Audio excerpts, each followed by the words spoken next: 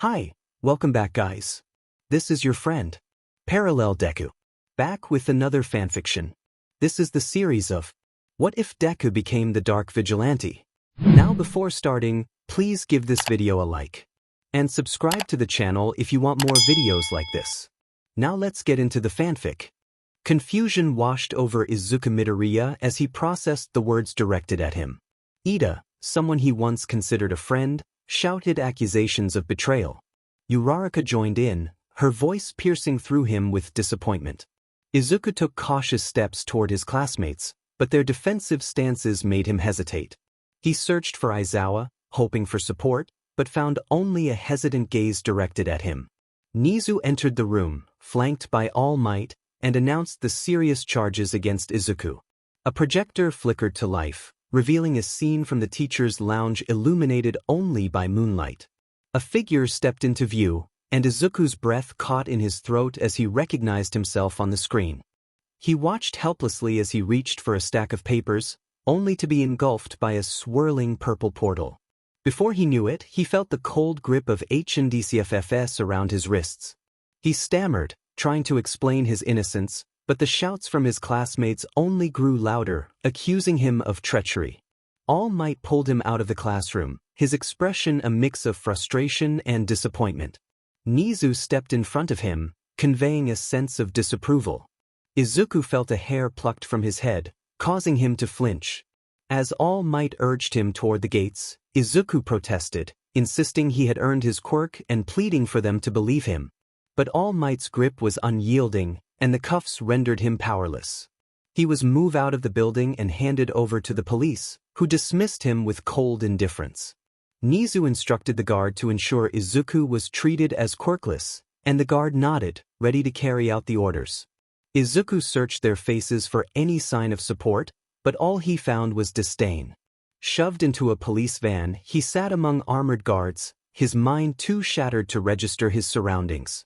The rain fell on him as they drove, but he remained lost in thought until a voice broke through his haze.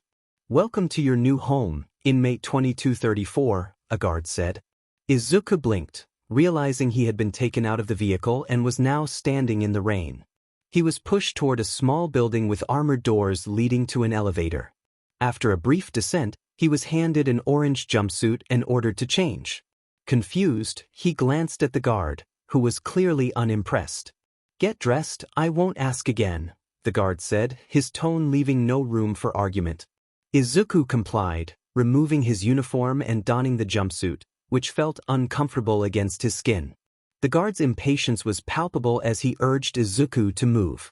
Silence enveloped him as they traveled to an isolated room a few floors down. The door creaked open, revealing a stark black room with only a bed and a single bulb illuminating the space. "Get comfy, this will be your room for the foreseeable future," the guard said before locking the door behind him. When the alarm sounded, the guards instructed him to go to bed and walked away without a second glance. He slowly turned in the bland room, a numb feeling spreading throughout his body. How did this happen? The question haunted him as he lay on the bed they had given him. Time passed like the wind, and thoughts about why he was there clouded his mind. No amount of exhaustion or pain could pull him from his stupor. Even when the lights went out, signaling bedtime, he remained awake, frozen in a world of fear and anger. No one believed him. They had cast him aside without a thought. A pit of anger began to grow inside him without him realizing it. He couldn't stay there. He needed to leave, but what could he do? All Might had taken his quirk, and he was trapped in the most dangerous prison in the world. When the lights came back on, he finally moved. He sat up slowly as a guard unlocked his door. The guard ordered him to get up for breakfast, but he barely moved. His legs struggled to support him as he walked out of the door once the guard left. Several pairs of eyes were fixed on him as he waited in line. Ignoring the food on his plate, he took a seat in the corner, placing his tray on the metal table. Many of the criminals around him were recognizable, known for their unspeakable acts against the country and its people. He tried to make himself as small as possible, the bags under his eyes evident to him, and he doubted they were unnoticed by others. The chatter in the room began to fade, replaced by the sound of approaching footsteps. He looked up to find a man standing over him, a smug smile on his face as he took a seat next to him and threw an arm around his shoulders. The man asked for his name, and he managed to whisper, "Midoriya." The man responded that he would teach him how things worked in the prison, pocketing the pudding that came with his meal. He was told he would let them do anything to him and take it like a good boy. He remained still, feeling a surge of anger. He repeated his request to be left alone, but the man slammed his fist down on the table, startling him. The man demanded to know what he had said, and while he trembled slightly, it wasn't out of fear. He repeated his plea, but the man stood over him, casting a shadow. The man insisted he didn't think he understood, grabbing him by the jumpsuit and lifting him from his seat. He mumbled once more to be left alone, but the anger on the man's face intensified. The man pulled back his fist and struck him. He fell to the ground, dropping the fork. The man crouched over him, gripping his collar tightly as he struck him repeatedly. Blood splattered, but it didn't matter to him. With each hit, he envisioned the faces of his classmates, their disappointment and anger directed at him. Then something inside him snapped. He grabbed the man's jumpsuit and pulled him forward, slamming his forehead into the man's face. As the man fell back, he flinched from the pain in his head but struggled to his feet, blood dripping from his face and a metallic taste filling his mouth. Despite the pain, he smiled at the man, a smile filled with a sense of enjoyment from the chaos.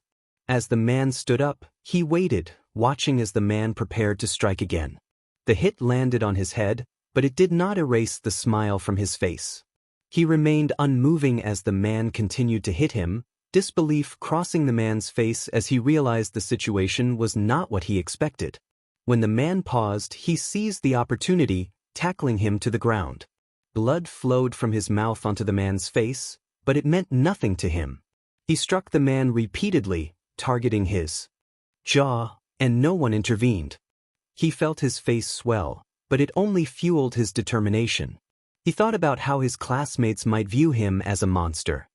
He lifted the man by his collar and placed him on the table, his neck resting against the edge. Guards entered the room, shields at the ready. He raised his fist and brought it down onto the man's head, a loud crack echoing through the room as the man lay motionless on the table. Taking a deep breath, he calmed himself slightly and reached into the man's pocket, retrieving the pudding. Once he had it in hand, he dragged the man's body to the floor and took a seat at the table, picking up his fork from the ground and taking a bite of the food. One of the guards shouted at him to get down, but he ignored the command, savoring the moment. No one moved, neither the inmates nor the guards. Everyone was frozen, except for him as he finished the pudding before finally kneeling on the ground with his hands behind his neck. His eyes traced the body, his blood staining the man's face, and the unnatural angle of the man's neck did not stir any remorse within him. The guards placed cuffs on his wrists and began to drag him away, while others moved toward the body. They threw him into a blank room. It was smaller than the last room, painted a dark brown that allowed no light to enter. The bed was in worse condition than before, and after locking the door behind me, I made my way to it. I slowly took a seat, nursing my stomach as pain began to set in. With my back against the rough material, I finally closed my eyes. As unconsciousness took over, I heard a single voice, a woman with a caring tone that reminded me of my mother. The woman asked what I had become. When I opened my eyes again, I saw her standing a meter away. She was dressed in a hero uniform, wearing a black bodysuit with red fabric around her waist, yellow gloves on her fists, and a white cape draped around her neck. Her blue eyes were filled with concern, but I found myself unable to speak. Looking down, I noticed a large portion of my body was covered by a swirling black mist, leaving only my right hand and eyes free. She seemed to sense my unspoken question. "You are currently inside One for All, Izuku. I am Nana Shimura, All Might's predecessor," she explained. I narrowed my eyes at her, questioning how I could be inside One for All if I no longer possessed it. Once again, she anticipated my thoughts. "You are here because Yagi never relinquished the quirk," she said, sighing as she approached and placed her hand over my mouth. "No matter how hard he might try, only we can choose when to leave. Since we know you were innocent, we never left." Her warm hand allowed the mist around my mouth to recede, granting me some freedom. A few more figures appeared around us, standing on a large slab of concrete with 8 chairs arranged in a circle. Nana Shimura moved to an empty chair and sat down. I turned to face the newcomers, my gaze landing on a golden energy in one of the chairs, resembling a man who stirred anger within me. The man spoke, acknowledging my feelings. He had plain white hair that obscured his vision. Although we know you are innocent, you just took a life, and we need to understand if you are still willing to be a hero. He leaned forward, hands clasped together. I stood in silence, weighing my options. Deep down, I knew I wanted to save people, but after the recent events, I realized I would need to approach things differently. You don't care that I took someone's life? I finally voiced my thoughts. The man shook his head. No, each of us has taken lives, whether by accident or purpose. 4 of us here lived in the dark ages of quirks, a time that involved more deaths than we care to admit. He stared at me intently, as if reading my very soul. I still plan on being a hero, I declared, and he relaxed slightly. But it won't be like before. Everyone's eyes widened in confusion. When I was beaten yesterday, I realized something. Prison doesn't change people, not in the way everyone thinks it does. I clenched my fist. I nearly lost my life because he failed to learn. If he were released again, he would repeat his actions, because prison doesn't work for people like him. They listened carefully, weighing my words. You said you didn't care that I took a life, but how would you feel if I continued? Some looked down in disappointment, while 3 of them contemplated my statement. The man with white hair rested his hand on his chin. I don't mind, another voice chimed in. This one belonged to a man with spiky red hair and a large scar across his head resembling an X. This is war, and we need a host willing to do what must be done, eliminate any remnants of all for one. I squinted slightly, the unfamiliar name causing me to pause. The man with white hair noticed my confusion and approached me. Right, you've only had this power for a short time. As he drew closer, a nostalgic tone colored his words. Throughout the history of this quirk, stories have become mixed up, and if Toshi told the story, your perspective would be skewed. He placed his hand on my head, and suddenly everything around me faded, replaced by a new scene. I found myself in a bedroom with a set of bunk beds against one wall. I took a few steps toward the bedside table, discovering several comic books, their spines worn from frequent reading. Toshinori, or All Might, would have told you that it began with 2 brothers, one born with the quirk to steal others' powers, and the other born powerless, the silver-haired man explained, watching as 2 children ran into the room, one a few years older than the other. They wore wide smiles as they dashed through the space. The one with the quirk was also born with an evil inside him, but that's where the story is misleading. The scene shifted again, and I found myself on city streets, witnessing a riot. The world was at war with itself, fearing that people with quirks threatened their livelihoods. My brother recognized this problem and chose to act. The setting changed once more, revealing the older brother standing above several others, the younger brother among them, though I could see hesitation in the younger brother's eyes. I initially supported him, but I could sense this power was changing him for the worse. He began to manipulate those around him, offering deals to strangers in exchange for their loyalty. I watched as the older brother grew stronger with each passing day. So I rebelled and he imprisoned me until I changed. My mind, at least, that's what he claimed. Chains wrapped around the brother's limbs, reminding me of my recent experiences. He forced a quirk into me, merging it with the power within me, creating the quirk known as One for All. An ever-growing power capable of being passed on to others was the topic at hand. As he spoke, the last moments of every user flashed before my eyes, how they would hastily transfer the quirk, barely a breath escaping them as the next user accepted the power. It was horrifying, freezing me to my core. He continued, expressing that the story had been twisted, portraying his brother as inherently evil. Yet, he believed deep down that his brother was still within him. A lost look crossed his face as he expressed his fear that they might be too late to act. The surroundings began to fade, transporting us back to the previous moment, as if no time had passed at all. His hand dropped from my forehead, and I glanced around at the other users. They nodded slowly, a solemn expression in their eyes, confirming the grim reality. I turned to the first user, disbelief washing over me. Even he, the brother, had succumbed? Every passing day in this place, the first user lamented, made him lose hope that his brother was still there. He turned away, retreating to his chair. Another user interjected, urging a return to the topic. This boy, they said, planned to continue his path of destruction, and they could not allow innocent lives to be caught in the crossfire. I tilted my head, questioning their assumptions. What made them think I intended to harm everyone I encountered? They fell silent. I clarified that my aim was to confront the group responsible for my predicament, those who had no chance of redemption or had committed unforgivable acts. Clenching my fist, I acknowledged their apprehension but insisted that the world had changed since their time, and it was time for change once more. A bald man cautioned me, sharing that he had heard villains express similar sentiments, and it had not ended well.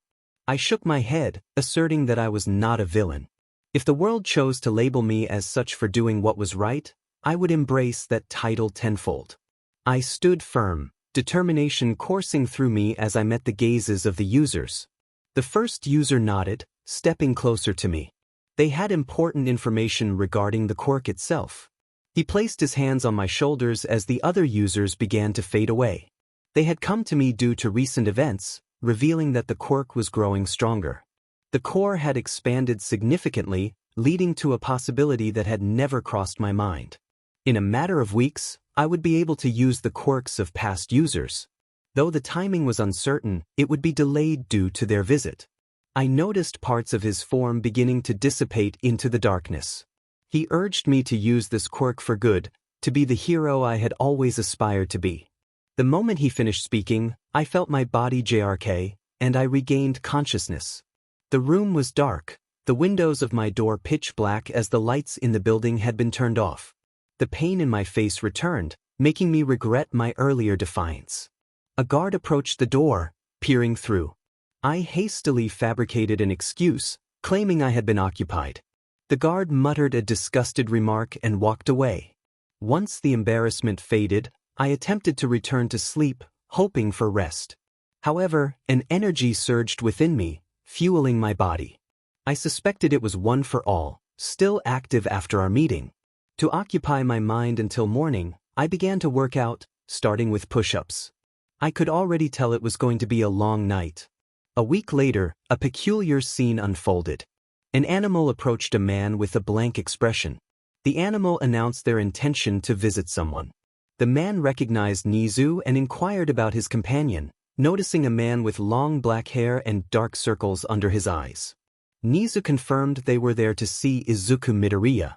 The man, flipping through a book, informed them that Izuku was currently in solitary confinement for allegedly killing another inmate, leaving them in shock. Aizawa was the first to respond, expressing disbelief at the accusation. The man recounted his initial impression of Izuku, noting that he seemed incapable of causing harm. Regardless of guilt, he pointed out that Izuku had changed from the person they once knew.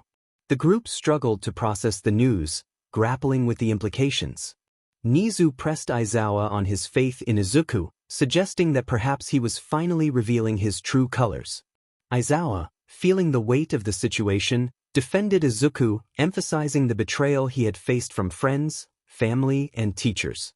Such experiences could break anyone, especially a child. Nizu acknowledged the truth in Aizawa's words but remained concerned. The officer, hearing their conversation, sighed and offered to request the warden to allow them to see Izuku, though he could not guarantee anything. Aizawa questioned Nizu's unwavering faith in Izuku, given the serious allegations against him. Nizu, however, believed that if Izuku were truly guilty, it would have shown in some way. Exhaustion weighed heavily on Aizawa as he took a seat, rubbing his temples in frustration. Nizu, caught between trust and doubt, contemplated the situation, uncertain of what the future held for Izuku. There was video evidence of him committing the crime. Aizawa suggested that they might be missing something, perhaps an unknown member who had not yet been revealed. Nizu, taking a seat next to him, acknowledged that he had not spent much time with the students and emphasized the importance of not taking matters like this lightly, even if they were mistaken. Aizawa glared at the ground, reflecting on the situation. Nizu was left speechless by the implications of his decisions regarding the friends of the accused. An officer's voice broke their focus, informing them that they could see the inmate. The warden was moving him to one of the interrogation rooms. Nizu nodded and stood up, prompting Aizawa to follow suit. They were ready to leave. Izuku hung from the bars of his cell, performing one last pull-up before dropping to the ground. A knock echoed through the door, and he watched as the window opened. He quickly adjusted his jumpsuit, covering his bare chest. The officer instructed him to put his hands through the hole, and he complied, feeling the cold grip of HNDCFFS around his wrists. He wondered if his confinement was finally coming to an end. The officer informed him that he had a visitor, and as the door opened, Izuku was greeted by a man in a suit. The man introduced himself as the warden of this level and a few levels inside Tartarus, explaining that he would be accompanying Izuku. Izuku asked if the warden was his visitor, to which the man chuckled, clarifying that he was there to discuss a few matters before the actual visitor arrived. As they walked, the warden noted a spark he had seen in Izuku's eyes, a desire to do the right thing. Izuku nodded, aware of the gravity of his situation. The warden acknowledged that despite not being a traitor, Izuku had killed a man, which diminished his chances of leaving. However, the warden believed he could trust Izuku with a deal that would help improve security within the prison. He promised to return in a couple of days to explain the details. As he opened the door to the visitation room, he offered a small smile and wished Izuku good luck. Upon entering the room, Izuku's gaze fell on his visitors. His anger flared as he recognized one of them, but he focused on the other. He knew Nizu harbored doubts about him, but Aizawa's hesitation gave him pause. He needed to understand Aizawa's true feelings. He composed himself and took a seat, keeping his eyes fixed on the visitors. They wanted to know if he had any information about the League. Izuku sighed, feeling frustration rise within him. He reiterated that he did not work with them and that his only encounters had been at the USJ and during the Nomu incident in Hosu. He struggled to contain his anger, aware that any outburst could lead to consequences. Aizawa surprised him by expressing belief in his innocence, stating that he wished more people felt the same. Izuku felt a wave of relief wash over him, grateful for the support. However, Aizawa reminded him that regardless of the circumstances, he had still taken a life, and the law would not overlook that. Izuku defended himself, explaining that it had been an act of self-defense. He rubbed a bruise on his face, recalling the fight. He reiterated that he had no information about the League and shrugged, feeling the weight of their expectations. Nizu exchanged a glance with Aizawa before moving toward the door. Before Aizawa left, Izuku asked about his mother, concerned about her belief in his innocence. Aizawa informed him that she was struggling to accept what had happened. Izuku requested that Aizawa ensure she remained steadfast in her support, as she was all he had left in terms of family. Aizawa promised to do his best as he departed, leaving Izuku alone once more. 3 months later, heavy breaths echoed from outside Izuku's cell. Inmates had learned to avoid the area as he continued his rigorous training, lifting himself repeatedly, sweat dripping from his brow. His once bushy hair had been cut short, leaving only a small tuft at the top of his head. After completing his workout, he stepped out of his cell, ignoring the stares from other prisoners as he walked through the prison, a camera tracking his movements. He approached a single cell and knocked on the door, calling for Shinobu. The door opened to reveal a bald man covered in tattoos. He nodded his head, allowing the green-haired man to enter. The man handed him a block of something and instructed him to take it to cell 13 in Block B. After acknowledging the request, he began to leave. As he navigated through the prison block, he occasionally glanced back, locking eyes with an officer. Upon reaching the cell, he knocked several times, waiting for the door to open before announcing the DLVY. He nodded in response as the man inside quickly handed back the brick, looking expectantly at him. The atmosphere shifted when he asked if there would be payment, his voice deepening, causing the other prisoner to tremble. After searching his bed, The prisoner pulled something out and pressed it into Izuku's hands, instructing him to give it to Shinobu. Just as he was about to leave, a guard shoved him against the wall. He attempted to escape, but another guard emerged and tackled him to the ground. Izuku struggled against the wall, trapped between the guards. He shouted in frustration, demanding to know who had betrayed him as the officer pulled him away and cuffed his wrists once more. They dragged him through the building and threw him into the solitary confinement cell he had grown familiar with. In protest, he hit the door a few times before turning around to find the warden sitting on the bed, waiting for him. The warden asked why he had reacted that way, puzzled by his actions. Izuku explained that he needed to make it seem like he wasn't the informant and took a seat next to the warden. The warden inquired if he had received the items from Shinobu, to which Izuku nodded, picking up a book that the warden had placed on the bed. When asked if it belonged to him, Izuku shook his head. The warden mentioned he thought it would help pass the time and thanked Izuku for making the prison a safer place. Izuku, feeling the distance between them, insisted on being called Midoriya and opened the book, beginning to read as the warden left. Once alone, he tossed the book aside and began pacing the room, jumping from foot to foot. He murmured to himself, feeling the familiar arcs of green energy surging around him. He focused, increasing his power to 20%, then 30%, feeling the energy intensify. At 40%, he crouched slightly, then pushed himself to 50%. With a sudden burst of energy, he charged through the wall, breaking it effortlessly and creating a gust of wind. An alarm blared throughout the facility, alerting everyone. The guards were unaware that it wouldn't matter how quickly they reacted, he would be gone before they could arm themselves. He continued to break through walls, his fists slamming into each barrier he encountered. Eventually, he found himself airborne, the ground disappearing beneath him as he fell into the water below, creating a large splash upon impact. He inhaled deeply, using one for all to enhance his lungs, and with a powerful push from his legs, he propelled himself through the water at incredible speed. Midoriya had finally tasted freedom, and he was determined not to lose it. An hour later, Nizu's voice interrupted a meeting, causing everyone to pause in confusion. He switched his phone to speaker mode, waiting for the warden to speak. The warden informed them that Izuku Midoriya had escaped from Tartarus an hour ago and still possessed his quirk. Tashinori was taken aback by the news, his recent struggles evident. The staff was at a loss for words, but Aizawa broke the silence, asking which direction Midoriya had gone. The warden explained that he had headed straight toward the mainland, and given his speed, he could be anywhere between Osaka and Sendai by now. He sighed, noting that tracking him would be difficult since he had escaped into the water. Nizu thanked him for the information and ended the call, turning his attention back to the meeting. He instructed Aizawa to inform the class, as they could be in danger if Midoriya sought revenge. As Aizawa entered the classroom, the students noticed the deeper bags under his eyes, prompting them to quiet down. Azui asked if everything was all right, and Aizawa sighed, revealing the troubling news about Midoriya's escape. The class fell silent, unsure of how to react.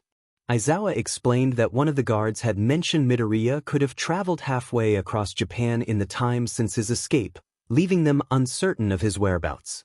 When Ida asked if there was anything they could do to help, Aizawa shook his head, cautioning them that until they had a definite location, they might be put in danger. He took a seat at his desk, reminding them that there was still plenty to do before they could even think about finding him. Some students nodded and began preparing their equipment, while others remained lost in thought about their former classmate. One thing was clear: they needed to be ready for when they encountered him again. Meanwhile, Izuku quickly changed out of his jumpsuit, using a smokescreen to slip into a store and acquire the clothing he would need for the day. He put on a hoodie and grabbed a face mask to ensure no one could see his face. In a state of panic, he left the store, blending in with the crowd as everyone else did. Once it was clear that nothing had happened, people began to walk away, including him. He navigated through the city of Hiroshima in his new attire, hoping to remain inconspicuous. His legs carried him across the city until the buildings became less frequent. Upon reaching an empty road with nothing in sight for miles, he activated his quirk and sped toward a small village near the city, coming to a halt at the sight of civilians. A sign read, "Welcome to Akiyota." He decided to ponder the location later. For now, he needed a place to stay for the night. As he walked through the small area, several locals greeted him. Eventually, he found an abandoned estate at the edge of the village and searched for a way in, choosing it as his shelter for the night. Before sleeping, he sat in the middle of a room, meditating. Although nothing changed around him, his mind ventured into the realm of One for All. He looked at the other users, seeking their guidance on how to survive in this new environment. One of the users mentioned that now that One for All was strong enough, he could spend time learning to fight from them. Another user nodded in agreement, suggesting that this would help him start his vigilante career. Izuku acknowledged the advice, realizing he needed to learn how to utilize their quirks effectively. He also expressed the need for a more permanent living situation, as the current place could attract unwanted attention from the police. Nana suggested an apartment building near the town center as a possible residence. However, another user pointed out that he would need a job to afford rent, and without qualifications, it would be challenging. One of the users recalled seeing an apprenticeship for a welder at an industrial building they had passed. He offered to teach Izuku, sharing that welding had been his profession in life. Another user countered that the apprenticeship would pay very little, but the fifth user remained confident, claiming that with his guidance, Izuku would master the skill quickly. Izuku agreed to the plan, eager to learn. The other users began to fade away, leaving him alone with the fifth user. A set of welding tools appeared, and the fifth user expressed excitement at seeing them again. They were ready to begin their training. Meanwhile, across the country, Aizawa finally settled into his couch, exhaling deeply. He was conflicted about Izuku, knowing deep down that the boy was innocent, yet aware that he had changed. Aizawa hoped Nizu was mistaken about Izuku attacking students. His phone buzzed and he answered without checking the caller ID. Nizu informed him that he and Tsukachi had devised a plan to locate Izuku Midoriya. Aizawa sat up, pinching the bridge of his nose as Nizu explained that they would send heroes to investigate any unusual incidents along the coast near Tartarus. Aizawa agreed that the plan made sense and asked where he should focus his search.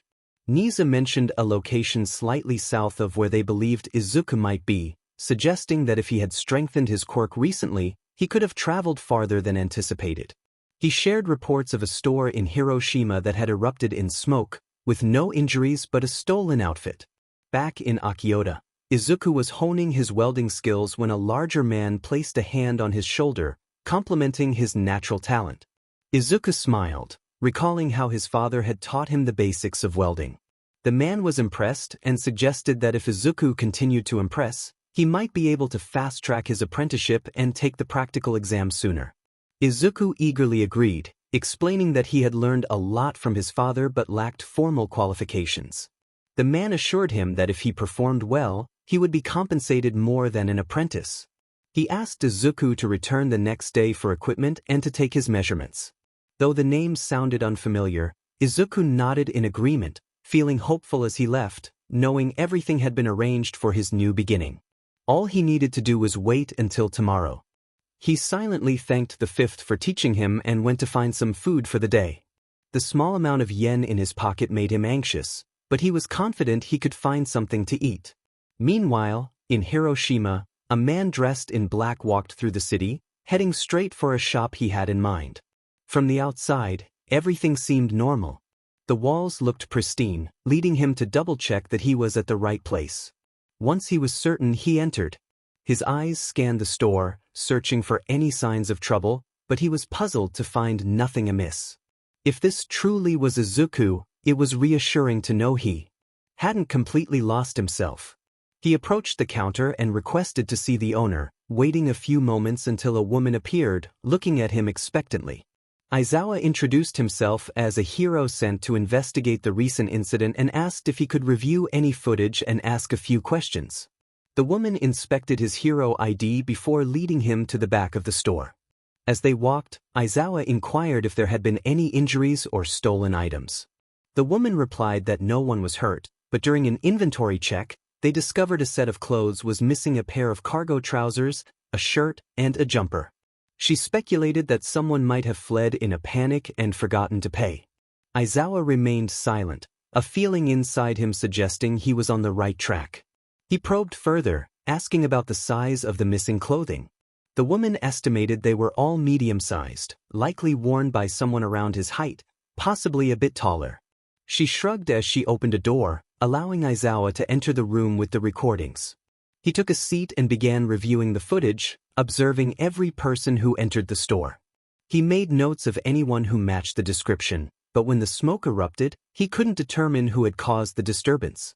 Disappointed, he leaned back in his chair, contemplating other angles to pursue. After confirming there were no additional cameras in the shop, he decided to leave. Outside, he scanned the area for any security cameras and spotted one across the street. He entered the neighboring store, introduced himself again, and requested to see the footage from a few days prior. The owner obliged, handing over his phone. Aizawa focused intently on the screen, watching everyone who entered and exited, especially during the smoke incident. He was determined to identify someone who had left without entering. His attention was drawn to a man around 6 feet tall, wearing the stolen items. The man appeared to be observing the purple smoke like everyone else, which might deceive most people, but Aizawa recognized him as his target. Deep down, he knew it was Izuku. Over the past few months, Aizawa had visited Izuku regularly on behalf of his mother, who was unable to visit herself. This allowed him to see how much Izuku had grown physically, but he struggled to gauge his mental state. Aizawa felt conflicted. He knew he should report back to Nizu about his findings, but he also believed Izuku didn't deserve to be imprisoned in Tartarus. He resolved to find Izuku first before making any decisions. The fact that no one was injured during the smoke incident weighed on his mind, but he knew that seeing Izuku would lead him to a conclusion. After finding a place to sleep for the night, he called Nizu, questioning what he should disclose. Nizu answered, bringing Aizawa back to reality. He explained that he might have found something significant and would need a few more days, possibly weeks. He hadn't yet seen Izuku's face to confirm his identity, but he felt optimistic. He rubbed the bridge of his nose as he settled onto the bed. Nizu suggested sending assistance, but Aizawa declined, stating he was still tracking the attacker. He promised to call once he confirmed it was Midoriya. A week later, a large man stood over Izuku's shoulder, inspecting his work. He commented on the quality of Izuku's efforts, making Izuku chuckle nervously. The man left him alone, and as Izuku donned his welding mask and ignited the torch, he fell silent. His mind raced as he worked, reflecting on the past weeks. He worried about the trail he had left behind, concerned that someone might pick up on it. He feared his old classmates would find him and that he would be caught and sent back to that place. These were the thoughts that plagued Izuku ever since he arrived. He did his best to switch houses every few days to avoid drawing attention. Fortunately, payday was approaching, allowing him to move into something more permanent. He would need to fabricate a lot of credentials, but he was confident in his abilities. He was also getting accustomed to his new name, Daigoro Jin. Over the past few weeks, he had conducted some investigation into the League, the only group he suspected might frame him. He discovered that the League had a confrontation with the Paranormal Liberation Front, and they had likely joined forces. Gathering that information had been a challenge, especially after hearing about the attack on the city and making the difficult journey from Hiroshima to Daika City. Staying unnoticed was even harder. The sound of a buzzer echoed through the building, snapping him from his thoughts. He finished his work and turned everything off, only now realizing that his shift had ended.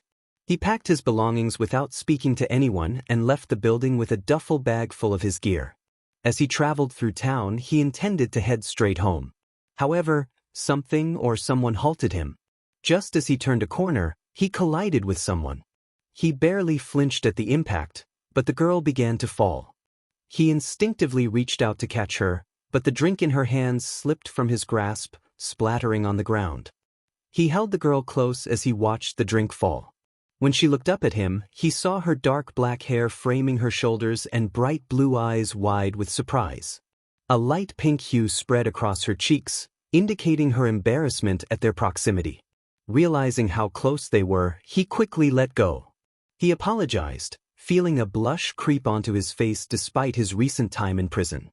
He offered to buy her another drink, admitting he should have been more careful.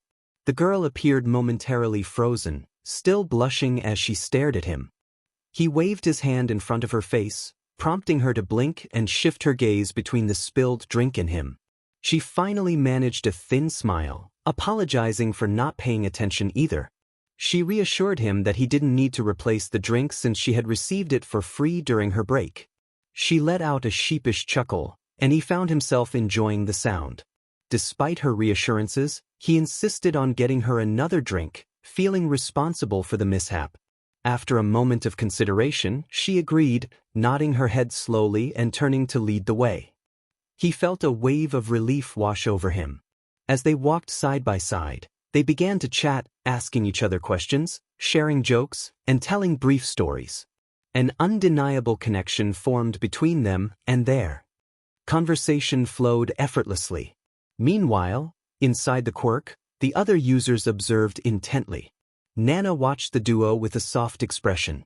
One of the users commented on how nice it was to see the boy interacting with someone. Another teased the fifth user about becoming sentimental, prompting a glare in response. The fifth user defended his concern, explaining that he had grown close to the boy while teaching him. He noted that Izuku was in pain, whether he realized it or not. He expressed hope that this girl could provide the support Izuku needed. As Izuku and Clara continued to bond, a man had entered the city hours earlier, silently observing the unfolding events and everything Izuku had done that day. His dark hair was tied back, and his red eyes focused intently on the scene. He thought to himself about Izuku's new identity as Daigoro Jin and how far removed he was from his past life. His thumb hovered over a contact in his phone as he contemplated his next move. With a decisive push, he brought the phone to his ear, listening to it ring. On the other end, Aizawa introduced himself, remaining silent for a moment as he gathered his thoughts. His muscles tensed, and the sound of his heartbeat grew louder in his ears. He finally spoke, revealing that it wasn't Izuku he had found. With that decision made, he felt a sense of deflation. He nodded to himself, listening to Nizu's reassuring words about finding Izuku one day. Aizawa continued to watch the interaction between Izuku and Clara, noting how their smiles widened with each passing moment. Deep down, he hoped they wouldn't have to pursue him. He felt that Izuku didn't deserve to be hunted down, but he knew he couldn't voice that hope aloud. Everyone was against the boy, and it pained the man to realize this. He finally spoke back, going against everything he had just been thinking. With the search over, he ended the call, turning away for good, sparing one last glance at the boy he used to teach. He hoped Midoriya could find peace here. Back with Izuku, they had just reached the door to the cafe when he felt an instinctive pull to turn his head. Clara's voice brought him back to reality as she asked if everything was all right. He smiled and replied that he thought he heard something as they walked into the cafe together. She inquired about his order. "What do you want?" Their voice trembled as a hand gripped their collar tightly, shaking them. The figure holding him leaned closer, red eyes piercing into his soul. They demanded to know about the League of Villains, pushing him closer to the edge. Standing on his toes, he glanced nervously between the ledge and the figure. The sight of the drop into the empty alleyway filled him with dread. He pleaded, insisting he didn't know anything, struggling to maintain his grip on the ledge. The figure warned him that patience was running thin, lifting him slightly off the ground. They revealed they knew who he was, part of the Meta Liberation Front, an organization that had recently merged with the League of Villains. They advised him to choose his next words carefully, as no one would hear him if he screamed. Desperation took hold as he promised he didn't know anything. The figure's grip tightened, and the collar tore slightly, prompting a startled shout from him. The figure remained unfazed by his reaction, reminding him he was on a time limit. He took shaky breaths, finally admitting he didn't know where they were but mentioned that Shigaraki was undergoing a significant change. He warned that in 9 months, Shigaraki would be stronger than anyone else on the planet. The figure paused, considering his words, before he pleaded to be let down. With a swift motion, the figure released their grip, allowing him to fall to the ground. A frightened scream escaped him as he plummeted, but the figure showed no concern, turning away and listening only for the sound of impact before walking off. Izuku felt a voice in his head shout at him, questioning his actions. He shook his head, recalling Nana's words. He justified his actions, explaining that the man had been about to harm a woman, and he couldn't stand by. He was only targeting those who couldn't be redeemed. As he ran across the rooftops, small electric arcs danced around his body. He sighed as he approached the forest, crouching down to feel the power of one for all surge through his legs before leaping into the air. He had 9 months before they would appear again, and he needed to stop them before that time came. The wind rushed past him as he soared, the town he was staying in drawing closer. Upon landing, he dashed through the town, stopping in the alley beside his apartment building. He scaled the building and climbed through an open window. A heavy sigh escaped him as he walked through the apartment, slowly removing parts of his suit. He started with his mask, revealing a thin layer of sweat on his skin. The gauntlets he wore came off separately, hitting the floor with a thud. He approached the kitchen calendar, flipping through the months until he reached the 9th page, marking it with a marker. As he did so, heavy breaths escaped him, exhaustion catching up. He peeled off the rest of his suit, leaving it on the floor carelessly. He removed a pair of contact lenses, revealing red around his irises. When his body hit the bed, he fell asleep instantly. Meanwhile, in Hiroshima, sirens echoed through the streets, and yellow tape cordoned off an alleyway from the public. A man attempted to enter but was stopped by an officer. The officer displayed a badge, recognizing him as Detective Tsukachi. The detective nodded tiredly in response. Considering the distance he had traveled, Tsukachi remarked that his superiors believed this case was connected to another he was working on. He ducked under the yellow tape, the smell of blood reaching his nose. The sight of a body didn't freeze him, but the brutality of the scene did. The victim's head was shattered against the concrete, and several organs lay outside the body. Tsukachi took careful steps, avoiding any evidence as he reached into his jacket for disposable gloves. Crouching down, he prepared to examine the body. Before looking closely, he already had an idea of the victim's identity. Scanning the surrounding buildings, he noted the tallest one before returning his focus to the body. He examined the clothing and noticed the torn collar, which puzzled him. He was interrupted by a colleague asking if everything was all right. He nodded, checking the victim's pockets and finding a wallet inside the coat. When asked if it was a suicide, he confirmed, though the nervousness of his colleague was evident. He instructed them to run a check on the ID he found, standing up from the body and handing it over. "Do we know of any witnesses?" The officer shook his head, indicating there were none. He walked away, tightly holding the ID. The detective contemplated how to access the roof and decided to climb the fire escape. Upon reaching the top, his gaze swept across the rooftop, landing on a piece of torn fabric near the ledge. He approached it, carefully lifting it for a closer inspection. 4 noticeable creases marked the fabric, along with a couple of faint lines. Tsukachi thought to himself that someone must have held it tightly. It matched the clothing of the victim, sharing the same tear pattern. After a final glance around the rooftop yielded nothing else, he descended the fire escape. Once on the ground, he pulled out his phone to call for the forensics team, knowing he had done all he could. He waited by the yellow tape for a few minutes. After removing his gloves, he reached into his back pocket, retrieved a pack of cigarettes, and lit one. Smoke curled from his lips as he watched it drift into the air. A buzz from his pocket interrupted his thoughts, and he answered his phone, placing it to his ear. Tsukachi spoke with a hint of exhaustion. It was Nizu on the line, inquiring if he had found anything.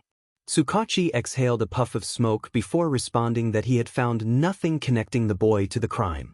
Skeptical, he expressed his concerns, recalling Aizawa's thoughts on the boy, who had seemed truthful in his assessment. Tsukachi trusted Aizawa's judgment, which had saved him from a lot of paperwork in the past, and he wanted to ensure they were not wasting time.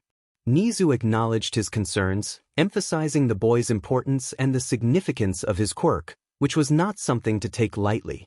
Tsukachi nodded in agreement, flicking the cigarette to the ground and stepping on it as he walked away. He asked if Nizu had a place for him to stay the night, knowing that if there was evidence for the case, it would be there. He couldn't leave Hiroshima just yet. Nizu informed him of a hotel on XXX Street, with the room reserved under his name. As he hailed a taxi, he relayed the information to the driver. Once the vehicle started moving, he allowed himself to relax for a moment. He thanked Nizu, promising to call again the next day once he had found something. Rubbing his chin and feeling the stubble, he ended the call and returned the phone to his pocket. As the driver approached the hotel, he had one final thought. Tomorrow was going to be a long day. Waking up to the alarm he had set was difficult, and moving his arm to turn it off felt even worse. He could sense the bruises on his body before even leaving the bed. Crawling off the mattress, he slowly stood up and glanced in the mirror, noting his bushy white hair was even messier than usual. With a sigh, he entered the bathroom with a pair of scissors. After a few cuts, he looked into the mirror, realizing how poorly he had managed. A knock at the door startled him, and he quickly put the scissors down before rushing to the door to peek through the peephole. It was Clara. Seeing her made the pain in his body feel a little more bearable. He opened the door slightly, just enough to show his head, not wanting to reveal the mess of vigilante gear scattered on the floor. Clara informed him that he had forgotten his coat when he left her place the previous night and handed it back to him. He nodded, tossing the coat aside for the moment. Clara tilted her head, noticing his hair. She asked what was going on with it, and he sighed deeply, explaining that he had attempted to cut it before she knocked and wasn't very good at it. Clara laughed, trying to cover her mouth, and he requested that she not laugh. Her laughter continued despite her apology. Once she calmed down, she looked at him with a hopeful expression, reminiscent of something Izuku had missed. She offered to cut his hair, mentioning her experience from cutting her parents' hair back in America before they passed. His eyes widened, prompting Clara to backtrack slightly. She quickly reassured him that it was okay if he didn't want her to. However, Izuku stopped her, deciding he did want her help. After a moment of hesitation, he mentioned he just needed to put on some clothes quickly. Clara nodded, watching as he rushed back into the apartment. Inside, Izuku hurriedly used a small portion of his quirk to tidy up his suit and throw on the first clothes he could find. When he opened the door again, he let Clara in and led her to his bathroom, handing her the scissors. Clara nervously asked if he was sure he wanted to take off his shirt, and Izuku, not fully grasping the implications, agreed. As he slipped off his shirt, Clara's eyes widened in surprise as she took in his form. He hadn't showered since yesterday, and the sweat on his body made him glisten in the light. A blush crept onto her face as she quickly looked away when he tossed his shirt into his room. After grabbing a chair, he sat down in front of the mirror, waiting for Clara to resume her task. She snapped back to focus, moving around his head and gradually cutting away chunks of his freshly dyed white hair. With the back and sides finished, she crouched down in front of him, running her fingers through the sides of his hair. The tips of her fingers gently massaged his scalp, and her body inadvertently pressed against his. He hesitantly asked what she was doing. She let out a small chuckle which made Izuku's heart flutter. She focused intently on the hair in her hands, unaware of the blush spreading across his face. His gaze remained locked on her sky-blue eyes, captivated by their depth. When Clara's eyes met his, they were both momentarily frozen in place. Green met blue, oceans met forests, emerald met diamonds. Time seemed to stand still, seconds stretching into what felt like hours, and neither of them minded. Clara slowly leaned forward, tilting her head until their lips brushed together softly. A pair of men were conversing, observing another man wearing a welding mask and holding a torch. One of the men remarked that the masked individual was the new apprentice he had hired. He described the apprentice as skilled yet antisocial, noting that the others sensed his desire for solitude, which they respected because of his talent. He gestured for his companion to follow him, leading him through the building to show him where he would be working. As they walked, the white-haired man remained alone. Once he removed his mask, he checked the time and powered down his equipment. With his break beginning, he stepped lightly through the town, feeling good with each step. Upon reaching the cafe, he entered and immediately caught the attention of one of the baristas. Clara's face lit up with a smile as he approached a table. She removed her apron and joined him, leaning over to give him a quick kiss before placing 2 drinks on the table and gazing at him intently. She gently wiped a mark from his cheek with her thumb. They engaged in idle conversation for as long as they could, savoring each other's presence in a moment of bliss amidst their busy day. Meanwhile, in Hiroshima, rain poured down relentlessly on anyone brave enough to venture outside, including a detective. He discarded a cigarette on the ground as he made his way into the police department. Several eyes followed him as he walked through the building, soaking wet, until he reached one of the officers. He requested a desk to work at, and the officer promptly led him to an empty one. After thanking him, he asked for any files from the previous night that might relate to a vigilante. The officer nodded and left, returning shortly with a stack of files. He explained that all witnesses reported similar stories. They were attacked, and then a mysterious black smoke appeared, taking the attacker away and leaving them unconscious. Tsukachi nodded in appreciation as the officer departed. With the files spread out before him, he began to sift through them, hoping to find a connection between the recent murder and the cases at hand. One case stood out: a girl had been attacked, and just as the officer described, black smoke had removed her assailant. However, this was the only case where the attacker had not been returned to the victim. All the other attackers were currently in the police department cells. Tsukachi pondered the implications, realizing that the two cases were likely connected. He retrieved the ID from the evidence and set out to find the victim, driving to her location while borrowing an umbrella from another officer to shield himself from the rain. When he knocked on the door, he put the umbrella away and waited. The woman who opened the door appeared to be in shock, her movements slow and her expression blank. He introduced himself as Detective Tsukachi and asked if he could speak with her about the previous night. Her eyes brightened at his words, and she invited him in without hesitation. She offered him tea, but he declined, asking her to recount what had happened. She took a seat across from him, cradling a mug in her hands. She explained that she had been returning home after a night out with friends and took a shortcut through the alleyways when someone grabbed her arm. Taking a shaky breath, she continued, describing how she had been thrown to the ground and managed to see her attacker's face. Tsukachi interrupted her, pulling out the ID to show her. He asked if this was the man who attacked her, and she gasped slightly, nodding in confirmation. Tsukachi chose not to answer her question about whether the man had been captured and instead encouraged her to continue her story. She described how she had turned around to see her attacker, but she was too weak to stop him. Just as he began to undress her, black smoke had emerged, dragging him away to a nearby rooftop. Tsukachi listened intently, his quirk remaining dormant. She mentioned seeing two red eyes staring at her attacker, which filled her with fear, even though they weren't directed at her. The memory made her shiver. When he asked if that was everything she could recall, she nodded solemnly, apologizing for not remembering more. Tsukachi stood up, preparing to leave. He informed her that they had not yet caught the man she identified, but the boogeyman who had saved her had killed the attacker. She covered her mouth in shock at the revelation. "Thank you for cooperating. Please reach out if you remember anything else." Without another word or question, Tsukachi left the building. He paused outside the door for a moment, realizing the rain had stopped during their conversation. A sigh escaped his lips as he began walking toward his car. Red eyes? He rubbed his forehead, contemplating. Contact lenses, perhaps? That was the only way it could have been him. But it wasn't enough evidence. Once he got his car in drive, he decided to put the subject aside and focus on the road ahead. Upon entering the precinct, he quickly found the officer from earlier. He instructed the officer to bring one of the criminals from the files into the interrogation room. The officer nodded and moved to comply. Tsukachi took a moment to relax, sitting down and staring blankly at his desk. When the officer returned to inform him that they were ready, he reviewed the file briefly before heading to the interrogation room.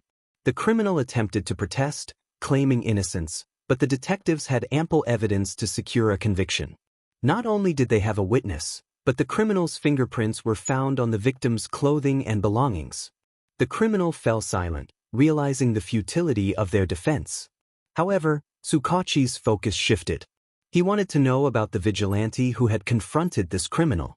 The mention of the vigilante made the criminal sweat. They described the figure as something not entirely human, rubbing their stomach where a bruise was visible when they slightly lifted their shirt. Red eyes were all they could remember as they were questioned. Tsukachi leaned in, intrigued. He asked what the vigilante had wanted. The criminal took a deep breath before responding, stating that the vigilante had inquired about the League of Villains, but they claimed to have no connection to them. Tsukachi sensed no deception in their words and decided to believe them. He stood up from the desk and pulled out his phone to contact Nizu. The criminal attempted to shout a question, but the door closed before they could finish. Nizu answered, and Tsukachi shared the information he had gathered about the vigilante. The vigilante had asked about the League of Villains, and there were reports of red eyes, which could easily be disguised with contacts. Tsukachi considered the implications, pondering whether Izuku was innocent or if the vigilante was someone else entirely. Nizu remained silent, prompting Tsukachi to express his frustration. He questioned Nizu's confidence in the belief that Izuku had stolen the files, reminding him that they lived in a world where teleportation was possible. Tsukachi sighed again, rubbing the bridge of his nose. He felt that Nizu was too focused on one possibility, blind to other options. Nizu's voice softened, revealing a hint of exhaustion as he mentioned the troubling incident in Tartarus. Tsukachi understood but felt that anyone would change after such an experience. He could hear Nizu's agreement through the speaker. Tsukachi then outlined his next steps, emphasizing that the vigilante was his main priority. He instructed Nizu to contact him only if he had solid information regarding Izuku. As he prepared to take notes, he expressed a feeling that the vigilante would be around more than they anticipated. Nizu acknowledged this, and Tsukachi promised to keep him updated.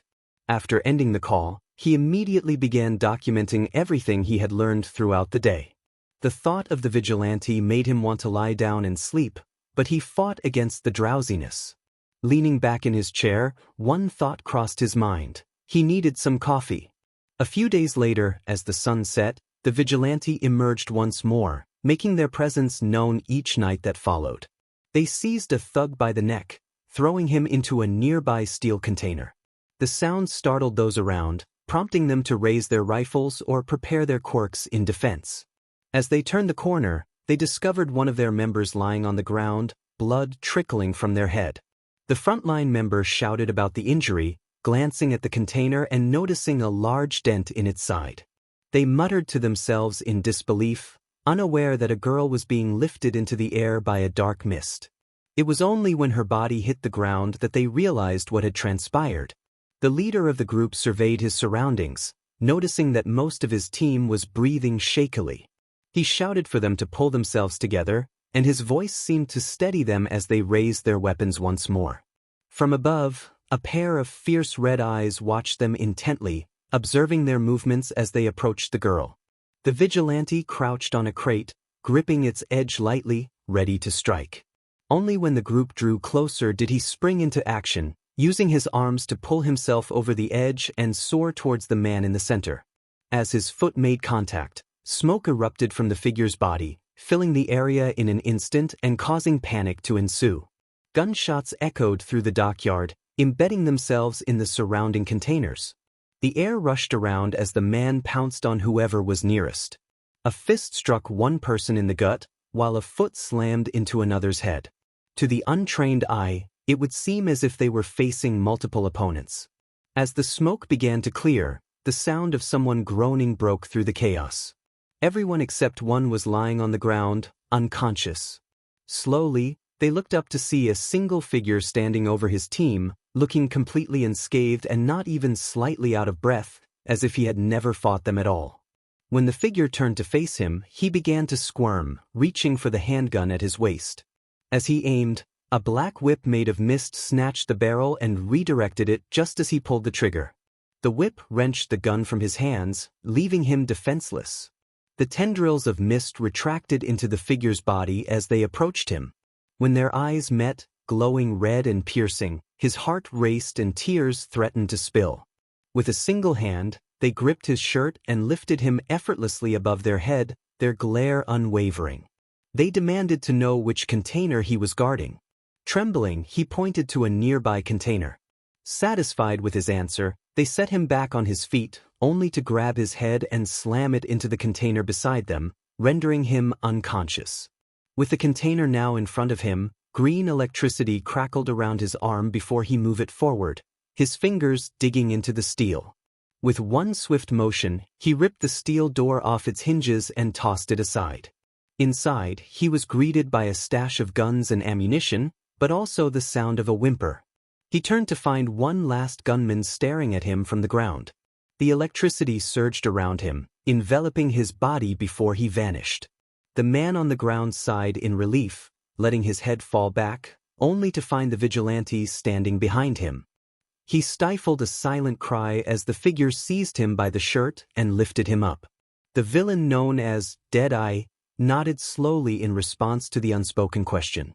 The vigilante instructed him to send a message to the League of Villains, announcing their impending arrival. After throwing Deadeye to the ground, the villain scrambled to escape. By the time he was on his feet and running, the vigilante was already inspecting the contents of the container. Electricity surged around their body as they pulled the container closer to the water, positioning it near the edge of the dock. Reaching inside, they grabbed one of the grenades and pulled the pin. In that moment, they noticed a simple handgun lying on the ground, a Desert Eagle, if they were correct. They picked it up, inspecting it carefully before pocketing it, quickly grabbing some ammunition and dropping the grenade into the container. Using their quirk, they made a swift getaway. When the grenade detonated, the ground shook from the force of the explosion, alerting anyone in the vicinity to the events that had transpired. Once they reached a safe place to rest, they took out the handgun, examining it closely in the dim light. This could prove useful, they thought, before stowing it away once more. With the night nearly over, they decided to head home, hoping to catch some rest before dawn. As the apartment building came into view, they felt a moment of relaxation wash over them. A single thought crossed their mind, and for an instant, all exhaustion faded away. Their heart calmed, and the aches in their body receded momentarily. A tired voice on the phone asked if they wanted to come to Hiroshima. The listener did not hesitate in their response, mentioning a vigilante that might pique their interest. As they rubbed their eyes, they listened intently. The voice insisted that even if they weren't interested, this was important. They advised reading a newspaper on the way, as a story about a victim saved by the vigilante was circulating. Nodding to themselves, they set the mug down, contemplating the situation. The paper rustled in the wind as they tried to focus. The headline read, "The Boogeyman Strikes." They absorbed the story, detailing how a woman had been rescued from an attacker in Hiroshima by a new vigilante. The report claimed that the vigilante had eliminated the attacker, leaving his body in an alleyway on XXX Street. The description of the vigilante caught their attention: red eyes and a black mist that ensnared the attacker. As they pondered the implications, they considered the significance of the red eyes and the quirk likely associated with the black mist. Unbeknownst to them, their curiosity about this vigilante was growing. The article continued, detailing another recent incident where the vigilante had disrupted a weapons smuggling operation, destroying the weapons. The report noted that the leader of the operation, known as Deadeye, had managed to escape. They squinted at the paper, rereading the details, questioning if they had misread something. A thought crossed their mind: was this a mistake? They were careless, and this should be an easy case. He set the newspaper aside after gathering enough information. Pulling out his phone, he sent a text to Tsukachi, informing him he was heading to the city. He also messaged Nizu to let him know he would be away for a couple of days. His thoughts drifted back to the school and his class, who had been restless since learning about their former classmate. Little did they know, or anyone else for that matter, that Aizawa was fully aware of his whereabouts. But those thoughts could wait. He had work to do. Upon arriving in the city, he waited for the sun to set, using the daylight to investigate the identity of the new vigilante. Most of the responses he received suggested that this individual was someone to be feared. The inmates he spoke to implied he was something other than human. But Aizawa knew better: even All Might was human, and he intended to use that knowledge to his advantage. As night fell and darkness enveloped the city, Aizawa encountered something he had never expected. Standing atop a building, surveying the city, the sound of crackling fire drew his attention. He sprinted toward the source and quickly found a ring of fire on the roof of a nearby building. The flames burned fiercely but showed no signs of spreading. In the center of the ring lay a figure, limbs sprawled out. Aizawa leaped into the ring of fire, examining the man closely. A bullet wound marred the center of his forehead, piercing clean through. However, it was the man's face that left Aizawa in shock, a face known to many heroes, a face that had eluded capture time and again. This was Deadeye. The man stirred slightly, sensing he was being watched.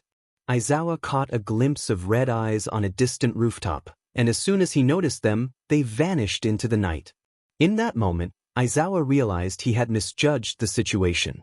This was not a man prone to mistakes. He was sending a message, one that had reached both heroes and villains alike. This was no ordinary vigilante. This was something far more significant. The detective's instincts had been correct. Aizawa was intrigued by this vigilante. Back at UA, as dawn broke, Class 1A prepared for their lessons. They awaited their homeroom teacher, but when ectoplasm entered, confusion spread through the room. He informed the class that Aizawa was away for a couple of days on a case. Bakugo raised his hand, voicing what everyone was thinking. He wondered if it was about Deku, still frustrated with how things had turned out. Ectoplasm shook his head, turning his back to the class as he began the day's announcements. Most of the students tuned out, their thoughts consumed by their missing classmate. Despite Aizawa's reassurances that they likely wouldn't be involved, they couldn't help but speculate. During their break, the students discussed their concerns about the traitor. Mina wondered aloud what Aizawa was doing, while Bakugo dismissed her curiosity, expressing his frustration over Deku's continued absence. Shiro noted that Deku had shown remarkable control over his quirk, eliciting agreement from Kaminari. Bakugo remained unconvinced, recalling how long Deku had been in prison and the offer All Might had made him months ago.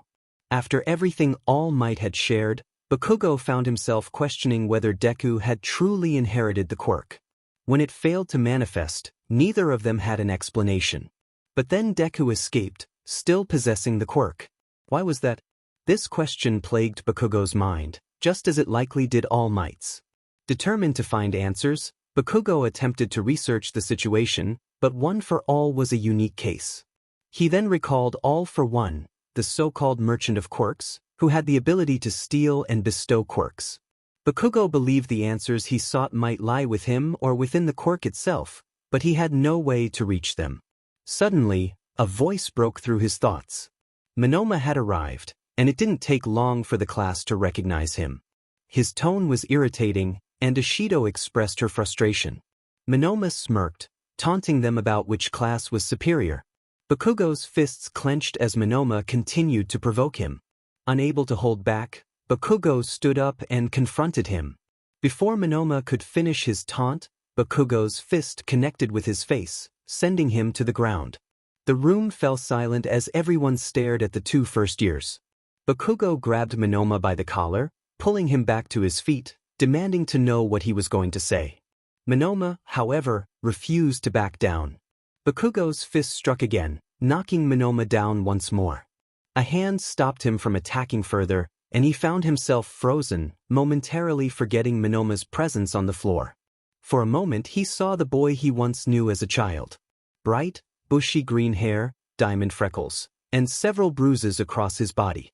The boy's voice echoed in his mind, making him freeze once more, but in a split second, the vision vanished. Yagi's voice broke the trance, urging him to follow.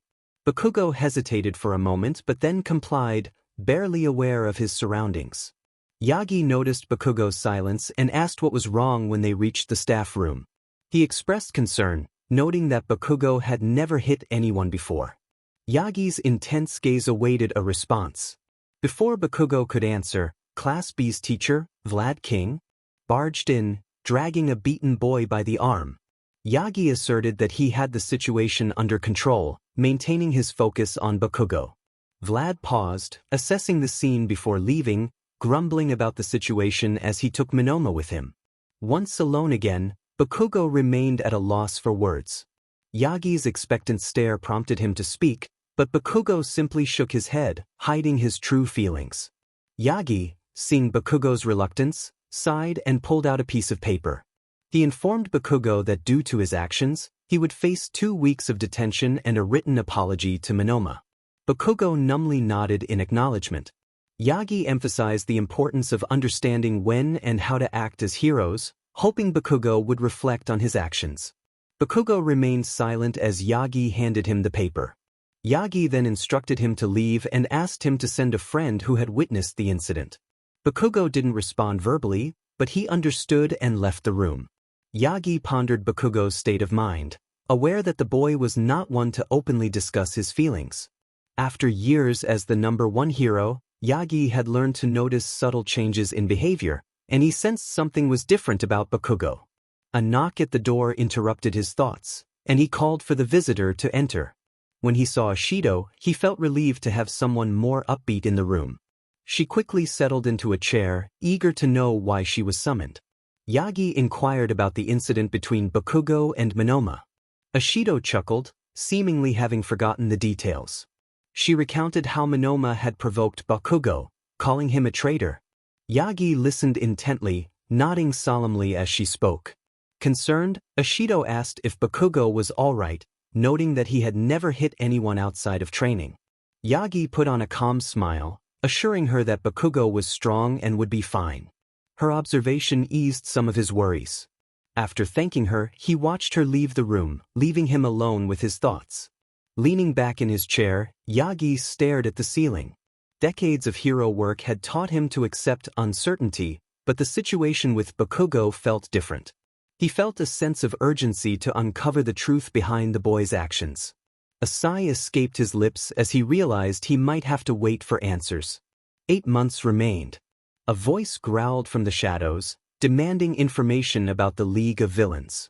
The villain squirmed under the pressure, trembling at the sight of the glaring red eyes. He pleaded for mercy, fearing the consequences of revealing anything. The boogeyman tightened his grip, lifting the villain higher into the air. As he approached, black whips swirled around him, restraining the man's limbs. The boogeyman pressed a gun against his jaw, sending shivers down the villain's spine. With a desperate plea, the villain offered a sliver of information, claiming to know about a new member of the League, but nothing else. He hoped this would be enough to secure his release. The boogeyman stepped back, the gun leaving his jaw, but the tension in the air remained palpable. The villain began to relax, but the black whips still restrained him. The boogeyman informed him that he had revealed what was needed, but his fate was already sealed. The villain's eyes widened in realization, but he was abruptly silenced. A loud bang echoed as the boogeyman aimed his gun at the villain's forehead, smoke curling from the barrel. He stared blankly at the lifeless body that fell to the ground, retracting the black whip back into himself. The boogeyman swiftly leaped away, his mind racing with thoughts of who this hidden player might be. Although the idea of returning home crossed his mind, he knew there was still much to accomplish that night. This pattern had repeated over the past month, taking down thugs and interrogating them, hoping to uncover any connections to the League of Villains.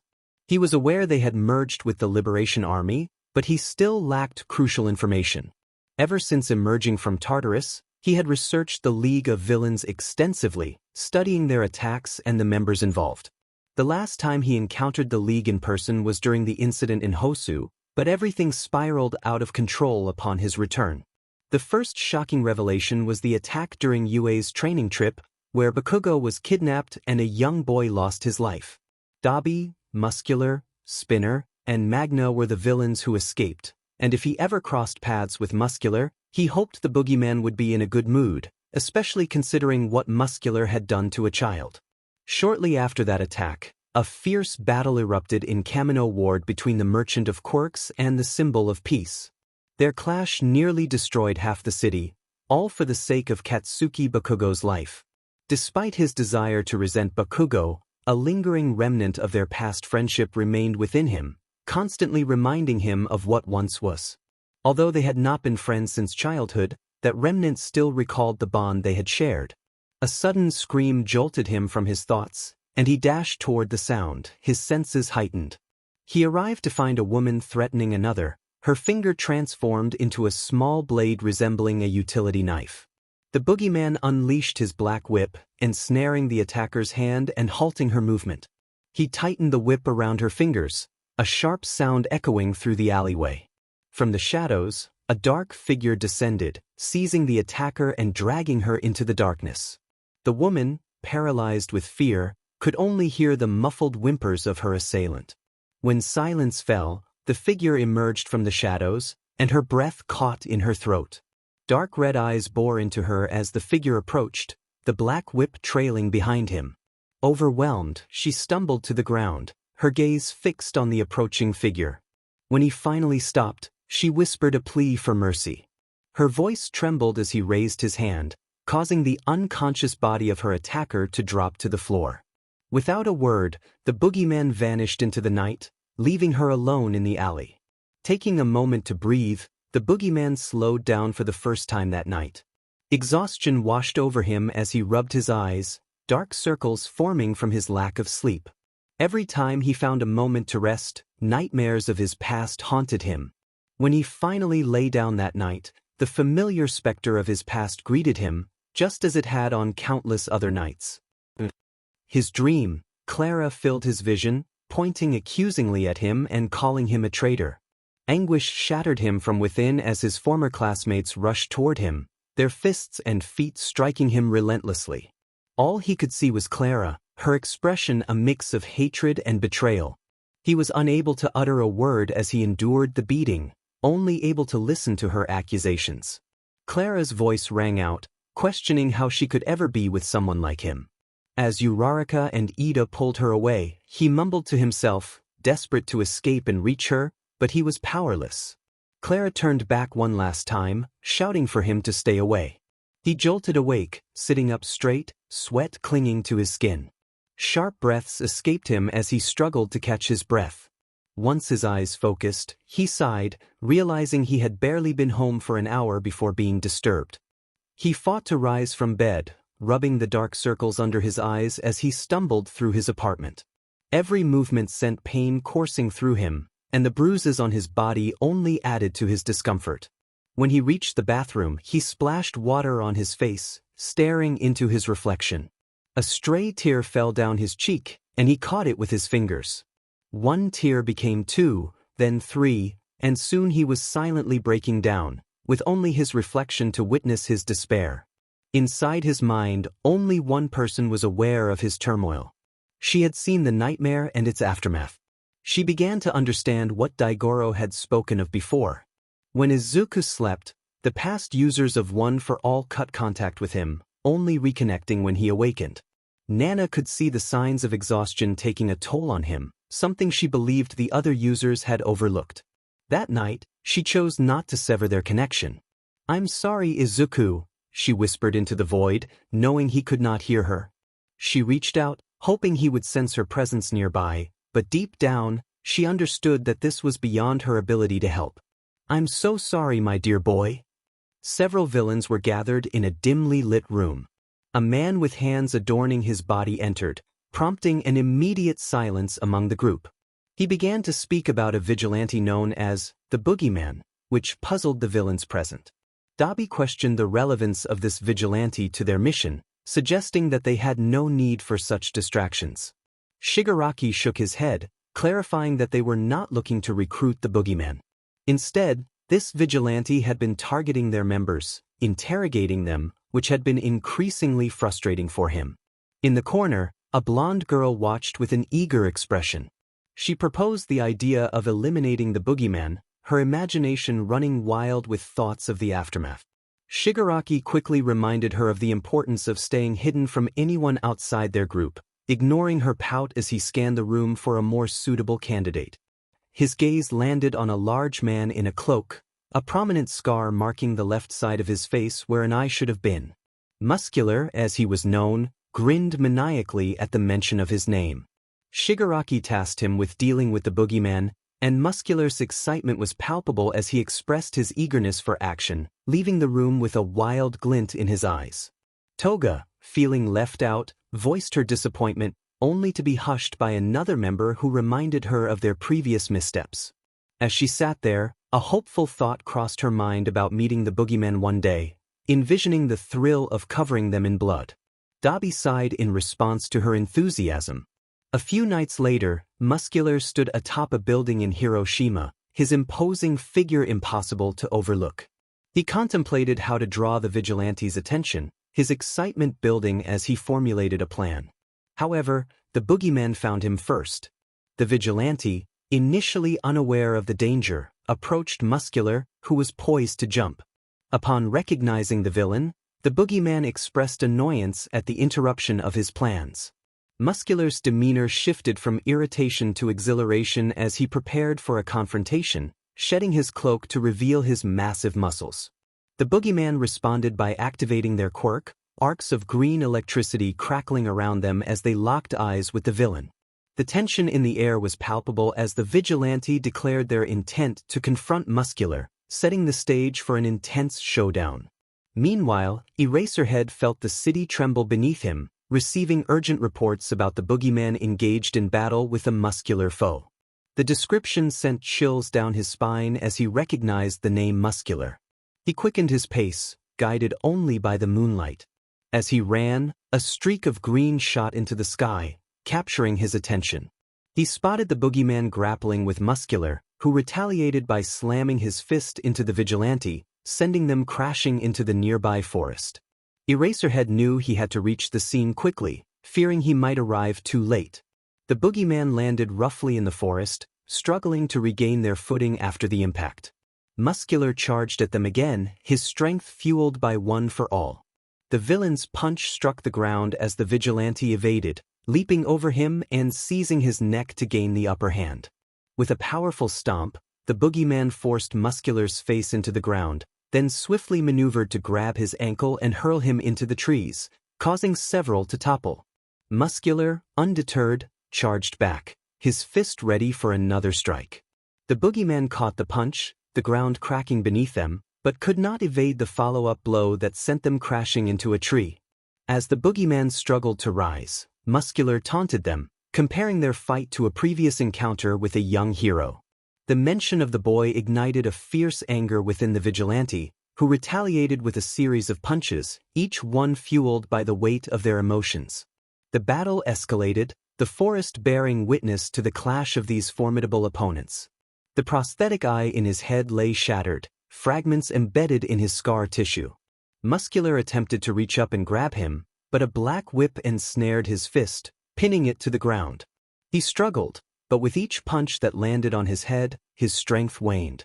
The black whip extended from the boogeyman's back, allowing him to continue assaulting their target. Just as another fist was about to strike, Izuku's danger sense alerted him, prompting him to leap away. Muscular's quirk surged uncontrollably, causing his muscles to swell. When he finally stood, Izuku noted the damage he had inflicted on Muscular's skull, a sight that brought him satisfaction. Blood trickled from Muscular's forehead, a large dent marking the front of his head from the blows he had endured. The boogeyman smirked, taunting Muscular about his ability to still speak. Black whips floated around him, attaching to Muscular's muscles at a molecular level. Muscular's body continued to grow larger, culminating in a fierce roar. However, unbeknownst to him, he was the one being hunted. The boogeyman acted swiftly, seizing Muscular's massive fist and driving it into the ground. When Muscular's other fist swung toward him, he caught it, gripping two of Muscular's fingers and pulling them apart. A scream erupted from Muscular as two of his fingers were torn off, blood splattering onto the boogeyman's face. Muscular staggered back, staring in shock at his mangled hand. The boogeyman moved again, dropping low to grasp Muscular's ankle and lifting it. With Muscular's leg raised, the boogeyman slammed his fist into the man's thigh, a sickening crack echoing through the forest. Muscular cried out in pain, attempting to swat him away, but the boogeyman dodged and created distance between them. Muscular struggled to balance on one leg, clutching his injured hand as the pain overwhelmed him. The boogeyman closed in, gripping the left side of Muscular's head and pressing his thumb against the empty eye socket. He declared his intent to kill Muscular, relishing the thought. Muscular crumpled to the ground as the boogeyman increased the pressure on his skull, dropping to his knees as his muscles began to retract. The boogeyman demanded information about a hidden member, and Muscular's eyes widened in fear at the mention. The boogeyman pressed for answers about a girl, and Muscular, gasping for breath, revealed her name, Himiko Toga. He hesitated, but the boogeyman squeezed his wrist, causing a bone to snap and eliciting a louder scream from Muscular. The boogeyman insisted on immediate answers, digging his fingers into Muscular's skull. Muscular finally divulged that Toga's quirk allowed her to transform by ingesting someone's blood. The boogeyman froze, but his grip remained firm. Muscular's fear intensified as he realized the implications of his words. The boogeyman murmured that Toga was the one who framed him, and Muscular's eyes widened further. He struggled to speak, but before he could finish, the left side of his head erupted in a violent burst. A knock at the door jolted him awake, a groan escaping his lips as he felt the ache throughout his body. He stumbled to the floor, crawling for a moment before managing to stand. The journey from his bed to the door had never felt more painful, and he leaned against the door frame for support as he opened it. A feminine voice inquired about his well-being, causing Izuku to freeze. He lifted his head just enough to see Clara standing in the doorway, concern etched on her face. He felt a twinge of guilt for using a fake name but felt he had no choice. He assured her he was fine, attributing his condition to feeling under the weather. Clara's gaze fell on a massive bruise forming on his waist, prompting her to ask about it. He explained that he had woken up feeling ill and had fallen down some stairs during a late-night trip to the pharmacy. Her concern deepened, and she asked if he was truly all right. He nodded slowly, trying to reassure her. Clara then revealed that she had come to return a jumper he had left at her place the previous night. A blush crept onto her cheeks, though Izuku didn't notice. He accepted the jumper with a soft smile and slung it over his shoulder. She offered to help him, suggesting he take the day off, but he waved her off, insisting he would be fine. He recalled the bloody glove in his bathroom but kept that to himself. He reassured her again, hoping to convince himself as much as her. Clara sighed, unconvinced, but nodded before starting to walk away. Just as Izuku was about to close the door, Clara slipped her foot inside, preventing it from shutting completely. She shyly suggested that she could make him a bento. His silence made her second-guess her offer. She rambled on, her blush deepening with each passing moment. Clara's voice was interrupted when Izuku spoke her name. He asked if she was sure about her offer, and she nodded with determination. She explained that she had the day off and would do anything for her amazing boyfriend. Her words made him blush, but they also filled him with guilt.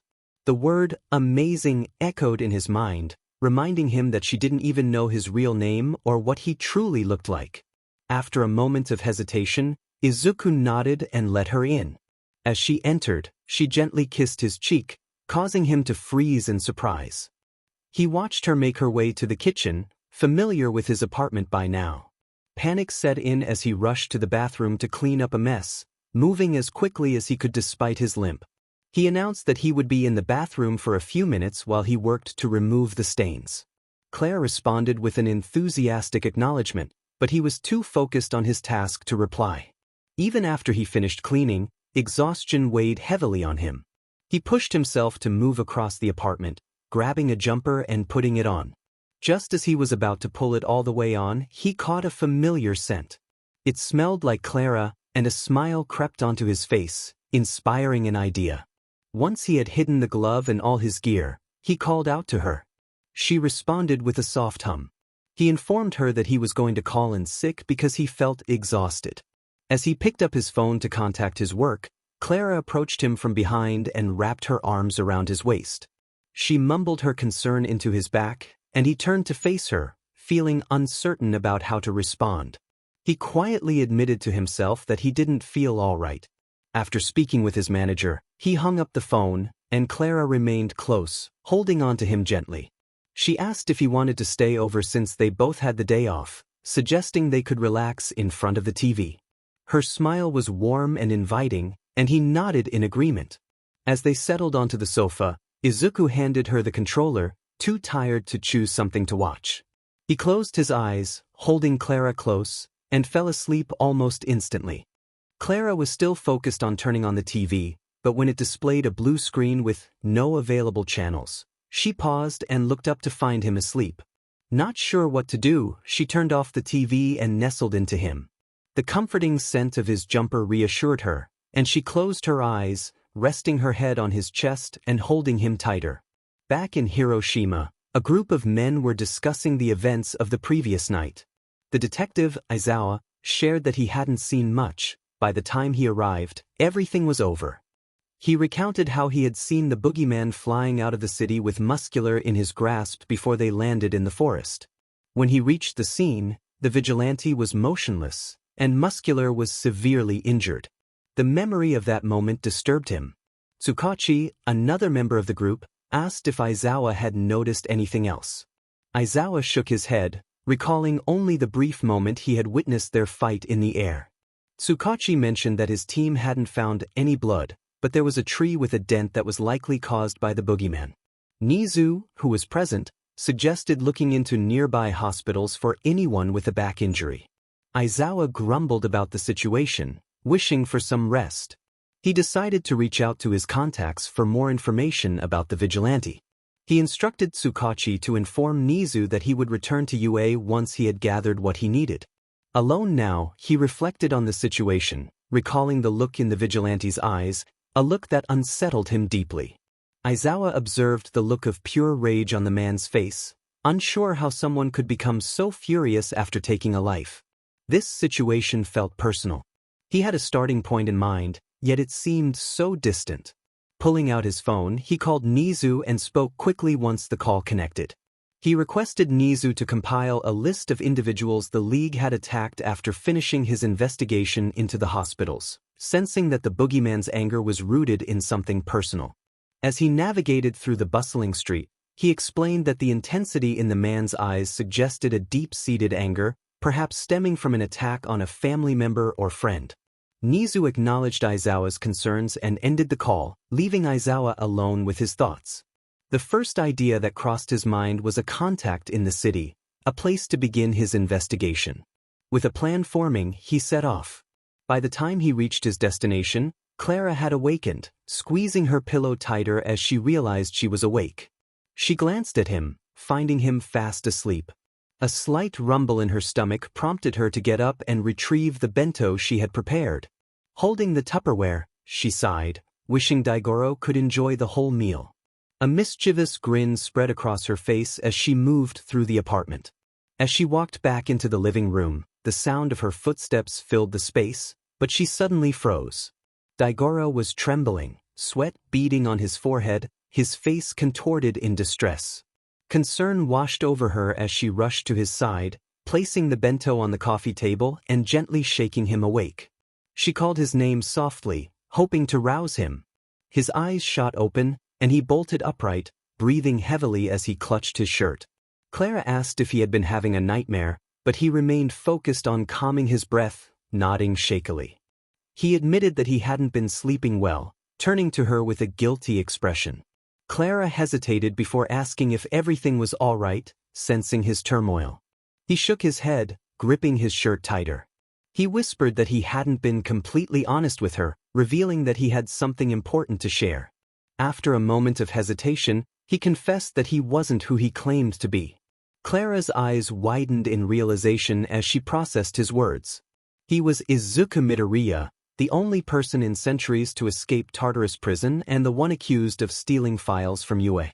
Izuku nodded, but then quickly corrected her, explaining that he had never stolen those files and was never meant to be in Tartarus. His hands trembled as he spoke, the nerves overwhelming him. He urged her to believe him, and when she placed her hand over his, he felt a flicker of reassurance. Clara expressed her trust in him, but insisted he reveal everything immediately or she would leave. He agreed, detailing the League of Villains and a secret member named Himiko Toga, who could transform into others by ingesting their blood. He explained that he knew it was her doing because the League had kept her abilities hidden since her recruitment. Clara's confusion deepened as she asked how he had discovered this. Izuku froze and Clara realized the truth. He was the boogeyman. He confirmed it, admitting that he had been injured in a fight with Muscular the previous night. Clara's concern grew as she processed the implications of his actions. He explained that he had killed Muscular because the villain thrived on chaos and violence, and he believed that some individuals were inherently destructive. Clara felt a strong urge to comfort him but restrained herself. Izuku continued, explaining that he had acted out of necessity, recalling his first day in Tartarus when he had to defend himself against an attacker. He shared his belief that villains do not change, and that sometimes, the only way to ensure safety was to eliminate the threat. She looked at him with worry, asking if he enjoyed killing. Izuku shook his head, explaining that he only acted to prevent further harm. Clara reached out, placing a hand on his shoulder, and when he finally turned to meet her gaze, she saw the tears threatening to spill. She gently caressed his cheek, and he closed his eyes, taking her hand in his. He pleaded with her not to leave him, his voice breaking her heart. Clara understood the weight of his past and the people he had lost. She assured him that she wouldn't abandon him, but acknowledged the heaviness of the truth he had revealed. Izuku tightened his grip on her hand, grateful for her support, yet aware that they had a long journey ahead. Clara stood up, heading for the door. As she reached for the handle, she glanced back at Izuku, who finally moved from his position. She assured him that she wouldn't tell anyone about their conversation, and he offered her a gentle smile, acknowledging her words. With that, she left, and the sound of the door shutting echoed through the apartment, leaving Izuku in silence. Slumped back onto the sofa, a heavy sigh escaping his lips as he rested his palm against his forehead. He muttered to himself about why he had to say all that, but all he could do was hope she would stay. Yet, his hopes were not high. After everything he had been through, it was hard to believe she wouldn't leave. For now, he would just have to wait. Several cities away, as the sun rose, the students in UA were chatting in their homeroom. Someone whispered about the news, and most nodded in acknowledgement, though a few looked confused.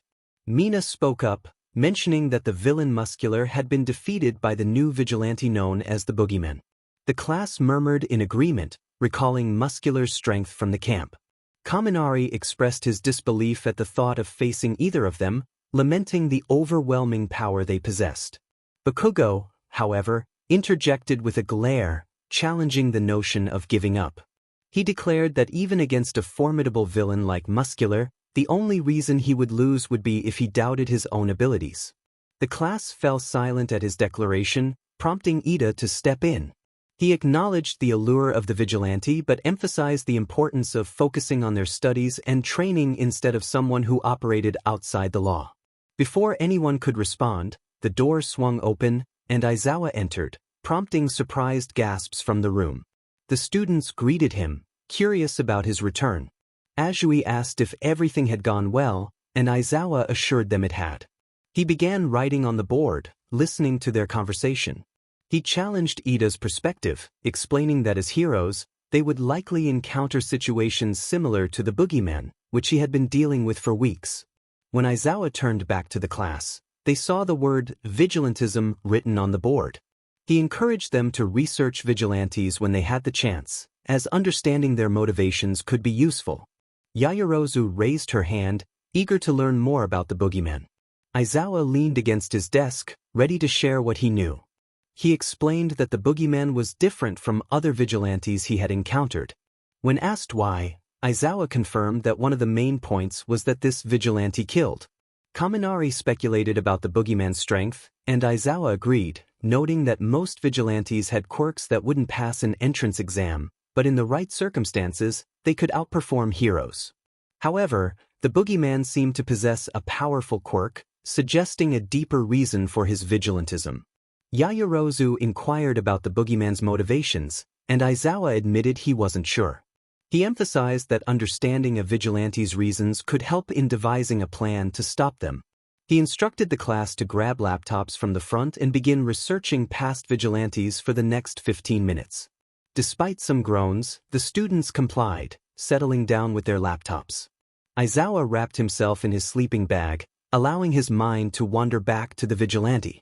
He pondered whether Midoriya could be the Boogeyman, recalling how the boy used to write in a notebook.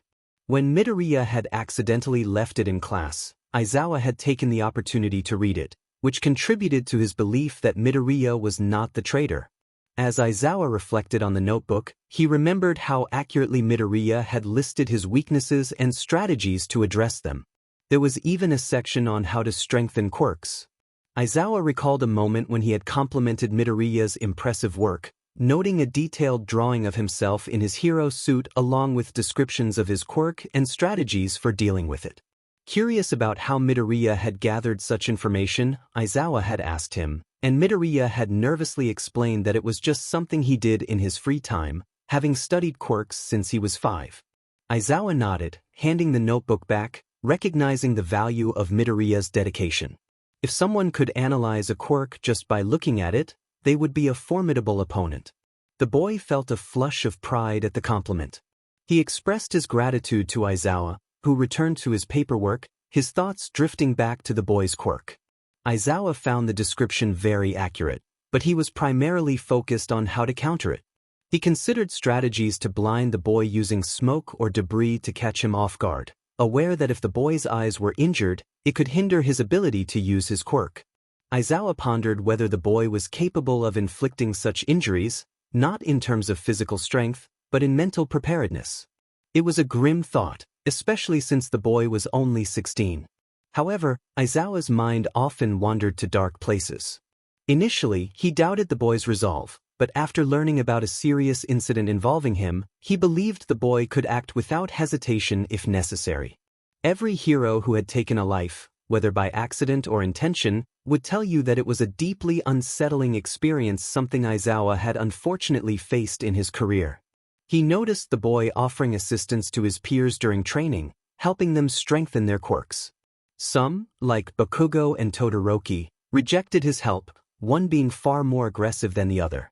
Aizawa reflected on how the boy would likely continue this behavior if he had not been forced to leave the school.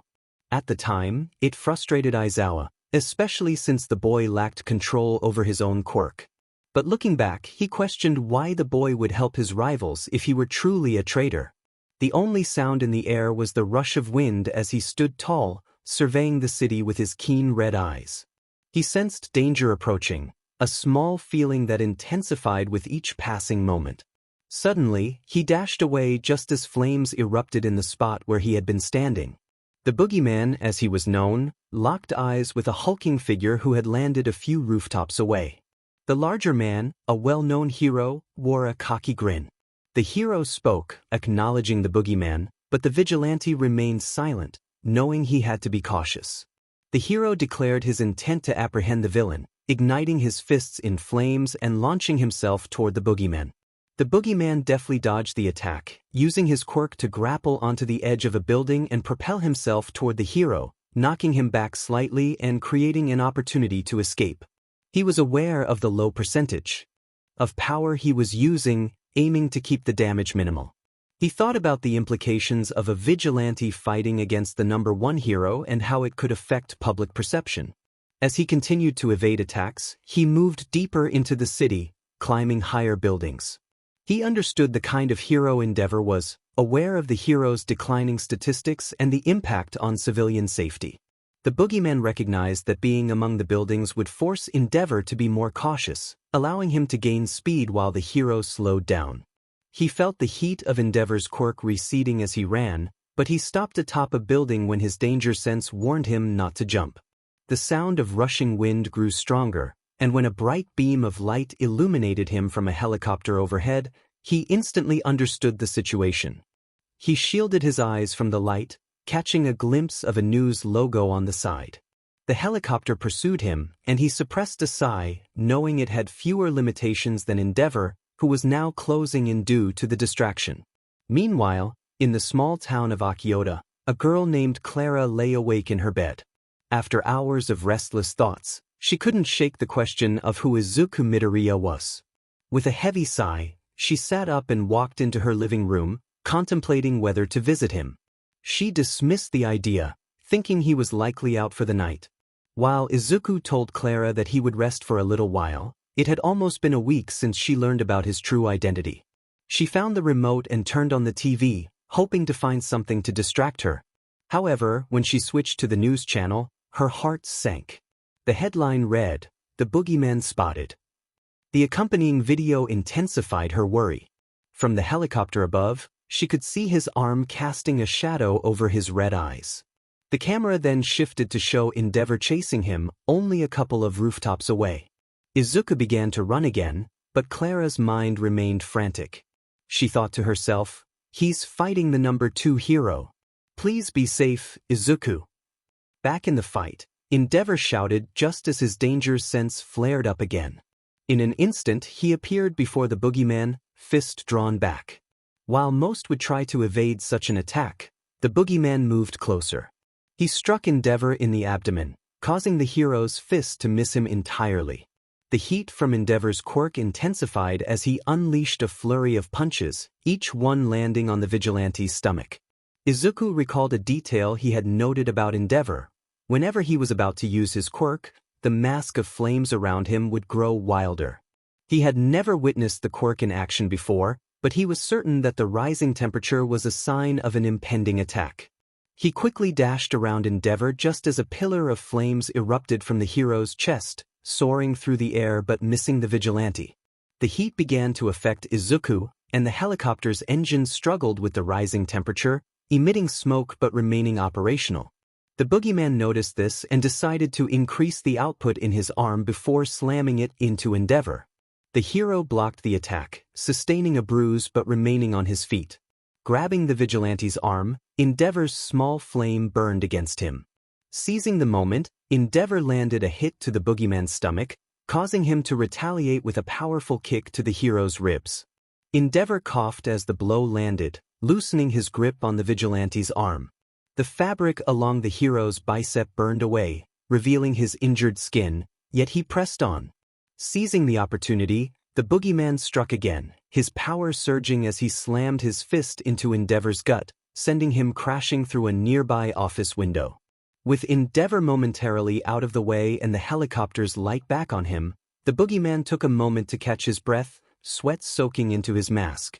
Despite the night, he felt uncomfortably warm. He thought to himself, while I can handle his speed and power, I can't manage the heat. He glanced up at the helicopter, noticing more smoke escaping from the exhaust. Something inside was making a strange noise, and he doubted the news team had noticed. As the heat began to rise again, he felt a sense of urgency. He needed to find a way out before someone got hurt. His mind raced with possible solutions, various voices in his head discussing potential routes. Then one voice suggested, maybe you should let the helicopter fall. The idea startled him, but the sight of Endeavor charging toward him snapped him back to focus. He noticed the helicopter's spotlight had turned off again, making a mental note of it. What are you suggesting? He thought, unsure if he had heard correctly. The voice continued, everyone knows how strong you are. Combined with Black Whip, you'll be able to catch the helicopter from above. When it falls, you won't be followed by the spotlight, and it will provide the perfect distraction to finish off Endeavor. Izuku hesitated, considering the risks. What if I'm not fast enough to finish off Endeavor and catch the helicopter? The third voice chimed in, reassuring him, everyone knows how fast you are. You can do it. After a moment of contemplation, he reluctantly agreed, the weight of the decision heavy on his mind. How do I do it? He asked. The second voice replied, position yourself so that when you dodge, his attack will hit or nearly miss the helicopter. With the light off you, Endeavor might not realize he's aiming at it. Izuku nodded, understanding the plan. When he realizes what he's done, it will give me enough time to knock him out and then catch the helicopter. He could feel the voices in agreement, and Nana's encouraging words filled him with confidence. Be careful, Izuku. The first voice warned, let's hope he has changed as much as his statistics have, otherwise he might not care about civilians. The boogeyman gradually maneuvered around Endeavor, positioning himself just right. When the helicopter was behind him, he jumped up, feigning an attack while preparing Black Whip. When Endeavor shot his fist out towards him, fire erupting from his knuckles, the boogeyman grinned. A Black Whip latched onto the edge of the building, moving him sideways with a slight boost from his float ability. The first thing he noticed was the shock on Endeavor's face, giving Izuku just enough time to use the Black Whip to slingshot himself towards the large man's head, feet. First, Endeavor stumbled and fell to the ground, caught off guard and dazed, unable to comprehend what was happening around him. The boogeyman began running towards the helicopter, which was dropping below the building towards the street. Flames erupted from the exhaust as the entire tail section was blown off. The thought that it was a direct hit only urged the vigilante to run faster, reaching the edge of the building in an instant. Black whip erupted from his knuckles and shot towards the remains of the helicopter, gripping it firmly. His foot slammed onto the ledge of the building, cracking under the pressure as the weight of the helicopter pressed down. He increased the tension in his whip, watching as the helicopter gradually slowed its descent. With one final pull, the machine halted mere meters above the ground, just shy of crashing. He held it up a little longer, observing as the passengers exited before he lowered it to the ground once they were clear. Feeling the tension in his muscles, he walked away, passing the nearly unconscious hero. Arcs of electricity began to surge violently before he leaped, practically flying into the air at near supersonic speeds. Nana's voice echoed in his mind, confusing some of the past users once more. Inside his head, the users exchanged puzzled looks, deciding to temporarily cut the link between Izuku and themselves. One of the past users questioned Nana, watching as she sighed deeply. She recalled a glimpse of what Daigoro had mentioned. Concerned for Izuku, she had watched over him as he slept. She explained that he had awakened from a nightmare, one where Clara betrayed him, reminiscent of past friends who had done the same. In that dream, he lost everything again. She held her hand close to her heart, expressing her worry about the boy's struggle to trust again. Despite telling the truth to Clara, he still found it difficult to trust her. The users turned their attention back to Izuku, who was now greeted by the sky as he soared. One of them asked Nana what they should do, carefully observing through Izuku's eyes. She replied, feeling defeated, that they simply needed to be there for him. Daigoro reminded her that they were merely a quirk to him, and that he wouldn't fully trust them because of it. He sighed, acknowledging that they couldn't truly help the boy. As Izuku's apartment building drew closer, Daigoro noticed something through the windows that made him grin. Perhaps Clara could help. When Izuku slid the window open, he stumbled into his apartment, shedding his gear and tossing it aside. He rushed to the bathroom, turning on the shower and making it as cold as possible. He plunged his arm into the water, hissing slightly as the cold soothed his burn. He glanced down at his waist, noticing another small burn and a few bruises forming on his body. Suddenly, he heard a creak in one of the floorboards. He stood up cautiously, leaving the water running as he approached the door. His danger sense remained quiet, prompting him to grip the handle lightly. When the door swung open, he relaxed immediately upon seeing Clara. He acknowledged her presence and returned to the shower, sitting on the floor with his burnt arm resting under the water. Clara entered the bathroom, her expression filled with concern as she looked down at him. She asked if he was okay, and he nodded gently, admitting he had been better. He noticed her worry as she asked about his red eyes, causing him to jolt slightly as he remembered he had left his contacts in. He removed them carefully and placed them in a case by the mirror. When Clara saw his green eyes, she lunged at him, wrapping her arms around him tightly. Using his free arm, he hesitantly returned the embrace, confused by the sudden affection. As he felt her tears on his shoulder, all hesitation vanished. Concern filled his voice as he asked what was wrong. She explained that she had seen the news and couldn't sleep, worrying about him after witnessing his fight with the number 2 hero. She expressed her regret, but he reassured her that it was okay, acknowledging that he was a hero, even if others didn't recognize it. Clara lifted her head to meet his gaze, apologizing for taking so long to realize that he wasn't a bad person. His shock at her words softened into fondness as he leaned closer, whispering a quiet thank you before sharing a gentle kiss with her. However, deep down, he felt like a monster, believing that someone like him didn't deserve such moments of tenderness. The nightmares had ceased, which was the first thing Izuku noticed since that night. Having Clara's arms wrapped around him was calming, providing comfort after long nights. She was almost always there for him when he returned home, helping to rebuild the trust he had lost months ago. While Izuku was learning to trust again, back at UA, trust was becoming increasingly fragile. Nizu understood his teachers well, and the atmosphere was shifting. Especially Aizawa. While Nizu wasn't certain what Aizawa was concealing, he sensed that something was amiss. His gaze lingered on Aizawa longer than usual, searching for any hints that could reveal the truth. The meeting was dragging on, the brief discussion about Izuku Midoriya extending beyond Nizu's expectations. Yagi raised his voice across the room, emotions surfacing for the first time. He questioned how Aizawa could still believe in Midoriya's innocence after seeing the video that suggested he had killed a man in prison. Aizawa shot a glare at Yagi, while the other teachers remained silent, aware that this was not a matter for intervention. Aizawa argued that everyone Midoriya knew had betrayed him, suggesting that such betrayal could break a person. He watched Yagi intently, observing the struggle to formulate a response. As their argument continued, Nizu focused on Aizawa. It wasn't the first time Aizawa had defended Midoriya, but it was the first time the discussion had escalated to this level. Aizawa pointed out that he had spent nearly every day with Midoriya, training him and his classmates. He knew what true villains were like, and he insisted that Midoriya was not one of them. Yagi fell silent, unable to counter Aizawa's assertion. Nizu pondered why Yagi didn't defend Midoriya more vigorously. Before Yagi could retort, Nizu raised his hand, bringing an immediate hush to the room. Once everyone had settled down, Nizu addressed them. He stated that this was not the time to debate Midoriya's innocence.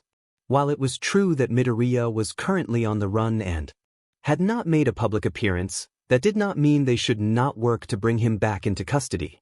Aizawa remained focused on Yagi, oblivious to Nizu's gaze. Nizu surveyed his teachers, noting a divide among them. Some were uncertain about Midoriya's innocence and chose to trust Aizawa's judgment over the video evidence. Others believed there was enough proof to condemn him for years. Nizu felt they were overthinking the situation, allowing it to cloud their relationships. He reminded them that they had classes soon and suggested they focus their energy on training the next generation instead of arguing.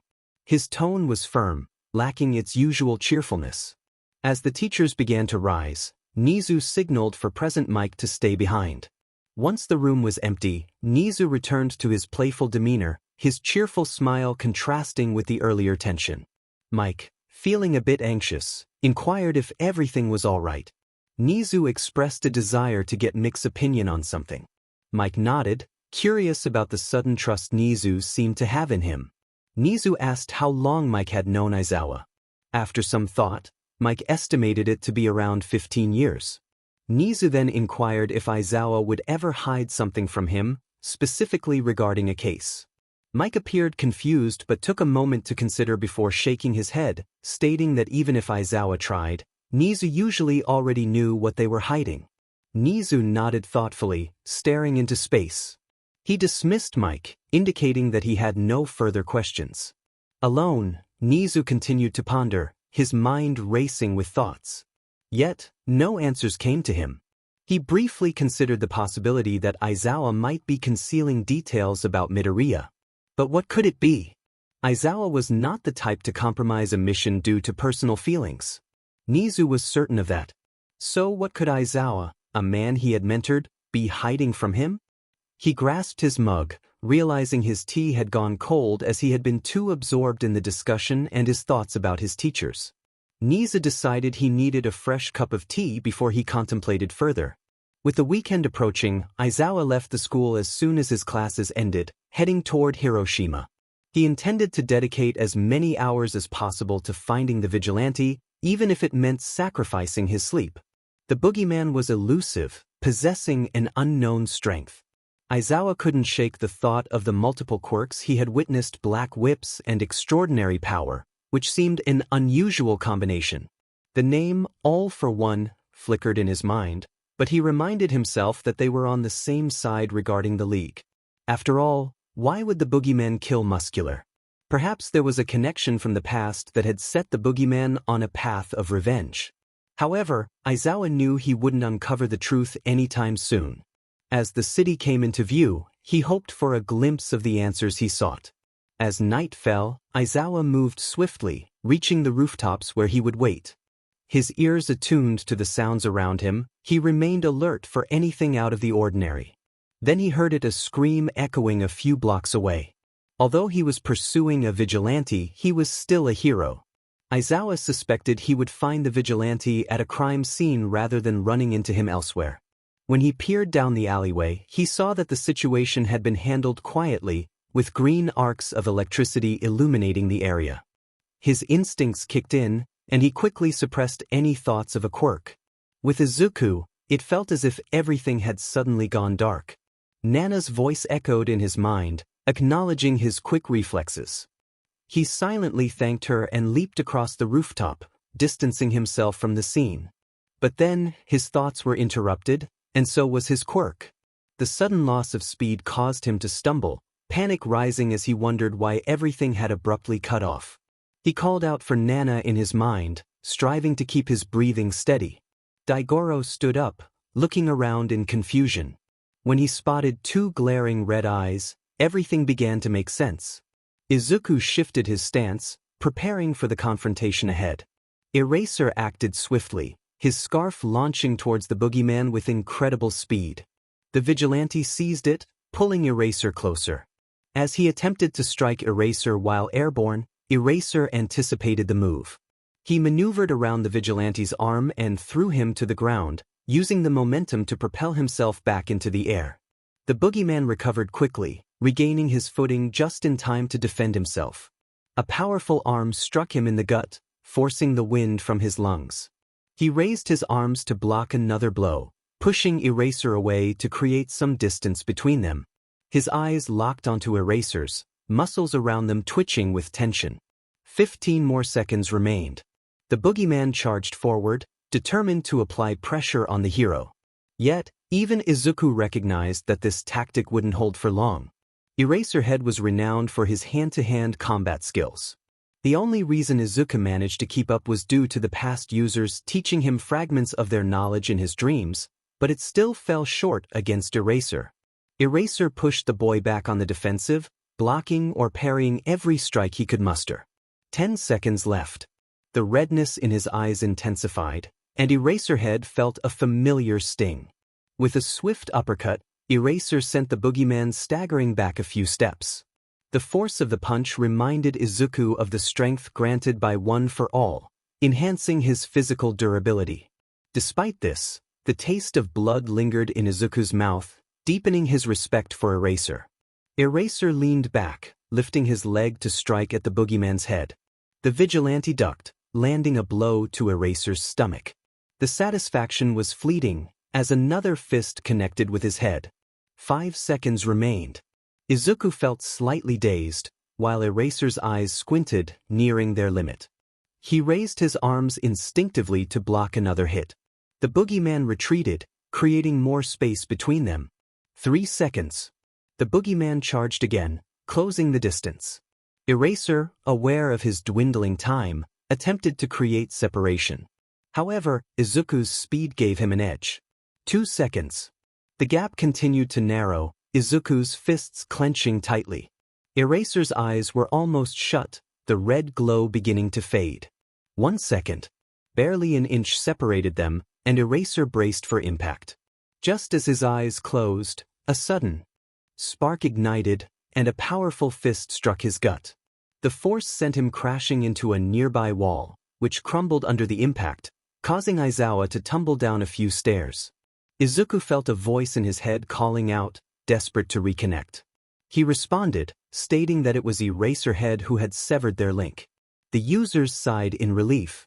Izuku quickly deployed a smokescreen, thickening the area where Aizawa had landed, ensuring it was as dense as possible.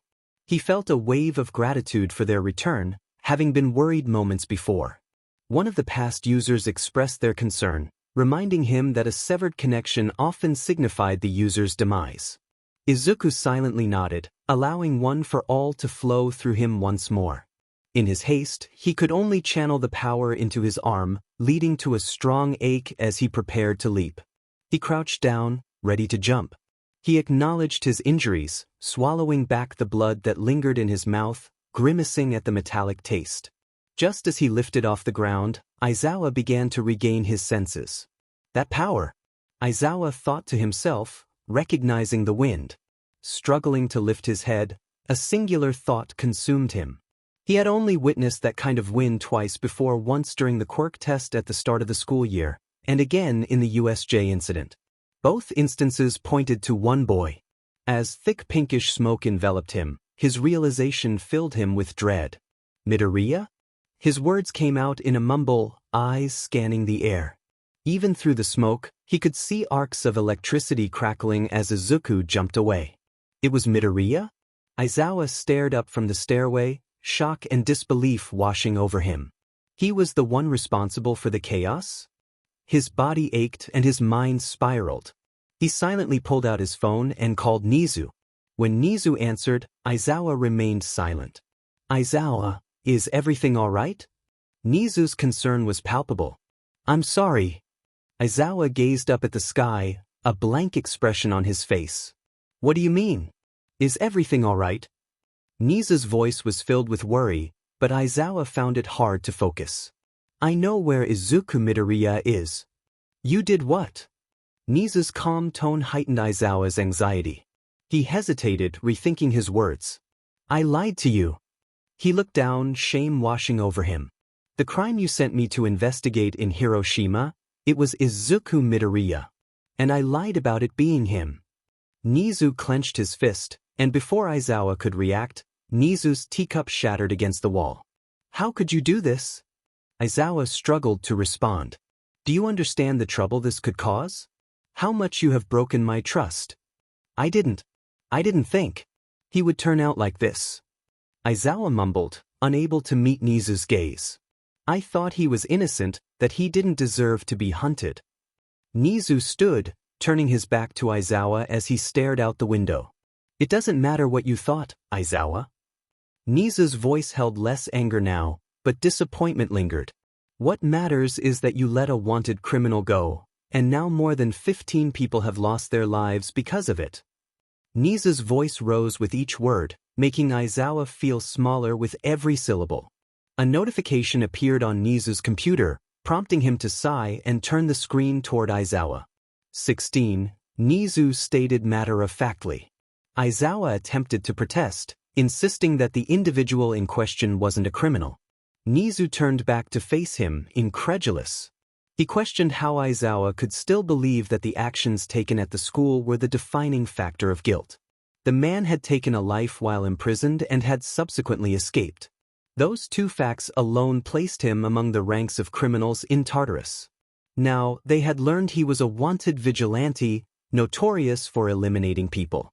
Nizu couldn't understand what part of that did not classify him as a criminal. Nizu struggled to comprehend why Aizawa had withheld this information from him, a fact that could jeopardize cities if mishandled. While Aizawa may not have been aware of Izuku Midoriya's true capabilities, Nizu was all too familiar with them. He had spent several nights plagued by anxiety, fearing that Izuku might appear and wreak havoc on a city. This worry had kept him awake on more than one occasion, leading him to desperately believe in Izuku's guilt. Some might say they were fortunate that things turned out as they did. Better to deal with a murderous vigilante than a member of the League. Nizu inquired if there was anything else Aizawa needed to share. Aizawa lowered his gaze, briefly recalling a girl with dark hair. He shook his head, dismissing the thought, and Nizu fell silent. Go home, Shota, Nizu instructed, which caused Aizawa to look up in confusion. You will be suspended for a while. This will give us both time to reflect on your actions. For how long? Aizawa stood in shock, unable to move. I'm not sure. But I need time to think about what you did. Nizu turned his chair away from him. But I need to inform the class, Aizawa protested, searching for anything that might prevent his suspension.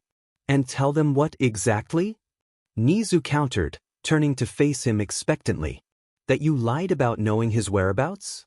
That you still believe he's innocent? Nizu stood up, walked around him, and opened the door, preparing to leave. I will inform Class 1A myself, he stated, allowing the door to close behind him. If you wish, you can tell the other teachers about your actions. After that, you can let yourself out. Nizu left Aizawa alone in the room, shock and disbelief etched on his face. Deep down, disappointment swirled within him, directed at himself. It took several minutes for Aizawa to muster the strength to stand and leave, struggling against the weight of shock and a limp in his leg. When Nizu entered the classroom, many students looked on in confusion. The expression on his face heightened their unease. Everyone knew Nizu as a cheerful figure, almost always smiling.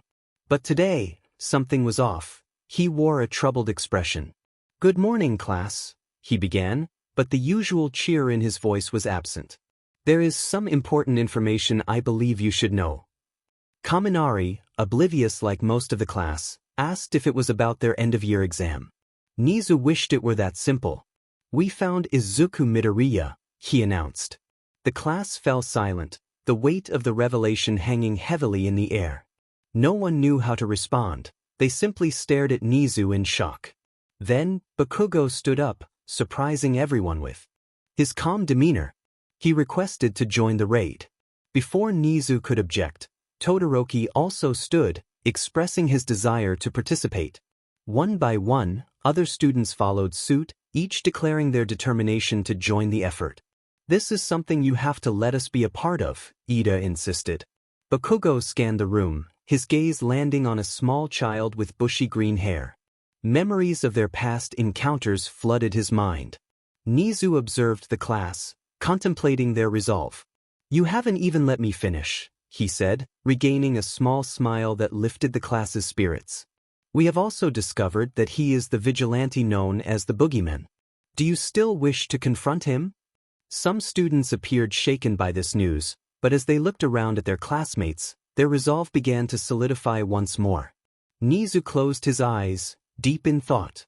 "You need to let us do this," Bakugo pressed, his voice firm. "I don't care about the policies you need to follow. You must find a way for us to be involved in this raid." Nizu regarded Bakugo intently, an unasked question lingering in his gaze. "Are you sure you want to do this?" he asked, carefully examining each student. "The boy you once knew may no longer exist. What remains could be dangerous. I cannot guarantee his intentions."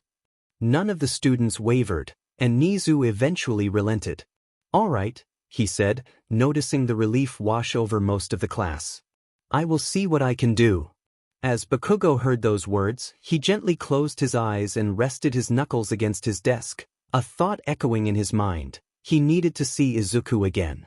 But even in that moment of solitude, he was not alone. A voice whispered back, filled with familiar glee and mischief, questioning his intentions. Bakugo tried to dismiss the voice, but it persisted, asking why he was ignoring it. He thought to himself that he just wanted some peace, hoping the voice would quiet down. But it continued, reminding him of their past friendship, and Bakugo struggled to push it away. Bakugo clenched his fist, glaring down at his desk. Nizu's voice broke through his thoughts, prompting him to look up. He asked if he could go to the bathroom, and Nizu nodded silently, watching as Bakugo left the room without another word. As he walked, a voice echoed in his mind, asking what was wrong. Bakugo felt increasingly lightheaded and urged the voice to leave him alone. His breaths became heavy, and he felt as if he were suffocating, pushing him to breathe faster. The voice continued to whine, and by the time he reached the bathroom, his head felt heavy. His surroundings blurred, but he pressed on toward the sink. He mumbled for the voice to leave him alone and turned on the cold water, pooling it in his hands. The voice lingered, suggesting that if Bakugo hadn't pushed him away, things might have been different. The cold water splashed against his face, and the voice fell silent, forcing him to confront his thoughts. He looked into the mirror, questioning whether it was his fault that things had turned out this way. As he sank to the floor beside the sink, he felt his knees weaken. Each question he asked himself led to the same painful conclusion: it was all his fault. He shut his eyes tightly, holding his head in his hands, trying to drown out the thoughts that consumed him. It wasn't until a hand rested on his shoulder that he looked up. All Might stood there, concern etched on his face. He had come to check on Bakugo after Nizu sent him to find the boy, who had been gone for quite some time. All Might asked if everything was all right, but Bakugo shook his head, gripping his hands tightly. He mumbled that it was all his fault, prompting All Might to place a comforting hand on his shoulder. When All Might asked what he meant, Bakugo placed his hands on either side of his head, shaking off the comforting touch.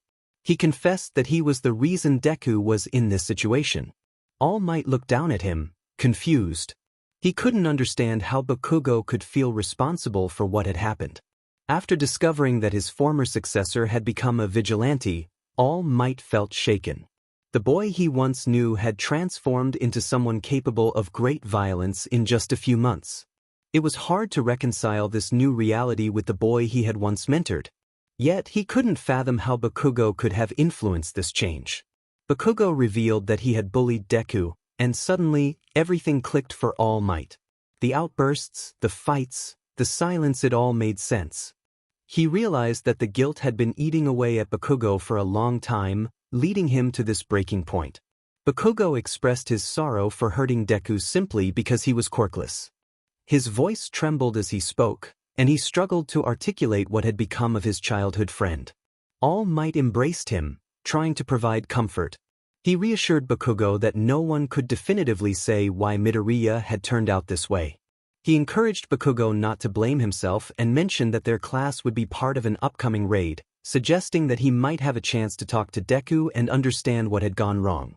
Wiping his face with his sleeves, Bakugo felt the weight of guilt still pressing on him, but he found a glimmer of hope in the upcoming raid. He had something to strive for, something that might help him confront his feelings and allow him to breathe again. He resolved to see Deku once more and to speak with him. The next morning, Bakugo felt a familiar tingle in his head, warning him of danger. It was an unsettling feeling that had begun to surface nearly an hour ago. He had left Clara on his sofa to investigate but found nothing amiss. He searched the apartment building for any signs of trouble, checking for gas leaks and exposed wires, desperate to find the source of his unease. When he returned to the apartment, Clara looked at him with concern and asked if he had found anything. He shook his head and sat beside her, feeling the tension in his body. Clara noticed his discomfort and inquired how he could be so certain that something was wrong. He explained that his danger sense had never failed him before, but this feeling was different. It felt muffled, as if the threat wasn't immediate. Clara gently rubbed his arm, trying to soothe him. She asked how it felt different, and he continued to gaze out the window, searching for any change in the scenery. He speculated that One for All had enhanced his danger sense and other quirks beyond what any of the users had anticipated. It concluded that someone was planning something against him, and being in this apartment triggered his instincts. Someone knew where Izuku lived and who he was. He spoke with an unusual calmness, while Clara was filled with worry. She asked if it was the heroes coming to take him away, tears threatening to spill from her eyes. Izuku gently placed his hand on her cheek, reassuring her that it would take much more than some heroes to separate them. He admitted uncertainty about who it was, perhaps villains or even heroes, but his danger sense had begun to settle, reinforcing his theory. He raised his hand to his forehead, deep in thought. One thing was certain: he needed to make preparations. Standing up from the sofa, he pulled away from Clara's hold. Concern filled her tone as she asked where he was going. He moved around his apartment, grabbing his jacket and a helmet. He looked back at her, offering a second helmet and inviting her to join him. Clara sighed but nodded, determined to ensure his safety. He chuckled as he handed her the helmet, assuring her he wouldn't get into trouble. He opened the door for her, and as she passed, he mumbled a playful, "Probably." She rolled her eyes and made her way to his bike. When he hopped on, she followed suit, putting on her helmet and wrapping her arms around his waist. He smirked slightly, leaning down to the handlebars and turning on the engine. They were off to Osaka, the roar of the engine echoing as they left town. In a training room, Yagi shouted to the students of Class 1A, urging them to work hard. This was their chance to prove they deserved to be part of the upcoming raid. His words were stern, motivating them to push themselves further. He reminded them that their opponent was stronger than any of them individually, but as a team, they might stand a chance.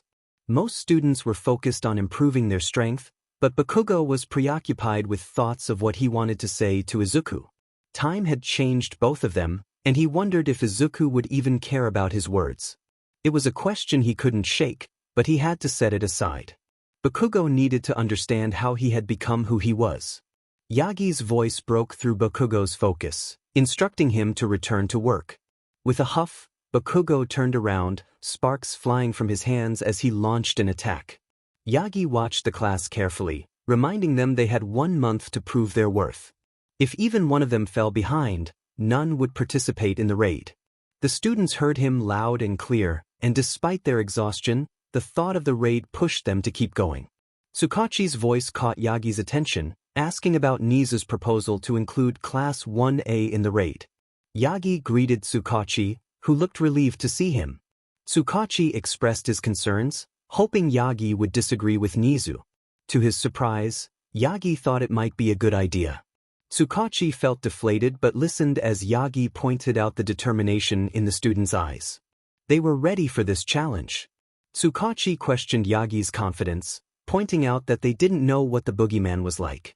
Yagi countered that Midoriya had only recently gained his quirk and had still managed to defeat Aizawa. Tsukachi struggled to find a response, and Yagi noted that the students were prepared. Tsukachi pressed further, asking about Aizawa's absence. Nizu's response shocked him. Aizawa had made a mistake, and it was clear that Nizu was displeased whenever the topic arose. Clara's voice brought Izuku back to the present as he sat at his laptop. He shrugged and closed the screen, explaining that the abandoned apartment building required a lot of work. Clara approached him, placing her hands on his shoulders and asking what else he needed to do. He sighed, slouching in his seat, mentioning the need to set up cameras for when the attackers came. Clara squeezed his shoulders gently, assuring him they would be ready. As Izuku gazed out the window at the setting sun, Clara noticed his distant expression. She let out a sigh, her grip falling away as she realized he was planning to go out that night. Concern laced her voice, but Izuku nodded slowly, determined to find what he was searching for. Clara understood who he meant, aware of his obsession with finding them. Even when they were together, she felt Izuku's mind was elsewhere, and while she supported him, she wished for more of his attention. Slowly, she began to walk away, leaving him to his thoughts. Izuku watched her back as she entered the bedroom, his hand almost reaching out to her before he stopped. His mind shifted to where he had last left his suit, prompting him to walk again. Inside his mind, one of the past users observed the interaction and sighed. Nana thought to herself, questioning Izuku's actions while biting her lip to refrain from speaking up. Izuku's lack of trust in the past users was well established, which is why she refrained from guiding him directly. If the situation became too strained, she would have no choice but to intervene, and Izuku was making it difficult for her to hold back. Nana continued to watch through his eyes, while most of the other users sat apart, discussing what to expect in the future. However, her focus remained solely on the boy in front of her. She settled onto the floor, crossing her legs and resting her head on her hands, releasing a heavy sigh. It was then that a familiar presence made itself known. "Is everything all right, Nana?" She turned her head to find her teacher, N, beside her. Surprised that he had chosen to engage with her instead of the others, she glanced back at the screen, where Izuku was sprinting across rooftops. "Everything's fine," she replied, and took a seat next to her, observing the scene.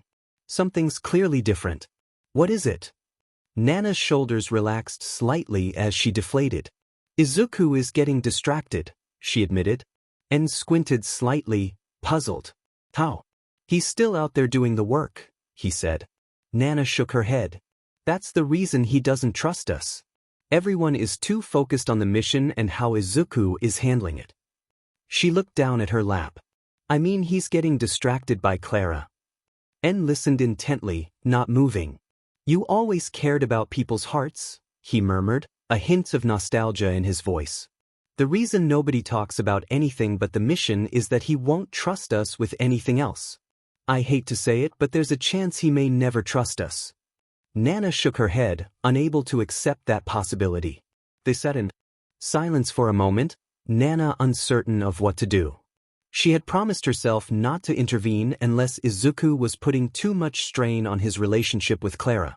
Perhaps talking to him about it was the first step.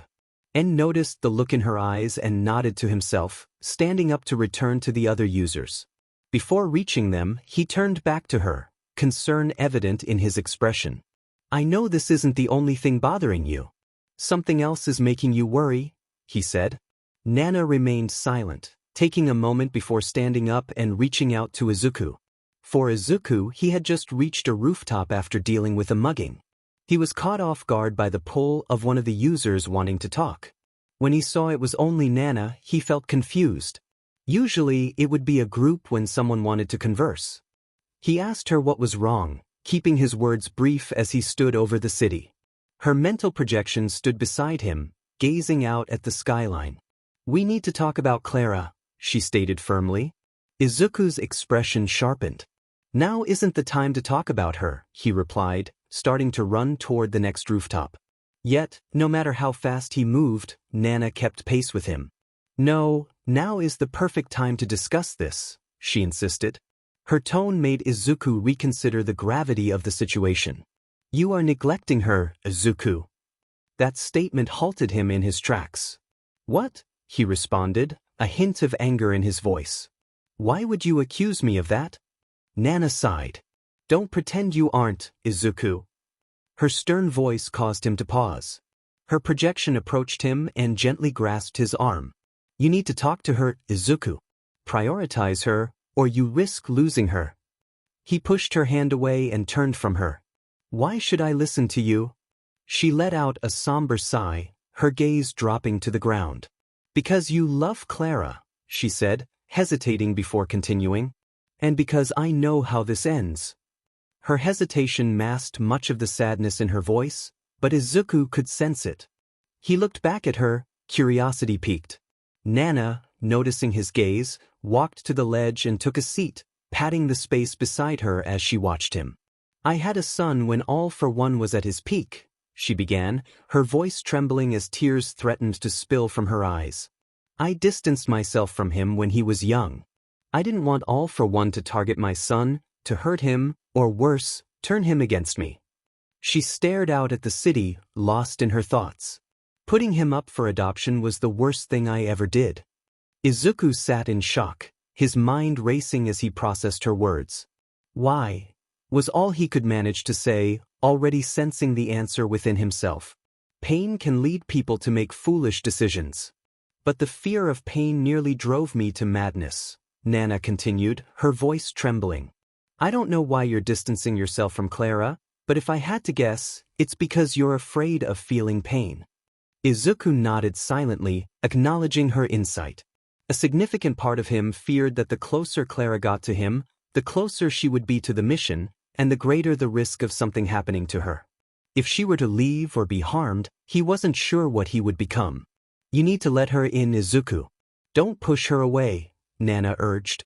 He struggled to meet her gaze, but he didn't disagree with her. You need each other now more than ever.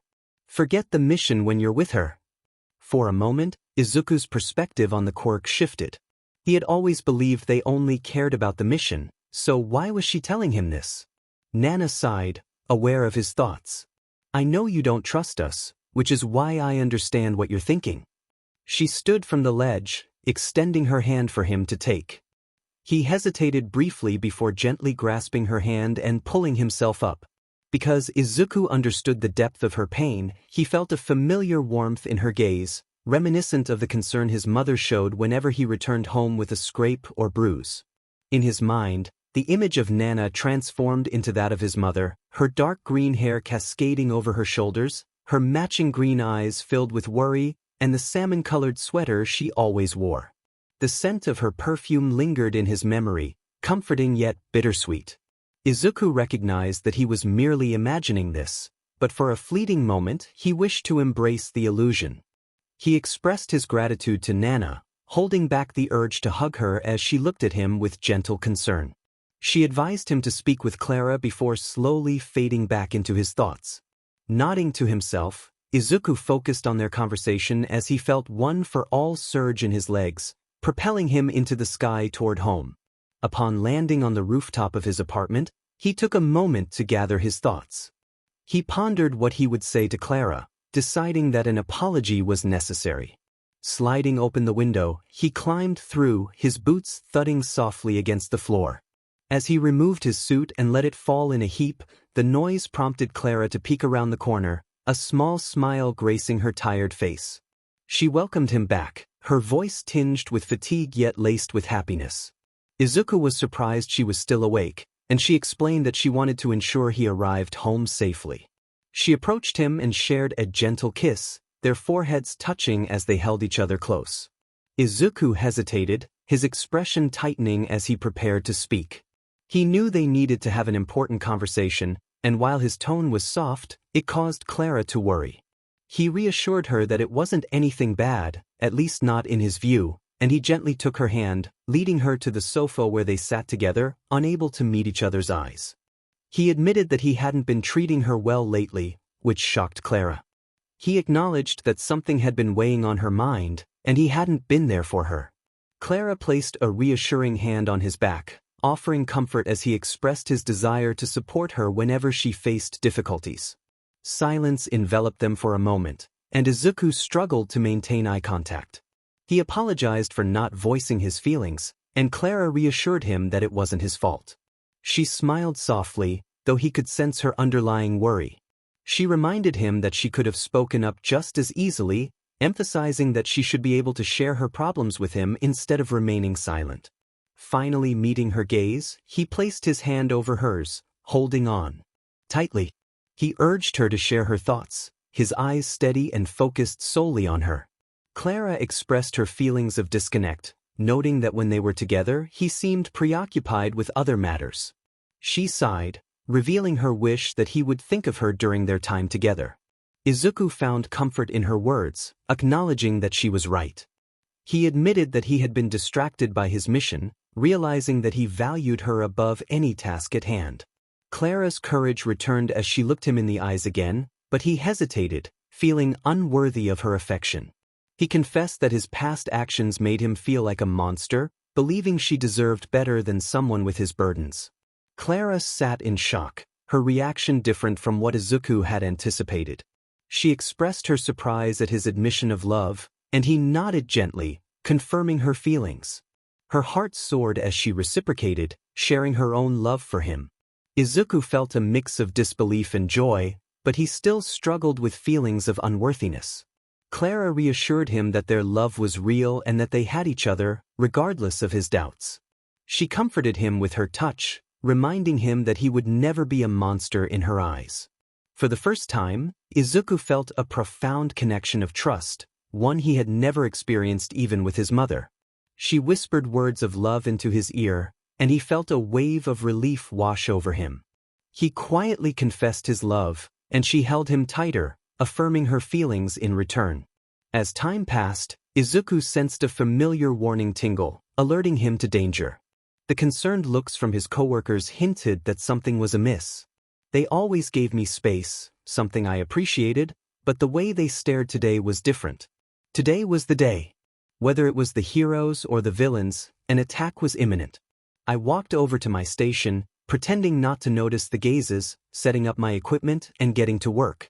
A shaky breath escaped my lips as my danger sense heightened. The sounds of their footsteps would have gone unnoticed by an ordinary person, but I was far from ordinary. I could hear them scattering, a hint of fear evident in their movements. It was the heroes, villains wouldn't have warned them. The question was, which hero would be making their move? When the room fell silent again, I continued my work, maintaining the facade that I was unaware of the impending confrontation. But then my danger sense tingled once more. I lifted my head and scanned the room, which was empty except for me. I gripped my torch firmly, keeping my mask down. The sensation flared again, and I activated the torch against the table, creating a spark just as I heard the window shatter. My mask darkened from the brightness, but I knew the intruder was now momentarily blinded. Once the sparking ceased, I caught a glimpse of my attacker. She wore a bright pink spacesuit, a costume I recognized all too well. Uraraka? Her zero-gravity quirk allowed her to reach the windows near the ceiling, attempting a sneak attack, but she hadn't anticipated my reaction. Her hands clutched her head tightly as the bright light stung her eyes. A glare formed on my face as I prepared my black whip, dropping the torch to the floor and grabbing her by the waist before throwing her through a wall. So, that was who was attacking me.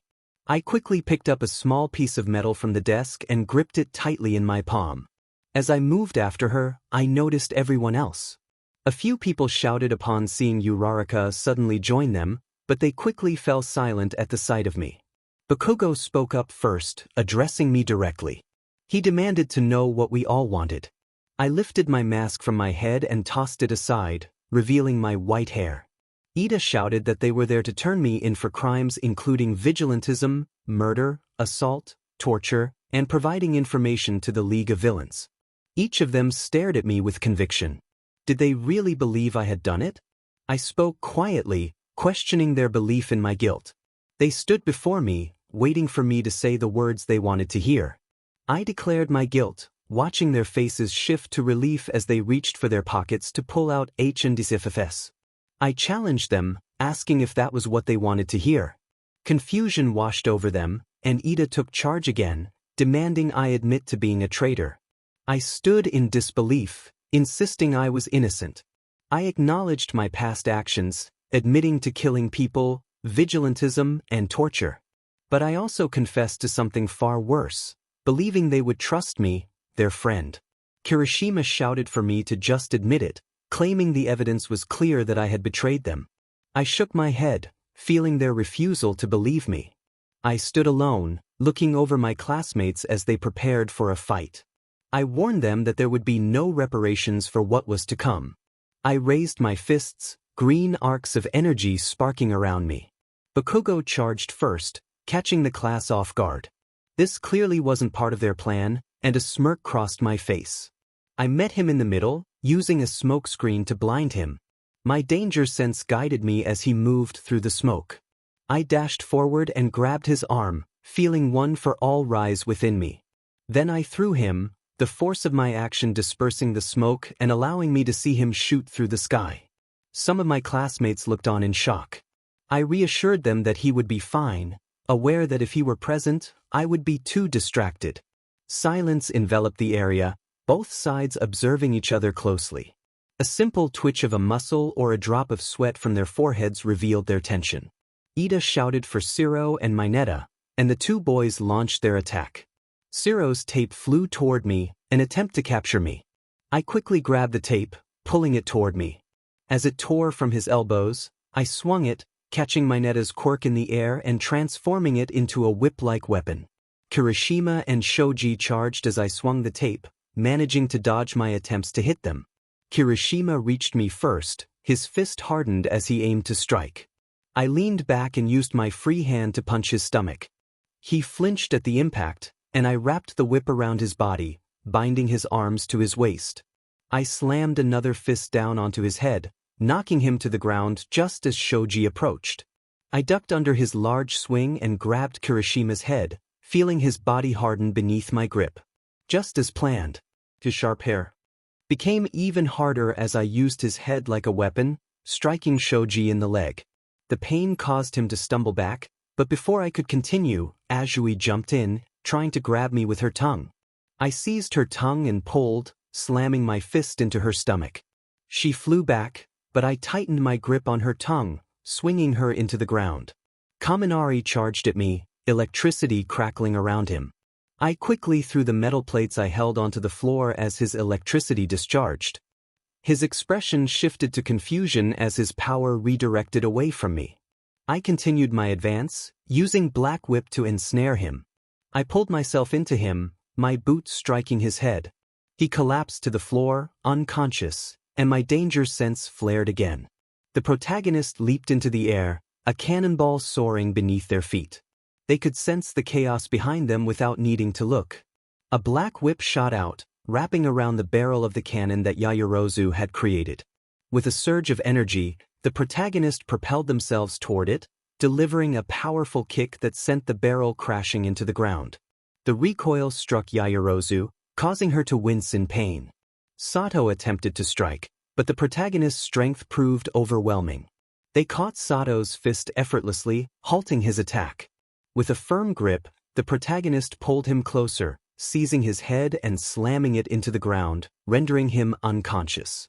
Suddenly, a warning sensation surged through them, prompting another leap into the air, narrowly avoiding an unseen opponent. It was Hagakure.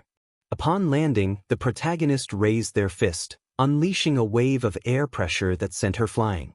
They ducked just in time to evade a kick aimed at their head.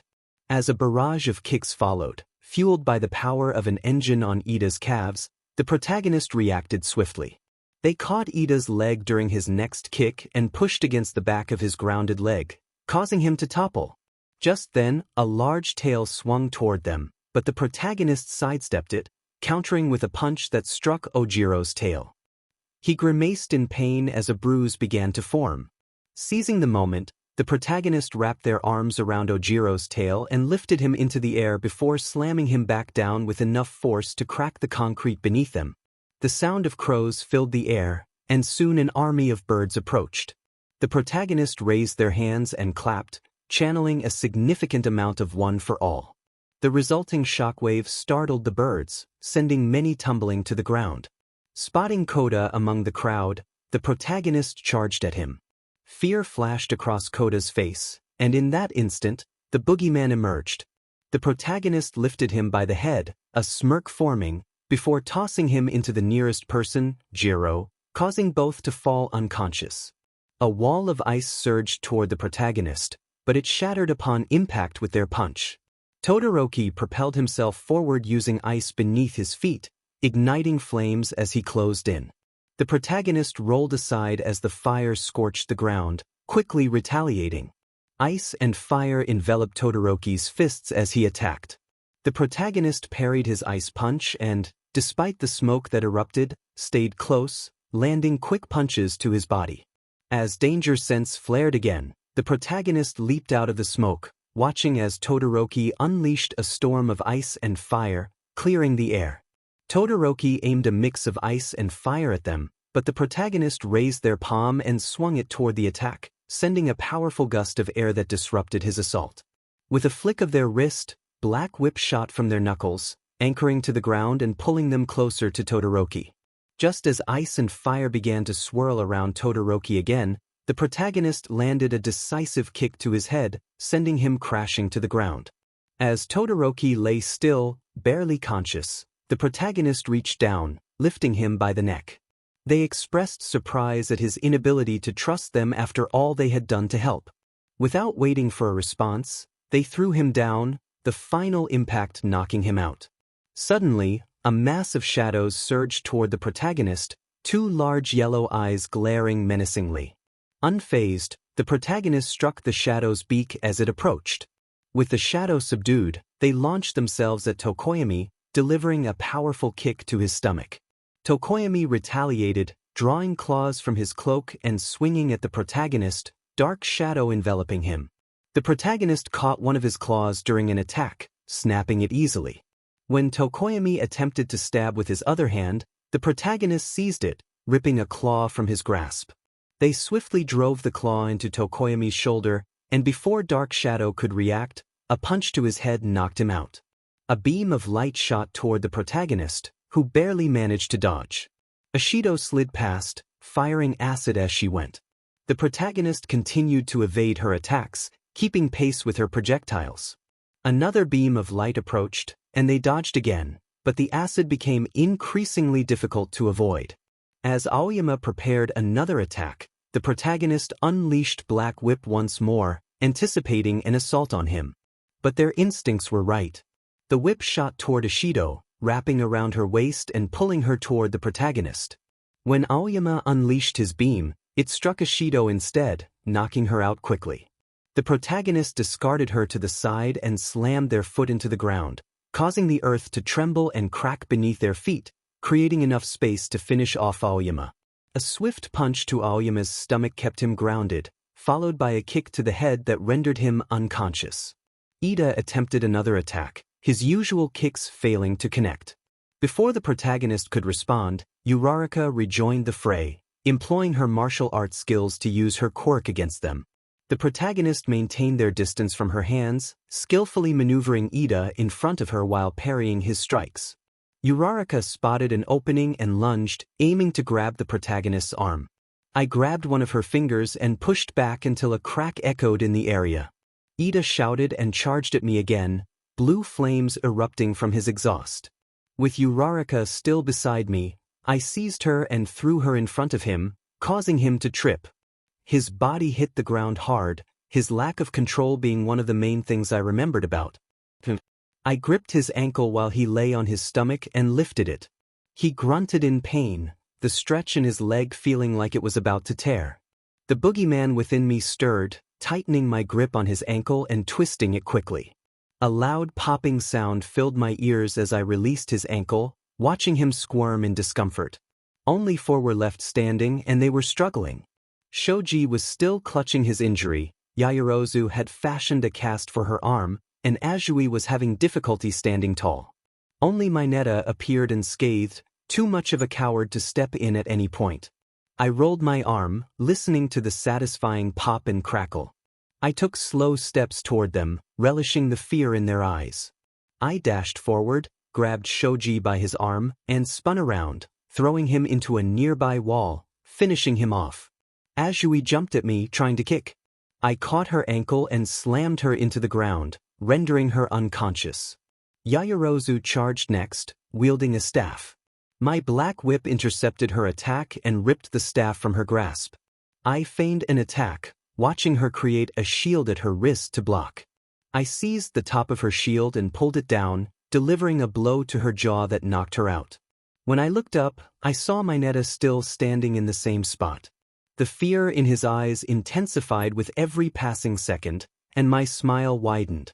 I vanished from his sight and grabbed his head, lifting him into the air. He shouted in surprise, trying to pry my fingers off. He squirmed under my grip, the fear in his eyes growing as the pressure increased. For a moment, I forgot I wasn't the boogeyman, and my grip tightened further. I thought to myself that he had always been the coward in our class. The fear in his eyes only made the boogeyman hungrier, so my grip continued. But then, the sound of an explosion caught my attention, and a smirk spread across my face. It was about time. Confusion washed over Mineta, but before he could react, Izuku threw him into a wall, knocking him out like the rest of the class. Bakugo shouted Izuku's name, his anger having no effect on him anymore. He reached out, preparing to unleash his quirk, but Izuku was simply too fast. His body blurred, and when he unleashed an explosion, the boogeyman had vanished. As the smoke cleared, Bakugo looked around frantically, a heavy glare in his eyes. He demanded to know where Izuku was. A chuckle caught him off guard, and he spun around to face him. Izuku stood unharmed and calm, which unnerved Bakugo. Even beyond his mask of anger and arrogance, Bakugo recognized that Izuku was still sharp. Izuku spoke softly, reflecting on how he would have thought Bakugo would know the truth by now. Bakugo growled, questioning if Izuku considered himself a traitor.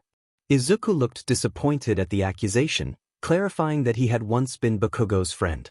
Bakugo's fists clenched tighter, smoke beginning to leak from his fingers. He insisted that it was his fault Izuku had ended up like this. Wondering if he had bullied him, would he have become a hero? Izuku's hand relaxed as he listened closely. For a moment, a familiar feeling returned inside him, a reminder of what once was. He pondered if All Might would have given his quirk to the right person. Suddenly, Izuku froze, and Bakugo charged, unleashing an explosion aimed at his head, filling the area with smoke. But nothing could have prepared Bakugo for the hand that emerged from the smoke, grabbing him by the neck. As the smoke cleared, Bakugo saw how unfazed Izuku was by the attack. He remained still, even as Bakugo struggled under his grip. Bakugo asked how Izuku knew about All Might's intentions, feeling unsettled by the monotone voice that was so different from the Izuku he once knew. He tried to pry Izuku's hand off, but it was futile. Bakugo gasped as Izuku's grip tightened, and he could barely comprehend Izuku's disbelief that All Might had considered replacing him with Bakugo. Just as Bakugo was about to pass out, Izuku threw him to the ground. Bakugo coughed violently, struggling to breathe as he looked at Izuku cautiously. When he caught a glimpse of the anger in Izuku's eyes, he realized that the Izuku he once knew was gone, and he would have to confront what was left. Izuku took slow steps toward him, green sparks crackling around his body. Bakugo struggled to rise, dazed from lack of air, but he still raised his fists, preparing for a fight. He attempted his signature left hook, only for Izuku to catch his arm. Izuku's grip was firm as he slammed his other hand into Bakugo's stomach, then landed an uppercut to his jaw. Bakugo stumbled back, wiping blood from the corner of his mouth before charging again. As he got close, he set off an explosion, but Izuku ducked low, dodging the attack. He wrapped his arms around Bakugo's waist, lifting him into the air and slamming him down into the ground.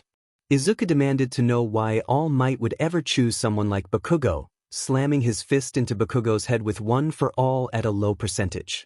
He questioned how a bully like Bakugo could ever be a candidate, delivering another blow to his head. Bakugo struggled to free himself, but his explosions had proven ineffective, and the relentless blows to his head left him with few options. He attempted to lift his hand to strike back, but Izuku seized his wrist, easily overpowering him and forcing it to the ground. Another hit struck his head, causing his lip to split. Blood dripped onto the floor as his head jerked to the side. Izuku demanded answers, delivering another blow. The heat from Bakugo's explosions was fading, and the force of the hits felt like mere taps. He slammed both fists down onto Bakugo's chest, triggering another coughing fit. Blood spilled from his lips with each cough while Izuku remained silent, watching the boy lose strength. His glare held no remorse or guilt. Izuku questioned Bakugo's worthiness to be a hero, standing over him with a scrutinizing gaze. Bakugo took a ragged breath before responding, his eyes barely open due to swelling. He managed to say that it was because of Izuku that he felt he deserved to be a hero. The vigilante stood there, uncertain of how to process the broken boy's words. Bakugo confessed that if he didn't become a hero, he would be letting Izuku down. His voice was weak, struggling to articulate his thoughts. Izuku stepped back, preparing to leave, but paused to deliver one last remark, stating that Bakugo had indeed let him down. Just as he turned to distance himself from the scene, the sound of a car engine stopping and hurried footsteps caught his attention. He felt a familiar pull on his quirk, signaling the presence of the previous user of One for All.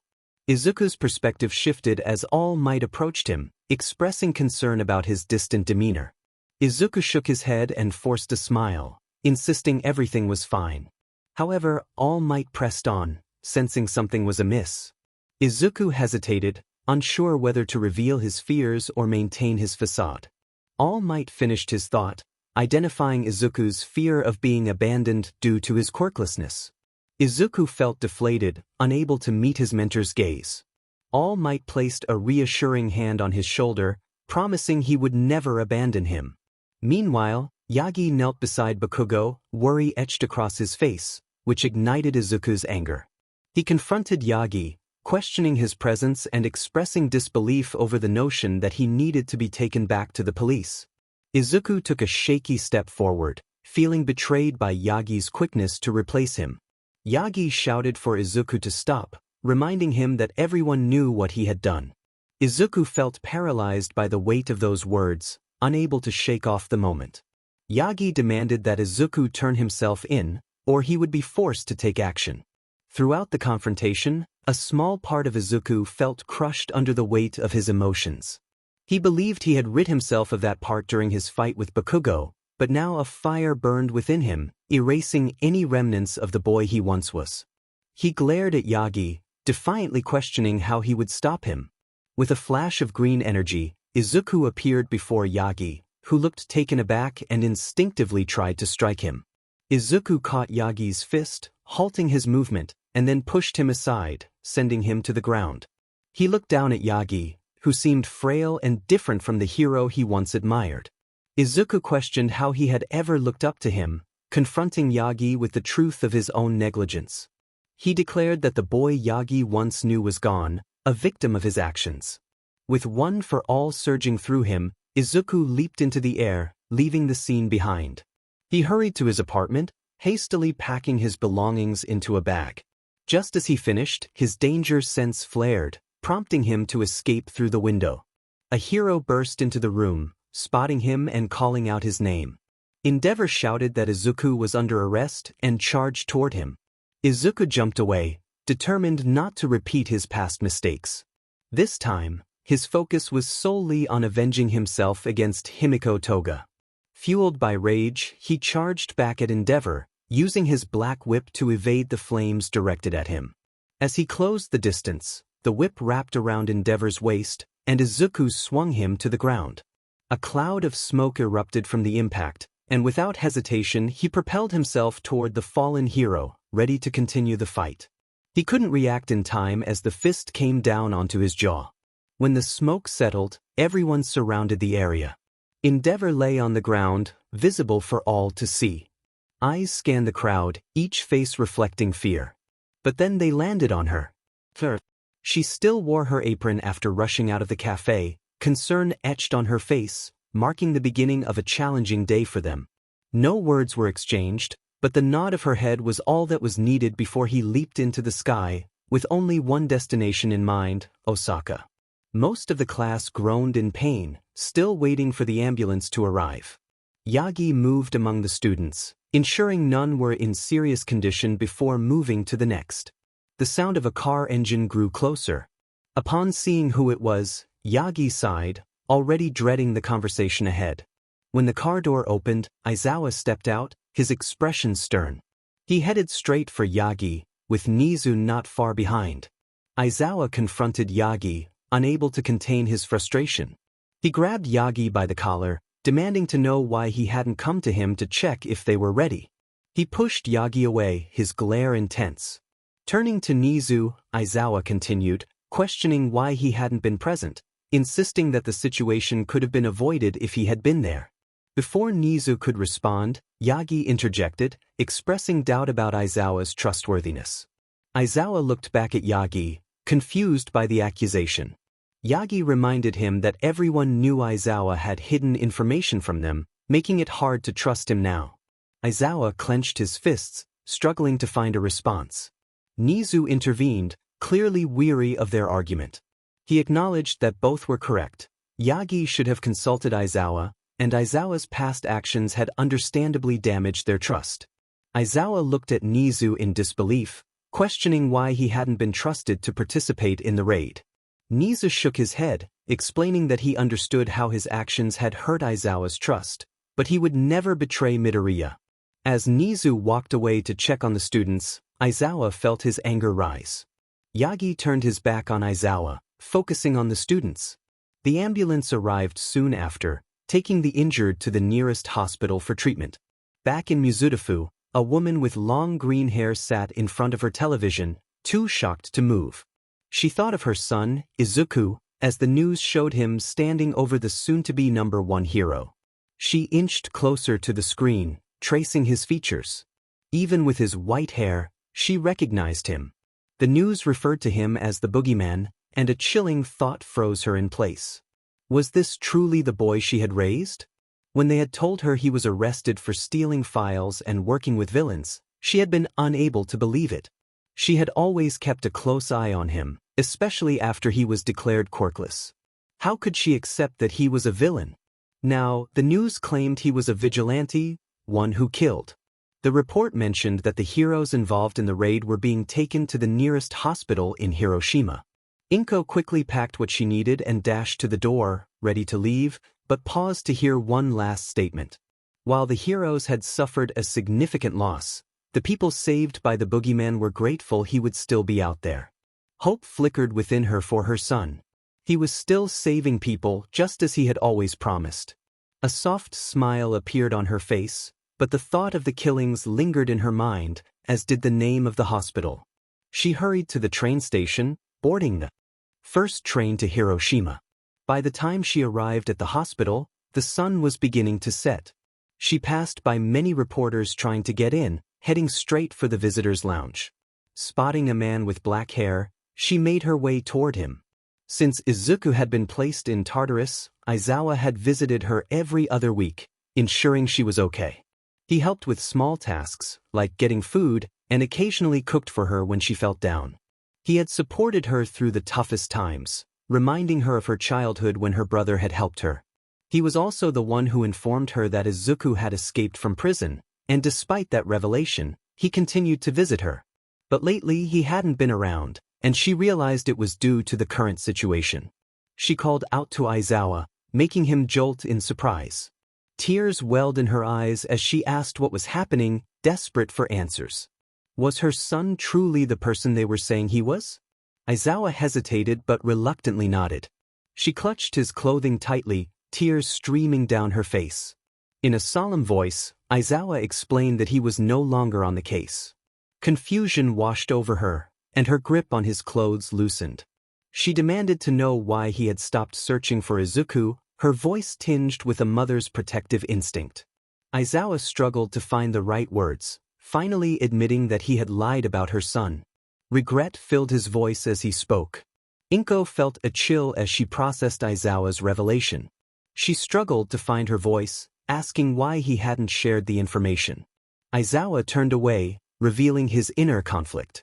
He explained that he believed Izuku was innocent and didn't deserve to live a life on the run, admitting he never expected things to escalate to this point.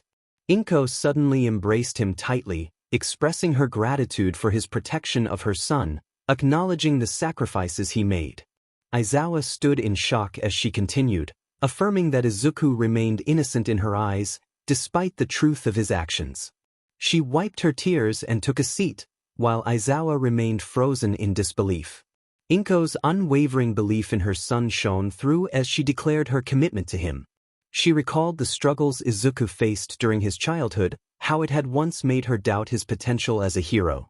Yet, he had always fought to prove everyone wrong, and she couldn't abandon her faith in him now. Aizawa listened intently, a small smile creeping onto his face as he felt relieved that Inko still held onto her belief in Izuku. He remembered their first meeting in Tartarus, the anger he felt, and the stark white walls that confined Izuku. He recalled Izuku's plea for Aizawa to ensure Inko wouldn't lose faith in him, a request that now felt significant. Inko's concern for Bakugo and the others prompted Aizawa to share the grim news. Most students had minor injuries, but Bakugo was in a dire state, suffering from severe injuries that left Aizawa uncertain about his recovery. Inko's hands trembled as she processed the information, and she questioned what Izuku had done to Bakugo. Aizawa hesitated before revealing the truth about the confrontation, explaining how Izuku had overwhelmed Bakugo in their fight. Inko's eyes squeezed shut as she grappled with guilt, wondering if her lack of belief in Izuku during his upbringing had contributed to his current situation. Aizawa placed a comforting hand on her shoulder, assuring her that the blame did not lie with her but with the circumstances at Yu. Despite his words, Inko continued to cry, feeling the weight of the world against her son. Aizawa felt helpless, knowing that only Izuku could truly comfort her. Inko needed to hold her son again, to feel like a mother who had done right by him. Aizawa understood that, despite her doubts, she had raised him well. Minutes passed in silence until Bakugo's parents joined them, all waiting anxiously for news from the surgery. The television provided a backdrop of news updates, announcing Izuku's continued absence and warning the public against approaching him. Meanwhile, Izuku, hidden away in an unfamiliar apartment, listened to the broadcast, feeling a sense of urgency. Frustrated by the situation, he slammed his fist against the counter, realizing he needed more time to prepare. The abandoned building felt like a prison, but he had to focus. He felt one for all stirring within him, and soon found himself in the presence of Nana and the third user, who expressed concern over his actions against Bakugo. Izuku remained resolute, insisting that Bakugo would survive. When Nana questioned the extent of his violence, Izuku met her gaze, his anger palpable. He felt justified in his actions, believing he hadn't gone far enough given Bakugo's past treatment of him. The intensity of his emotions left Nana concerned, but Izuku was determined to stand his ground. She began to worry for him, contemplating the impact this path would have on his life. Izuku's voice grew louder with each word, his anger evident. He expressed his frustration, emphasizing that what he had done was nothing compared to the torment he had endured. Nana looked at him, a mix of fear and concern in her eyes, but she was not afraid of him, she was afraid for him. Izuku turned away, running his hand through his hair. He spoke of how his life had been ruined, how he had faced sabotage at every turn, and how he had been beaten down whenever he dared to think of becoming a hero. The third user remained silent, observing him closely. Izuku continued, stating that his actions barely scratched the surface of what had been done to him. Nana opened her mouth to respond, but the third user stopped her with a subtle shake of his head. Once Izuku had calmed down somewhat, he turned back to them, the remnants of his anger still visible in his eyes. He questioned their presence, suggesting they had not come to interrogate him. The third user explained that during his recent fight, Izuku had unlocked a new quirk called accusation. He revealed that Izuku had subconsciously stored kinetic energy during his battle with his former classmates and then unleashed it on Endeavor, which had led to a swift conclusion of the fight. Izuku nodded silently, confusion flickering in his gaze. He expressed his surprise at receiving the quirk earlier than expected, questioning how he could learn to use both accusation and float simultaneously. The third user reassured him that his emotional state had triggered accusation's activation sooner than anticipated and that it would be simpler to master than the others. As the third user began to fade away, he mentioned they would start training the following day, allowing Izuku to focus on float afterward. With that, the third user vanished, leaving only Nana and Izuku behind. Nana hesitated, searching for the right words. She gently reminded Izuku that they all understood his motivation to complete the mission, but warned him that it was becoming one of revenge, which would not lead to the right outcome. She urged him to take a moment to breathe and reflect on her advice before she too faded away. Izuku remained motionless, staring into the distance, her words echoing in his mind and distracting him from his anger. However, it was not long before his rage returned, and he clenched his fists, muttering to himself that it was the answer he sought. He resolved to prove himself, declaring that everyone should watch him. This was his acceptance speech for becoming the #1 hero. Endeavor faced the camera directly, his confidence replacing his usual arrogance. Everyone witnessed his declaration, but few believed in him, especially after his confrontation with Izuku Midoriya. Hawks was among the few who had faith in him, watching the new #1 hero with admiration. Once they were out of the camera's view, Hawks approached Endeavor, expressing his desire to talk. Endeavor, feeling that Hawks was merely trying to annoy him, dismissed him angrily and attempted to walk away. Hawks reached out, trying to stop him, proposing a partnership. He mentioned troubling eyewitness reports from his hometown, prompting Endeavor to turn and listen. Hawks referenced the Nomu, the grotesque creations of the League of Villains, and explained that several had been captured during the fight with All for One. Since then, the League had been busy, but no new Nomu had appeared. Endeavor grunted in response, demanding definitive proof for Hawks' claims. Hawks admitted that he had no concrete evidence, merely rumors. This revelation caused Endeavor to become frustrated, declaring his intention to leave. Hawks, unfazed, urged him to stay and listen, revealing that Nomu sightings had been reported across the country. Endeavor paused, glancing back over his shoulder, intrigued by the implications of Hawks' words. Not so much that they've gathered a news article, but enough for housewives to gossip about, or for elementary and middle school kids as they walk home. Hawks let out a huff of air. Endeavor turned around, crossing his arms, and asked what Hawks meant. Hawks explained that he first heard about it during a business trip from the locals. At the time, he had been quietly investigating with the police to avoid raising unnecessary panic, but he found nothing. This piqued his curiosity, leading him to fly around the country to investigate on his own. He spread his wings as he spoke. Endeavor listened with rising curiosity as Hawks continued. He mentioned that there were some differences, but similar rumors were surfacing in places that were completely unconnected. In the end, they were all just rumors, though. Endeavor recalled his encounters with the Nomus in Hosu and Kamino, noting how unsettling those remodeled villains were. Hawks twiddled with a toothpick while gazing out the large window, suggesting that someone was telling scary stories to stir unease, which then spread across the country. After a moment of silence, Hawks resumed speaking. He reminded Endeavor of the villain from earlier that day, the one who shouted about metahuman liberation. He explained that an old villain biography had been republished and was selling well, likely influencing that villain. He noted that such books tend to thrive when society is on edge. Endeavor stared down at Hawks with slight irritation, wanting to know what he truly wanted. Hawks lifted his hand and pointed at his chest, expressing his desire for Endeavor to become a dependable leader now that he was number one. He shifted from a finger to a thumbs up, asking Endeavor to verify the rumors and confidently tell everyone to stop worrying. Hawks smiled slightly, placing the toothpick on the table and leaving it alone. He mentioned that he didn't plan to do anything special, likening himself to a producer behind the number one hero. Endeavor mumbled under his breath, calling Hawks a BSD as he stared at him. Hawks then expressed his wish to take it easy, stretching his arms and describing the ideal life of leisurely patrols, complaining about uneventful days, and going to bed.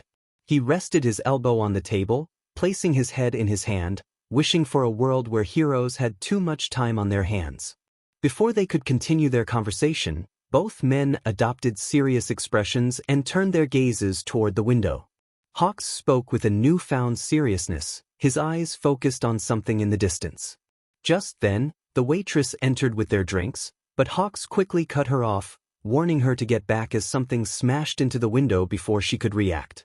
The creature that appeared had pinkish skin and a dark purple hood covering its head, with its brain exposed between bright yellow eyes. Its dark red mouth remained still, yet they could clearly hear its voice asking who the strongest was. Izuku watched from a building far away, his danger sense intensifying as the creature crashed through the window he was observing. He recognized it instantly as a Nomu. A bright orange flame erupted from the window, pushing the Nomu back slightly. Endeavor emerged from the shattered window, using his fire to float in the air and glaring at the Nomu, declaring that he would show it who he was. The fight began swiftly, both Endeavor and the Nomu exchanging powerful blows and causing destruction in their wake. Izuku dashed into the building they were about to hit, using his black whip to pull himself through the window. Once inside, he quickly grabbed the nearest person and pulled them to safety just as Endeavor and the Nomu crashed through the building. The person he saved looked at Izuku in shock, recognizing him. Ignoring the man's surprise, Izuku wrapped his black whip around him and continued to run through the building, rescuing anyone he encountered in the same manner. Soon, the floor was clear, and Izuku jumped out, placing the rescued individuals on the ground before leaping back into the air. The people he saved exchanged astonished glances, unsure if the hero who had just rescued them was truly him. Izuku reached the floor he had just exited, using his black whip to propel himself through the falling debris. He grabbed another person, pulling them out of harm's way before securing them on his back. Before he could continue, the floor rumbled beneath him. Izuku held onto the person firmly, ensuring they stayed secure. Once the tremor stopped, he peered through a hole in the wall to see Endeavor and the Nomu flying away, leaving the building.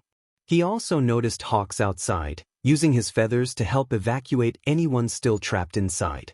It was clear that Hawks was struggling, fending off multiple smaller Nomus while assisting with the evacuation, an overwhelming task even for the fastest of heroes. The building trembled again, leaning precariously to one side. Izuku sprinted toward the exit, leaping through the hole he had been observing and aiming for the ground. Hawks noticed him jumping out, and as Izuku fell, he threw the person he was carrying toward Hawks. Hawks recognized who was falling and was momentarily shocked. Izuku shouted that he would buy the building more time as he descended rapidly. Hawks quickly shook off his surprise and began flying around the building faster. Using his ability to float, he propelled himself toward the ground, utilizing his black whip to accelerate even further. When Izuku's feet finally landed, Black Whip began to grow from his hands, ready for the next move. The building began to lean ominously toward Izuku, its weight pressing down with every passing second. He took a deep breath, feeling the enormity of the structure make him anxious. The Black Whip at his fingertips twitched slightly, eager for the challenge ahead. A profound connection surged within him, intertwining Black Whip with his essence, rivaling even one for all. The excitement of the quirk resonated with him, and Izuku felt a surge of determination. In an instant, Black Whip shot from his hands, latching onto the building with a fierce grip, halting its descent. Izuku grunted as green sparks erupted around him, the energy of one for all amplifying the strength of Black Whip to unprecedented levels.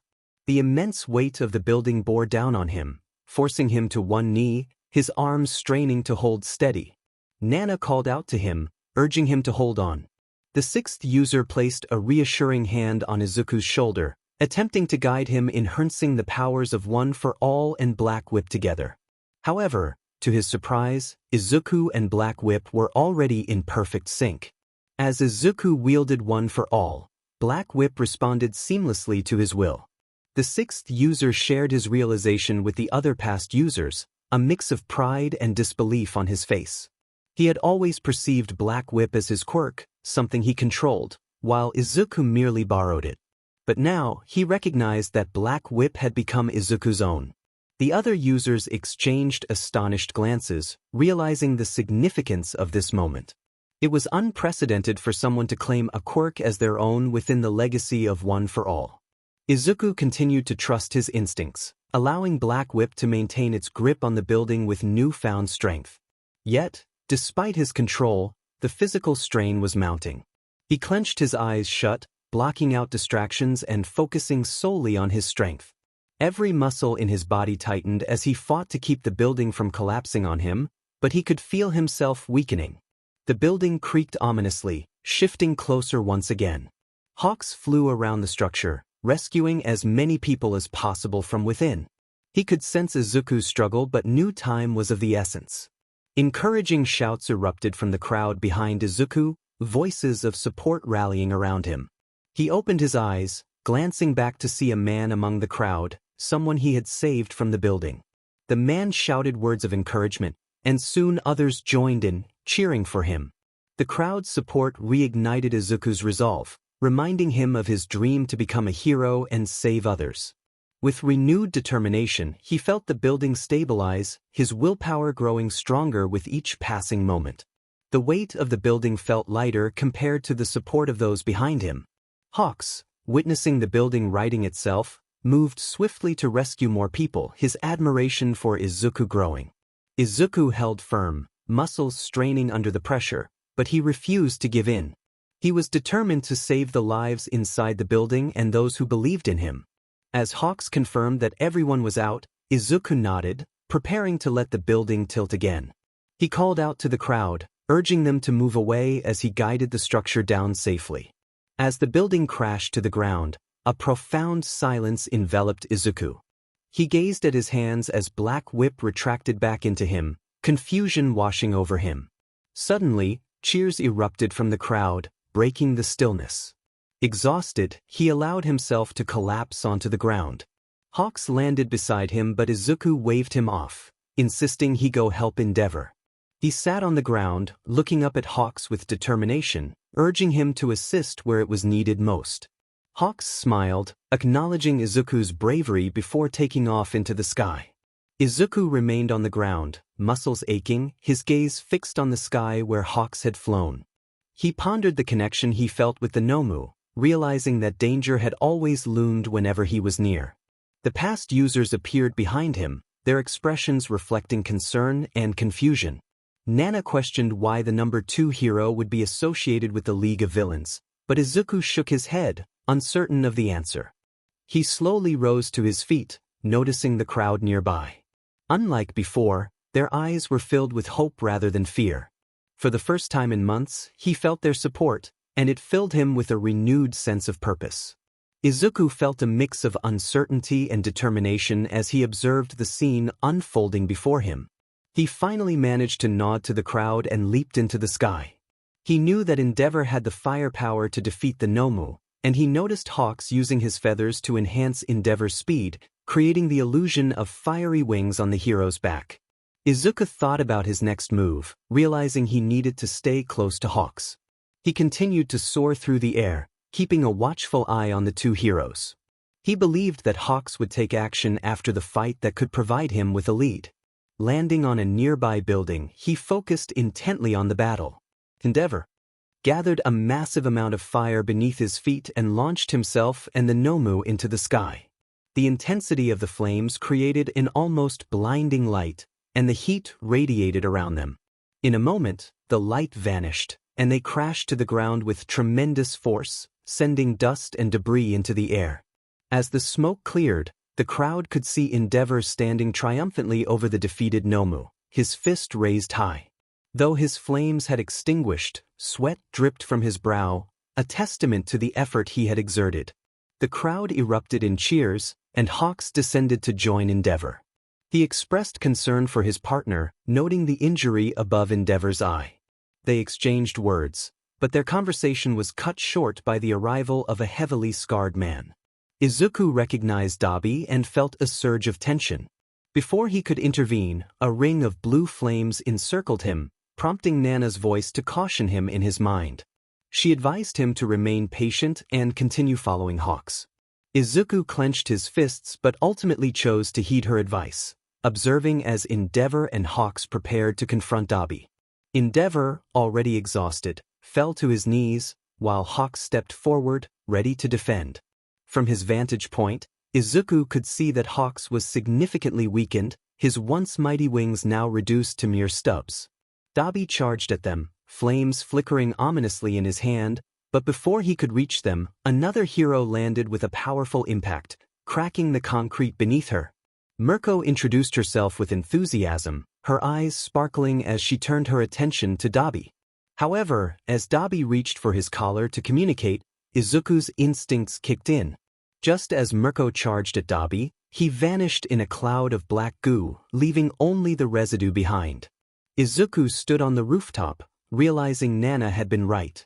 He prepared to leave but caught Mirko's gaze just before he vanished, offering her a two-finger salute before disappearing into the shadows.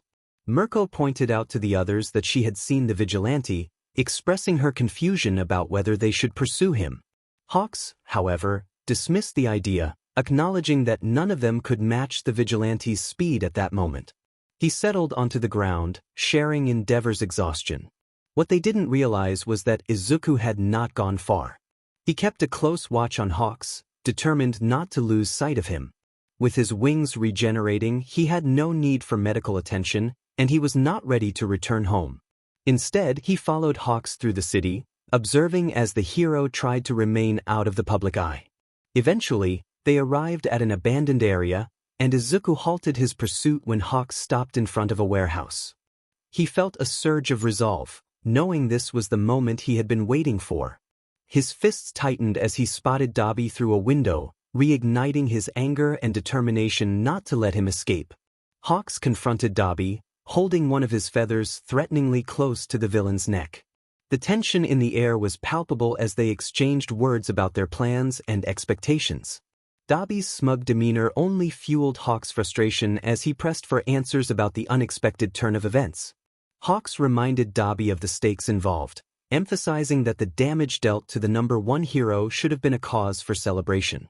Dabi, however, remained skeptical, pushing back against Hawks' insistence on trust and cooperation.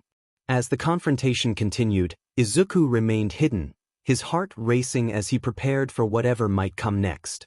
He was determined to see this through, knowing that the fate of many rested on the outcome of this encounter. He managed to push the building back just in time to prevent any casualties. Dabi's expression shifted as he narrowed his eyes, losing his grin. Hawks looked at him, puzzled, and before he could respond, another voice interrupted them. Who else could it be? The voice came unexpectedly, causing both of them to widen their eyes. Dabi's gaze locked onto something and he froze. When Hawks turned, he found himself staring into two glowing green orbs that glared back at them. Though the figure remained hidden in the shadows, a black whip could be seen waving ominously. They both stood still, but Dabi quickly snapped out of his daze and reached for his collar. In a flash, arcs of green electricity surged around the figure, and he vanished. Suddenly, a hand gripped Dabi's collar, tearing the fabric away from him. Izuku looked at the torn fabric in his hand before letting it drop to the ground. "You won't escape the same way twice," he said as he moved swiftly again, reaching behind him to grab a gun and shooting Hawks in the leg before he could react. Hawks fell silently to the ground, clutching his leg and dropping his feather. Dabi raised his hand to unleash fire toward Izuku, while Hawks directed his feather to attack. But Izuku vanished before either could strike. Hawks' feather reacted quickly, aiming for Dabi. However, Izuku caught Dabi's wrist, still shooting fire, and redirected his hand toward the feather, incinerating it. With the feather out of the way, Izuku swiftly twisted Dabi's wrist, causing him to shout in pain, while Izuku merely smiled. "It seems you're out of feathers, Hawks." He then lifted Dabi into the air and slammed him back down, rendering him unconscious. "But don't worry, I'm only here for him." He left Dabi on the ground and approached Hawks, lifting him by the collar. "I'll need your quirk-canceling cuffs." Hawks grunted and reached behind him for one of his smaller feathers. Before he could act, Izuku warned him. "I suggest you reconsider your next move, or you might leave here with more than just a bullet wound." Izuku's grip tightened on Hawks' collar as he continued, "What kind of injury should I start with? Perhaps the wrists? It would mean I'd have to search you myself, but that's a price I'm willing to pay." Despite feeling the weight of Izuku's threat, Hawks, being a hero, refused to back down and attempted to stab him. Izuku quickly seized Hawks' wrist, still holding him up with one hand. Disappointment crossed Izuku's face as he tightened his grip. "That's the wrong answer." He snapped Hawks' wrists, eliciting another cry of pain. "I'm surprised you'd protect someone like him, and yet people call me a villain." He then struck Hawks hard in the stomach before dropping him to the ground, a grunt escaping Hawks' lips. Lying on the ground, Hawks was too pained to rise. Izuku searched him, retrieving the cuffs and walking back to Dabi. Once secured, he threw Dabi over his shoulder and began to leave. "Wait," Hawks managed to utter. "Why not kill him here? Why do you want him?" Izuku barely acknowledged him as he continued walking but did respond. "He will lead me to the League one way or another." Once Izuku had departed, Hawks pulled out his phone and dialed the association. After being treated in the hospital and bandaged up, the president stood over him, arms crossed and a glare on her face. "Did you forget how important this mission was?" She took a deep breath, her voice filled with frustration. "How did you mess this up?" Hawks inhaled deeply, the blow to his stomach still affecting him. Izuku Midoriya was there. The president's eyes widened in shock. "What? Was he working with the League?" Hawks shook his head gently. "No, if anything, he was there to hunt them down." The president sat beside him, resting her hand on her forehead. "Was your cover compromised?" He shook his head again and she appeared relieved. "But as soon as you can, you will go to them and explain what happened." Hawks looked taken aback. "But what if they take Dabi away? We could be putting him back on their team." He expressed his disbelief. "That's a risk we'll have to take, Hawks." She stared at him firmly. "Remember your place here. You are a soldier who will follow my orders, am I clear?" Hawks hesitated for a moment before nodding. "Yes, ma'am." The president seemed unfazed and stood up. "Good. Now get back on the case." She walked away, confidence radiating from her. "Do what you must, Hawks, just make sure you infiltrate their ranks." With that, she left him alone. Hawks turned his gaze to the window, watching the birds soar freely. He followed their movements, admiring their graceful flight as they danced around one another with practiced ease. The air rustled against their feathers as they moved with freedom. Perhaps one day he would experience that same freedom. But not today. 5 months remained. Back at UA, Aizawa had returned to teaching after nearly 2 months of suspension. Most of the staff kept their distance, with only a few friends willing to approach him, and even they seemed somewhat hesitant. He sighed heavily, feeling the gap between him and his colleagues. It had been a few days since his return, yet he was making little progress in reconnecting with them. He glanced at the television in the staff room, where news reports played, reminding him of his earlier mistakes as clips showed Izuku assisting Endeavor during a fight against Inomu. Clips have surfaced today showing that the fugitive Izuku Midoriya was the one keeping the building from collapsing during Endeavor's recent battle, the reporter stated. Before these clips emerged, opinions about Izuku Midoriya were quite mixed. Many people were beginning to call him a hero. The newsman leaned onto his desk, seriousness in his eyes, stating that one thing was for certain. He possessed a strength that could rival All Might, and he was using it to save people. From that single sentence, Aizawa felt a wave of relief wash over him. A part of him was glad he had withheld his location, for if he hadn't, that building could have collapsed. His phone buzzed with a notification from Nizu, summoning him to his office. He remained seated for a moment, staring at the message, then let out a sigh. Rubbing his eyes gently, he stood up, earning a few curious glances as he exited the staff room. His steps felt heavy as he walked through the corridor, aware of the eyes that seemed to follow him from every room he passed. He disliked the attention. A simple knock on the door was all it took for Nizu to invite him in. Nizu sat at his desk, a stern expression on his face, his paws pressed together, elbows resting on the surface. Aizawa asked if everything was all right, confused by Nizu's seriousness. Nizu explained that Aizawa's unique skills made him an important asset to UA. He wanted to put Aizawa back on the case but needed to know if he could be trusted. Aizawa nodded, eager for his boss to have faith in him again.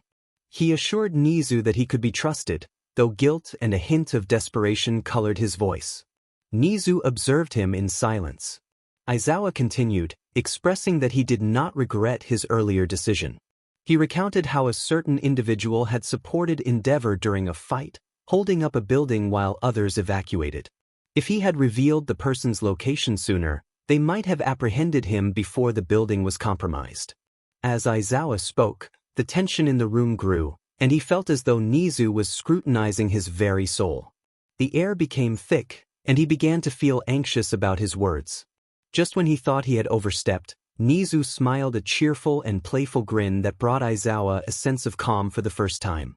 Nizu stated that he would inform Tsukachi, and Aizawa was taken aback, questioning how Nizu could trust him so quickly after everything. Nizu's smile softened as he explained that he had always trusted Aizawa. He just needed reassurance that Aizawa would remain committed this time. Aizawa sat in shock, unable to move. Nizu continued, reminding him that while he had forgiven him, his actions had not been forgotten. Aizawa nodded slowly, understanding the weight of those words.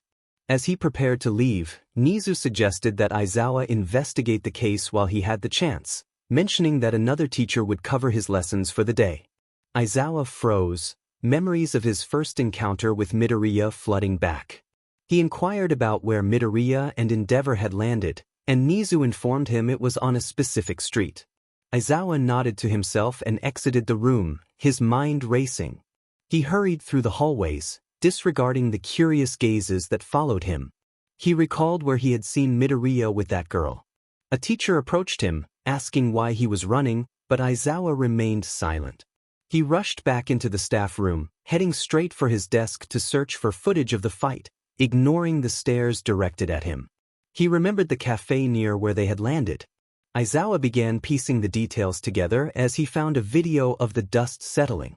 He spotted Izuku's figure outlined in the smoke, observing the crowd before suddenly jumping. The video was blurry, but among the panicked civilians, one stood out. She had the same hair color he remembered and was wearing an apron. Aizawa zoomed in, trying to get a clearer image. Just before Izuku leaped away, she turned to him and nodded, unlike others who were focused on the hero. She was close to him, close enough to know his true identity. Aizawa leaned back in his seat, fixated on the monitor. Several colleagues tried to peek at what he was watching, but he quickly shut his laptop and dashed out of the staff room. Pulling out his phone, he called Tsukachi, pondering who she could be. Clara Page was taken aback as she was arrested on suspicion of aiding the fugitive known as Izuku Midoriya. As a hero stood before her, a police officer placed cuffs around her wrists. The officer began reading her rights, but she could hardly process the words. They started leading her away to a police car outside the cafe, where several onlookers captured the moment on their phones. Clara was too stunned to care. This was happening too soon. She and Izuku had shared a mutual concern that someone might discover their connection, but they never anticipated it would occur so quickly. Outside the car, several heroes stood watch, prepared in case the boogeyman attempted a rescue. They remained vigilant, scanning for anything unusual, but no one appeared. Izuku was unaware of the situation until he saw the news later. The headline about someone being arrested for having possible information about him piqued his interest. But deep down, he knew that it was her they had taken. He skimmed through most of the article until he saw her name, Clara Page. It made him freeze in place, anger surging through his body. Nana's voice broke through his thoughts, urging him to calm down. She stood next to him, watching as he tossed his phone onto the counter. He acknowledged her concern, feeling almost exhausted as he leaned against the counter. Carrying so much anger was tiring, she noted softly, trying to persuade him to let go of his desire for revenge. He expressed his frustration, revealing that his anger was the only thing keeping him standing. When he recalled lifting the building, he felt like a hero for the first time, with the crowd cheering his name. It reminded him of why he wanted to become a hero, but it also made him realize how much had changed. He confided in her about his worries regarding his transformation over the past year. Everything that had happened and everything he had done made him feel as if there was no turning back. He feared he could not change from what he had become. Nana placed a hand on his shoulder, concern evident in her eyes, and hugged him gently, reassuring him that there was always time to change and to reach out for help. However, he struggled with the idea of stopping. He didn't want to stop until those who had wronged him begged for mercy, until they witnessed everything they loved turn to ashes, just as he had. His fists clenched tightly, the intensity of his emotions evident as he spoke calmly, his words driven by conviction rather than anger. Nana questioned if that was truly the person he wanted to become, reminding him of Clara and the consequences of his actions. When she pressed him about Clara's situation, he fell silent, his anger momentarily halted. Nana's gaze held a mother's concern as she urged him to make a decision, to let his anger control him or to let love guide him. Her words cut deep as she faded from view, leaving him with the hope that he would choose love. He remained in the room for several minutes, contemplating her words, but found no answers. Finally, he grabbed his jacket and walked out, realizing he wouldn't find clarity there. After several hours, the door finally opened, and Clara looked up from the metal desk, curiosity piqued as a detective entered. He introduced himself as Detective Tsukachi and took a seat opposite her, a weary expression on his face as he dropped a stack of files onto the table. He explained that he was in charge of the Boogeyman and Izuku Midoriya case. Clara's body language betrayed a hint of fear as she wondered why she had been arrested. The detective informed her that her relationship with Izuku was the reason for her arrest. She listened intently as he mentioned eyewitness reports of their intimacy, feeling a blush rise to her cheeks. She hesitated but admitted they were close, though Tsukachi's quirk indicated she was withholding information. When asked why she had worded it that way, she explained that she hadn't seen him since his identity was revealed, though she had seen him on television. Tsukachi pressed further, inquiring if she had seen him in person since then. Clara hesitated, carefully considering her response. She recalled their conversation weeks ago about her arrest and the warning she had received regarding the detective and his quirk. She ultimately answered no, and Tsukachi's quirk activated, confirming her lie. He smiled slightly, intrigued by her defiance. He questioned her motives for protecting someone who had put her in this situation, suggesting that Izuku had not come to save her. However, Clara remained resolute, leaning forward and resting her elbows on the desk. She explained that she understood Izuku's intentions and had told him not to rescue her. Tsukachi was taken aback when his quirk did not activate, surprised by her conviction. He observed the transformation she had undergone, recognizing the strength she now possessed. Her fear and confusion had dissipated. She was in control now, and Tsukachi recognized that. He had conducted interviews like this before and understood that he wouldn't make any progress without a change outside the room. He leaned in slightly, asking her what she was waiting for and if Izuku was planning something soon, hinting at potential danger. She remained silent, leaning back in her chair, creating distance between them. Only time would tell. The room fell silent, and Tsukachi stood up, releasing a sigh as he exited. Clara slumped in her seat, her nerves gnawing at her. She thought about how intense the situation had been, a pit of stress settling in her stomach. She silently prayed for Izuku's safety. On a rooftop, the sound of clicking filled Izuku's ears as he flicked the safety of his gun on and off. He stared through the window into the warehouse where Dabi was held, filled with hatred for the man inside. He wished he could unleash his anger, but he restrained himself, continuing to flick the safety. As he shut his eyes, thoughts of Clara flooded his mind. His chest tightened, and his grip on the gun became firmer. The clicking sound faded, and he struggled to breathe, feeling as if his throat were closing in. He pulled at the fabric around his neck, desperate for air. His knees began to weaken, but he fought to remain standing. A slow breath escaped him as he focused on the gun in his hands, tracing the smooth wood of the handle. When he looked up again, he saw Dabi waking, clarity returning to his mind. He holstered his gun, his gaze hardening as he watched Dabi sit up straight. Dabi's eyes scanned the room, likely searching for an escape. Inside, Dabi felt isolated, the same surroundings greeting him each time he regained consciousness. His mouth felt dry, and he wondered about the age of the building.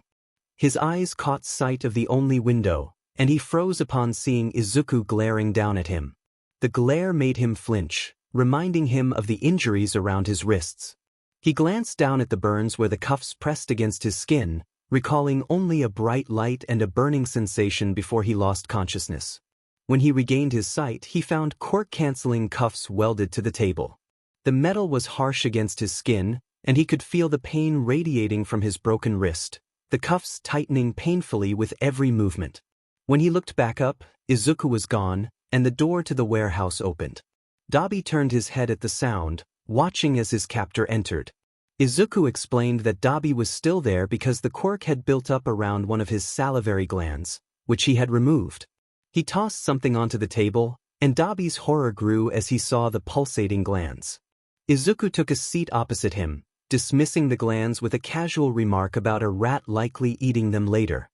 He wore a crazed grin as he stared at Dabi, who was now serious and demanding to know what Izuku wanted. Izuku slammed his hand down on the table, his glare intense.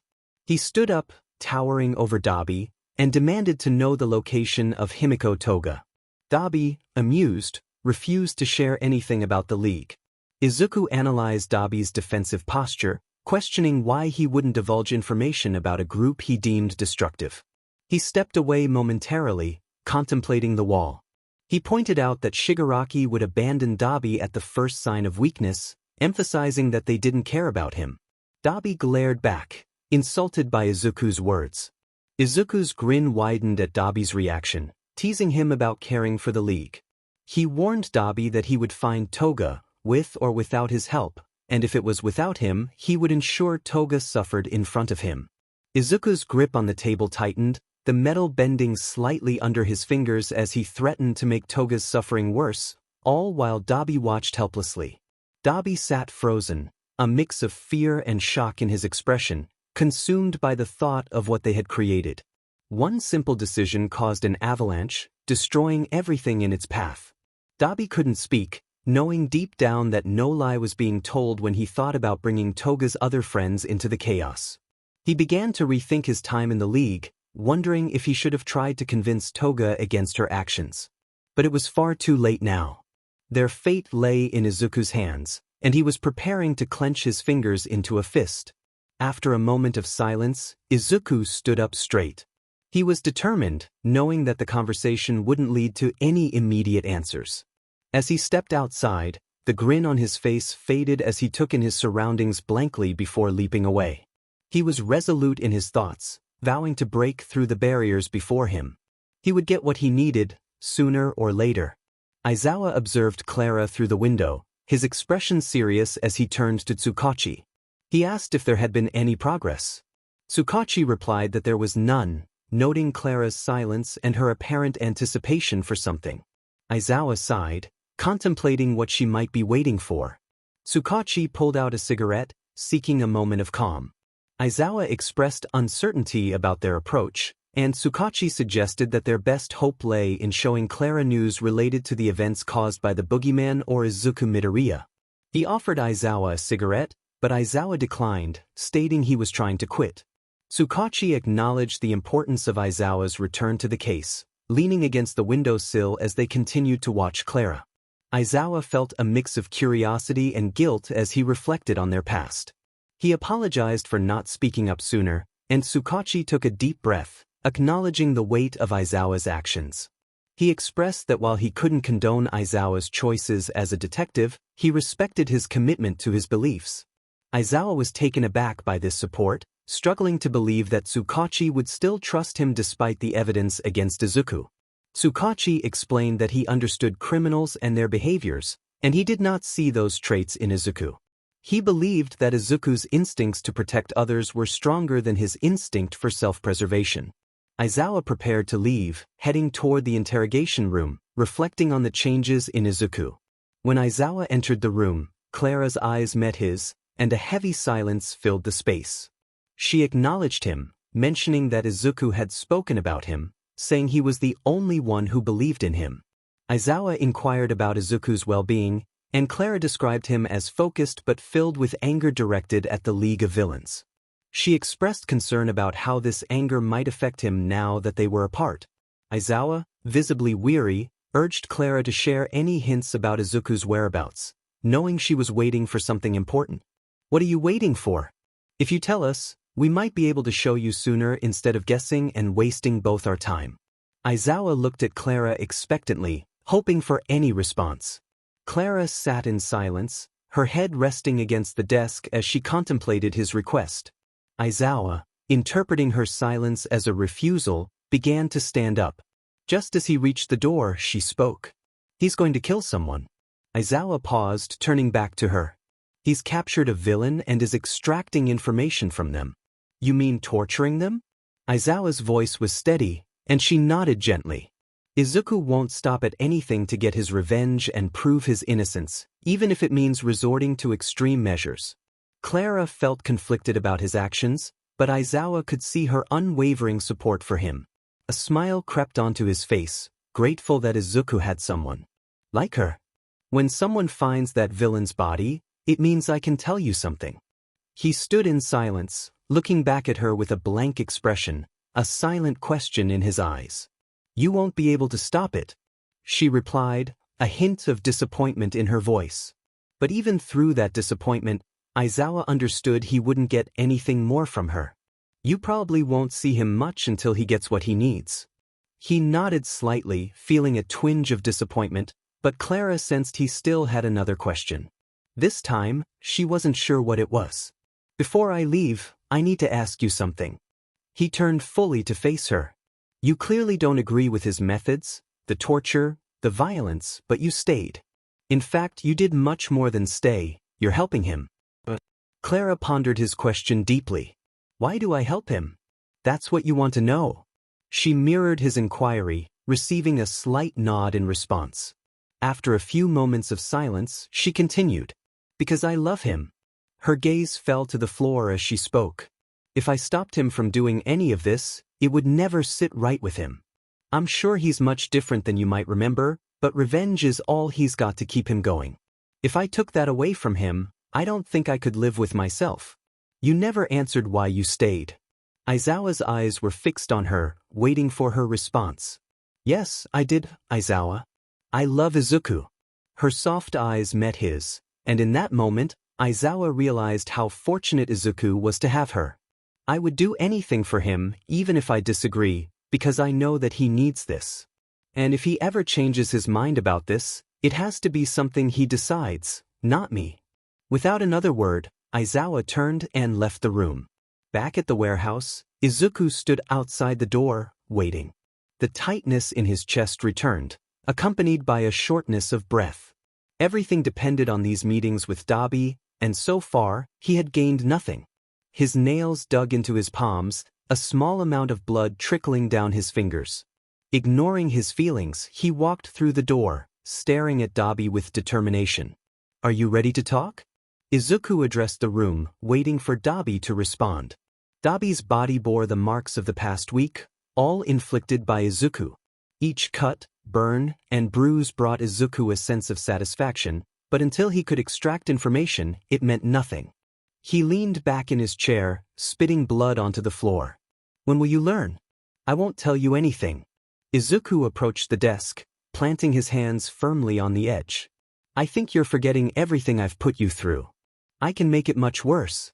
Dabi chuckled softly, but Izuku saw the flicker of fear in his eyes. "Your threats won't work, kid." Dabi tried to maintain his composure, but Izuku could sense the fear lurking beneath the surface. "Everything you've done has failed. Can't you see that? First, your class abandoned you. Now the world has turned its back on you, especially after your identity was revealed. Izuku remained silent, turning his back to Dabi. Slowly, everything around him began to fade. The air, the fabric against his skin, the light in his eyes, everything was vanishing. I wouldn't be surprised if you were failing everyone close to you right now. Izuku felt his throat tighten, his head growing light. The pressure in his chest intensified, more than he had ever experienced before. He kept himself upright, facing away from Dabi, but his eyes began to twitch under the weight of it all. It was strange for Izuku to feel so empty, yet so overwhelmed by everything he felt. He clenched his eyes shut, allowing silence to envelop the room. Dabi felt his nerves rise in the stillness, wondering if his words might have cost him his life. But Izuku was lost in another world. Inside him, a storm of anxiety and panic raged, destroying everything in its path. Suddenly, a surge of anger ignited within him, pushing back against the tide of despair. Before a victor could emerge, Dabi broke the silence. "What's wrong? No more threats?" As he finished speaking, the anger within Izuku surged to the forefront. He pulled out his pistol from the holster and slammed it down on the table with a loud thud. Dabi flinched at the sound, pain flaring up as he did. "I'm getting tired of your words, Dabi." Izuku gripped the gun tightly, glaring at the villain with a fierce intensity. "And quite frankly, I'm done listening." He lifted the gun, displaying it to Dabi. "This is a Desert Eagle. I rarely use it since it can get quite messy. However, I can assemble and disassemble it in under a minute." Izuku also pulled out the magazine for the weapon, placing it on the table between them. "If, by the time I have reassembled the gun and loaded the magazine, you haven't told me anything about where Toga is hiding, I will unload all 6 rounds into your head." Izuku leaned forward, his gaze locked onto Dabi, who now wore an expression of fear and concern. "You're sick," Dabi muttered under his breath, receiving a crazed grin in return. "Don't be so troubled. The first round will absolutely end you. In fact, I think your head might come off entirely. The other 5 rounds? Let's just say it's revenge." Izuku grabbed the gun from the desk. "If this is one of your tricks, Dabi tried to keep his cool, but the fury in Izuku's eyes and voice cut him off. "Shut up," Izuku shouted, causing Dabi to flinch. Izuku was letting his anger take control, determined not to let another word escape the villain's lips. Dabi began to tremble as Izuku swiftly disassembled the weapon, laying the parts out on the table for him to see. In just half a minute, Izuku had taken apart the weapon, a duration Dabi hadn't even realized had passed. Without wasting any time, Izuku began to reassemble the weapon. Dabi fidgeted in his seat, acutely aware of the countdown to his own fate, one he knew he could delay. He struggled against the restraints, but it did nothing to hinder Izuku's focus. Once the gun was reassembled, Izuku slowly took hold of the magazine and loaded it into the firearm, aiming it directly at Dabi's forehead. In that moment, Dabi finally broke. He quickly revealed the information, stating that she was staying at a location in Kyoto, swearing on his life. As he struggled against the restraints a bit more, Izuku acknowledged the confession with a nod, but he had other plans. He lifted the gun again and pulled the trigger without hesitation. The sound of gunfire echoed in the room, and when it ceased, the aftermath was chilling. Smoke curled from the barrel as Izuku placed the weapon back on the table, wiping away a small splatter of blood from his face. Once finished, he holstered his gun and turned away from the scene, mumbling a name under his breath: Toga Himiko. Taking a deep breath, he walked out, his resolve firm. He would find her in Kyoto. Meanwhile, in Kyoto, Toga was confined within a warehouse heavily guarded by members of the Paranormal Liberation Front. She lay across a couple of crates, stretching her arms and letting out a frustrated groan. She lamented her situation aloud, prompting the closest guard to respond. He explained that she was being kept there for her safety, as Izuku Midoriya was on a rampage to reach their group and was likely coming after her. Toga sat up, playfully staring at the guard. She expressed her desire for some fun, standing and walking over to him with a mischievous grin, suggesting they could enjoy themselves despite the circumstances. The guard was taken aback, not expecting her to be so forward. She leaned in close, her breath warm against his skin, and suggested they have some fun. Grabbing his wrist, she led him into her room, pushing him onto the bed and shutting the door behind her. With a playful smile, she approached him slowly. As she moved, she lifted her shirt and tossed it aside, revealing more than he anticipated. Kneeling in front of him, she placed her hands gently on his thigh, her eyes lighting up as she noticed his reaction. She began to tease him, her hands moving with a deliberate slowness. He let out a sound of surprise as her hand wandered, and she continued to explore, unbuckling his belt and tugging his trousers down. She moved closer, her hand wrapping around him, and she took pleasure in the moment, feeling the heat radiate from him. Suddenly, she reached behind her, pulling out a knife, her gaze locked onto his as she observed the emotions flickering across his face. He was so captivated by her presence that he didn't notice her intentions. In a swift motion, she plunged the blade into his chest, a look of shock crossing his face. As she withdrew the knife and moved it back in, the room filled with a sense of chaos. She felt exhilarated, a giggle escaping her lips as she continued. The life in his eyes began to fade, and she remained focused, her hands never leaving him. Despite the turmoil, she was enthralled by the moment, her laughter mingling with the sounds of the outside world that began to intrude. She climbed over him, savoring the moment, and liked the remnants from her fingers, lost in her own world. When the door burst open, she finally noticed the light flooding the room. A figure stood silhouetted in the doorway, and she could see the blood staining his clothes. Her heart raced as she recognized him. She greeted him with a playful tone, inviting him to join her. But as he stepped closer, arcs of electricity crackled around him, and she felt a shift in the atmosphere. He lunged at her, grabbing her neck and lifting her off the ground. Fear and thrill coursed through her as she realized who it was. Izuku Midoriya, his grip tightening, forced her to confront the situation. She tried to negotiate, but his expression was unreadable. He glared at her, contemplating his next move, before throwing her to the floor. Dazed, she looked up at him, his green eyes piercing through her.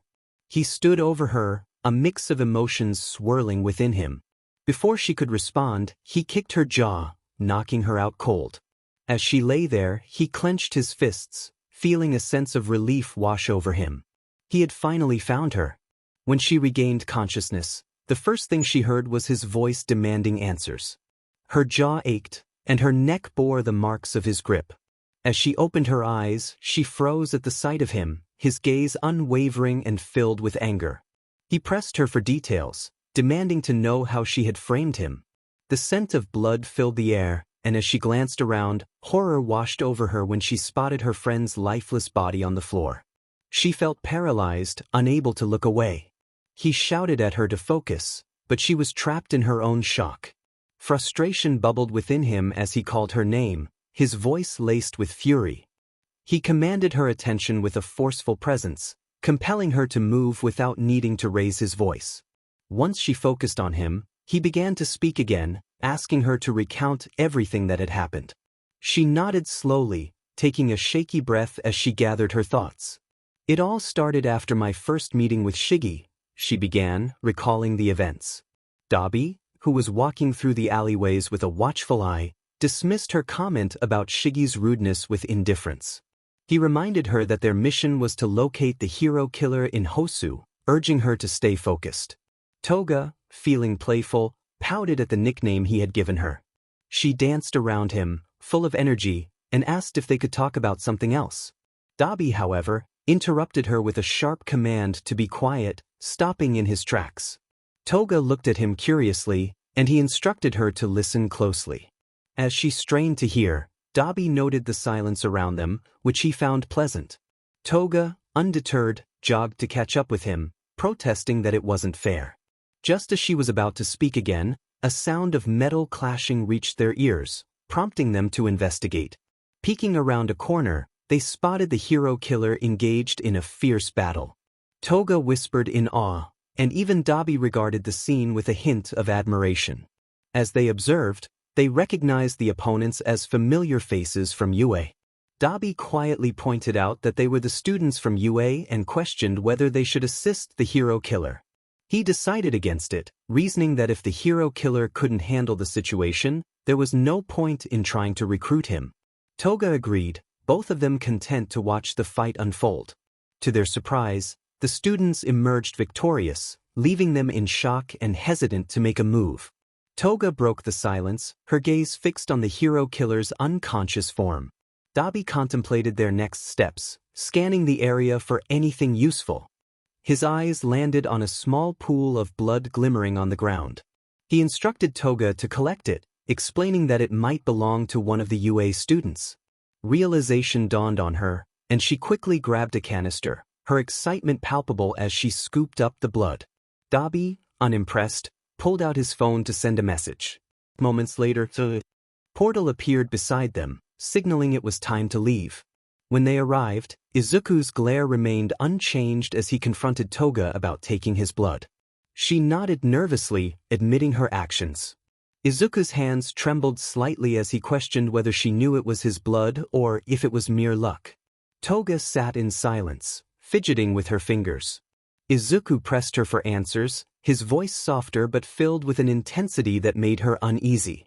She confessed that they hadn't known it was his blood, sensing a shift in his demeanor that hinted at a deeper turmoil. He urged her to recount what had happened after she took his blood. Toga, speaking timidly, explained how Stain had been defeated and that they had collected a student's blood. Shigaraki's outburst interrupted her, demanding to know why they hadn't recruited Stain, but Kirigiri held him back. Suddenly, crackling sounds drew their attention to the television, where a voice spoke with authority, capturing Dabi and Toga's attention. The speaker's tone commanded respect, hinting at power and experience. The voice addressed Toga directly, instructing her and Kirigiri to embark on a mission while the students were away on internships. Toga felt a wave of nervousness wash over her as the plan unfolded, realizing it involved infiltrating UA to gather files using the blood they had collected. Shigaraki complained about the mission, but the speaker reassured him that it would inflict emotional pain on All Might, far worse than any physical injury. Toga and Dabi exchanged confused glances, unsure of the implications. As the speaker chuckled, Toga sensed the urgency of the situation. She nodded in agreement, her instincts warning her to suppress her usual exuberance. The speaker ordered Kirigiri to send her off the following night. Izuku remained silent, his back still turned to Toga, muttering about All for One's involvement in the situation. His fingers dug into his palms, a sign of the turmoil brewing within him. Toga expressed her concern, knowing that if others understood her identity and quirk, they would not have convicted him.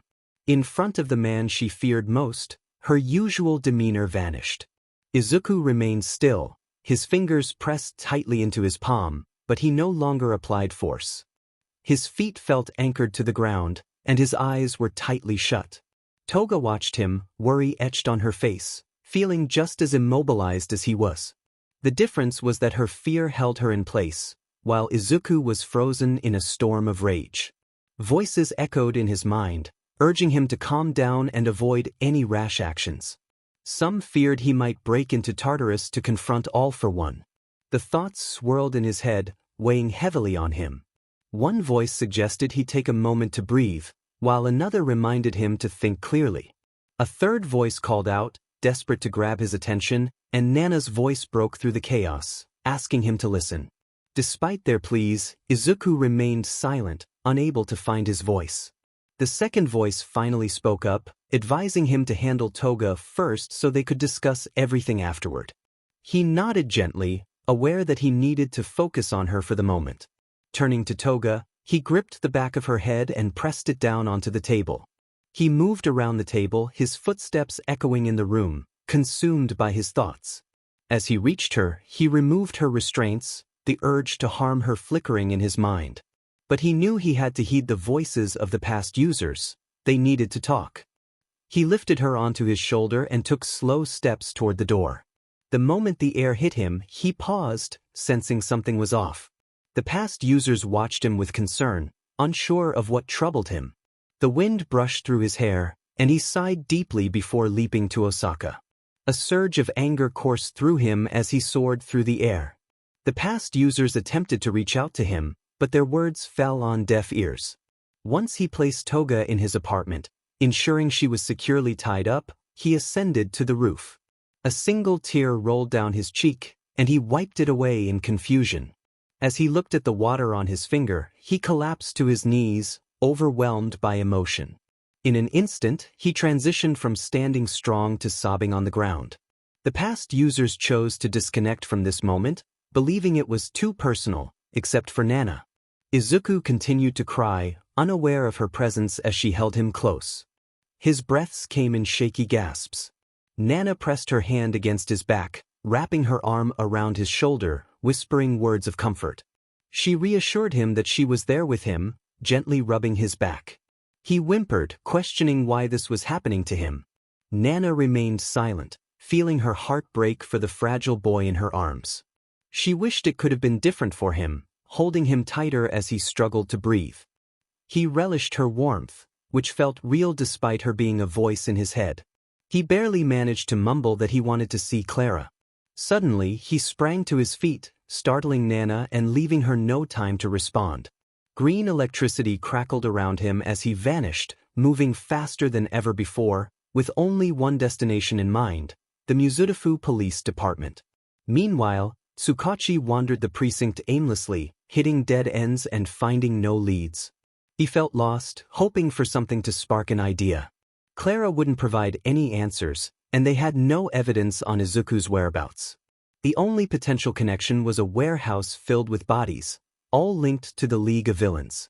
A bedroom suggested a woman had been staying there, but none of the bodies were female, indicating she was either on the run or had been captured by Izuku. Tsukachi hoped she was safe and not in Izuku's hands, knowing the lengths he might go to if he had taken someone. As he walked, he gazed out the window at the moon, searching for answers that wouldn't come. A heavy sigh escaped him as he reached the holding room, where he ignored the inmates' shouts, his thoughts consumed by the task at hand. Suddenly, he felt a breeze in the enclosed room, quickening his pace as he ran past the inmates. When he reached Clara's cell, he found a large hole in the wall. Shock washed over him as the night air rushed in. He quickly grabbed his radio, calling for a perimeter to be set up 5 blocks away from the station, instructing them to stop anyone trying to leave. As he spoke, he feared it might already be too late. Staring at the moon, disbelief filled him as he whispered to himself, questioning what had just happened. Clara felt a rush of wind and suddenly found herself outside, the moon illuminating her confusion. She spotted Izuku standing a few feet away, a broken expression on his face. Without hesitation, she ran to him and wrapped her arms around him tightly. Izuku responded in kind, quickly holding on to her. He softly spoke her name, Clara, burying his face into her shoulder. She soon pulled away, looking at him with curiosity. She asked why he had broken her out, thinking he had a plan. Izuku nodded, his gaze drifting to the city lights. He assured her that he still had a plan, though his voice sounded weak, causing concern to rise in Clara's chest. He struggled to speak, revealing that he had found Toga. Clara held onto his hand, gently rubbing the back of it with her thumb. She inquired about his feelings, and Izuku felt tears threatening to fall as he stared at the city. He expressed a desire for revenge against all for one, clenching his free hand tightly. Clara was taken aback, processing the shock of his revelation. She moved closer, holding on to him a bit tighter and urging him to take a deep breath. He complied, following her lead. She asked what the past users thought about his situation, noting that they understood his abilities well. Clara chuckled, a sound Izuku had missed, and explained that they believed he could succeed but warned of potential injury. Gently, Clara held his face, making him look at her. She encouraged him to listen to the past users, her thumb brushing against his cheek. Izuku agreed quickly, and the past users recognized how much she meant to him. After hours of trying to convince him, she had succeeded in moments. He admitted he had missed her, his voice breaking again. Clara pressed her forehead against his, sharing that she had missed him too. Their lips met, savoring the connection they had longed for. Clara then suggested he find a distraction and mentioned hearing about a trafficking ring on XXX Street, urging him to help. Izuku tightened his grip on her, expressing his reluctance to leave. Clara smiled, a tear escaping her eye, assuring him it would be okay. They shared another long kiss, holding onto each other tightly before Clara stepped back, reminding him to stick to the plan. Izuku smiled at her words, nodding in agreement. He confirmed that when Dabi was on the news, that would be the time to act. Clara gave him one last smile as she stepped away, encouraging him to go save the day. As One for All powered up, Izuku felt his smile widen. He promised they would be together again one day and shot off into the air. Clara watched him soar into the sky, a relieved sigh escaping her lips as she held her shirt over her chest. Moving to the edge of the building, she waved down the first police officer she saw. As they approached, she focused on one thought: to stay safe, Izuku. When Izuku reached the building, it appeared abandoned, with cracked windows and moss growing along the walls. Yet, small signs of activity were evident, like flickering lights inside and tire tracks leading to the entrance. He carefully surveyed the area and spotted a single guard on the rooftop, peacefully overlooking the city without any visible weapon. Using his black whip, he silently descended behind the guard and subdued him before he could react. Izuku swiftly entered the building, heading toward the flickering lights.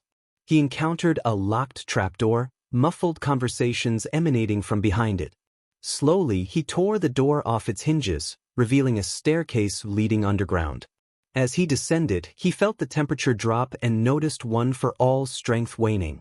A realization struck him: quirk blockers were in play. At the bottom of the stairs, he found several armed men and women in a hallway, their weapons clutched tightly. Izuku's smile widened as he assessed the odds 50-1, a challenge he welcomed. Meanwhile, Clara found herself back in a cell, where Tsukachi paced outside, a stressed expression on his face. Officers attempted to question him, but he ignored them, overwhelmed by the confusion of recent events. He paused, pressing his hand against his nose, taking a deep breath before entering Clara's cell. He wasted no time in questioning her, taking a seat opposite her. Startled by his urgency, Clara managed to maintain her composure. She explained that Izuku had broken her out, though Tsukachi already knew that. He pressed her for more information, asking why she was back. Clara sighed, expressing disappointment as she explained it was part of the plan. Tsukachi rubbed his temples, trying to stave off a headache while acknowledging that Izuku wanted her to relay something important. Clara admitted she wasn't entirely sure why Izuku had acted as he did, but she suspected he sought her input on something significant. She reassured Tsukachi that he should be grateful Izuku had acted, as otherwise, he might have taken more drastic measures. Clara refrained from using the word stupid, as Tsukachi asked if he even wanted to know. She shook her head, indicating she would save him the headache. Izuku continued to unload his weapon, using one of the guards as a shield. Several rounds struck the guard, causing them to grunt with each impact. Izuku swiftly twisted the guard's chin, incapacitating them before pushing their body into the nearest opponent. He charged forward, leaping over a table and delivering a swift kick to another guard's neck, bringing them down to the floor. From his position, he raised his arm and took aim, hitting another guard. After a moment of respite, he took a deep breath and slowly got back to his feet, placing a hand on his knee for support.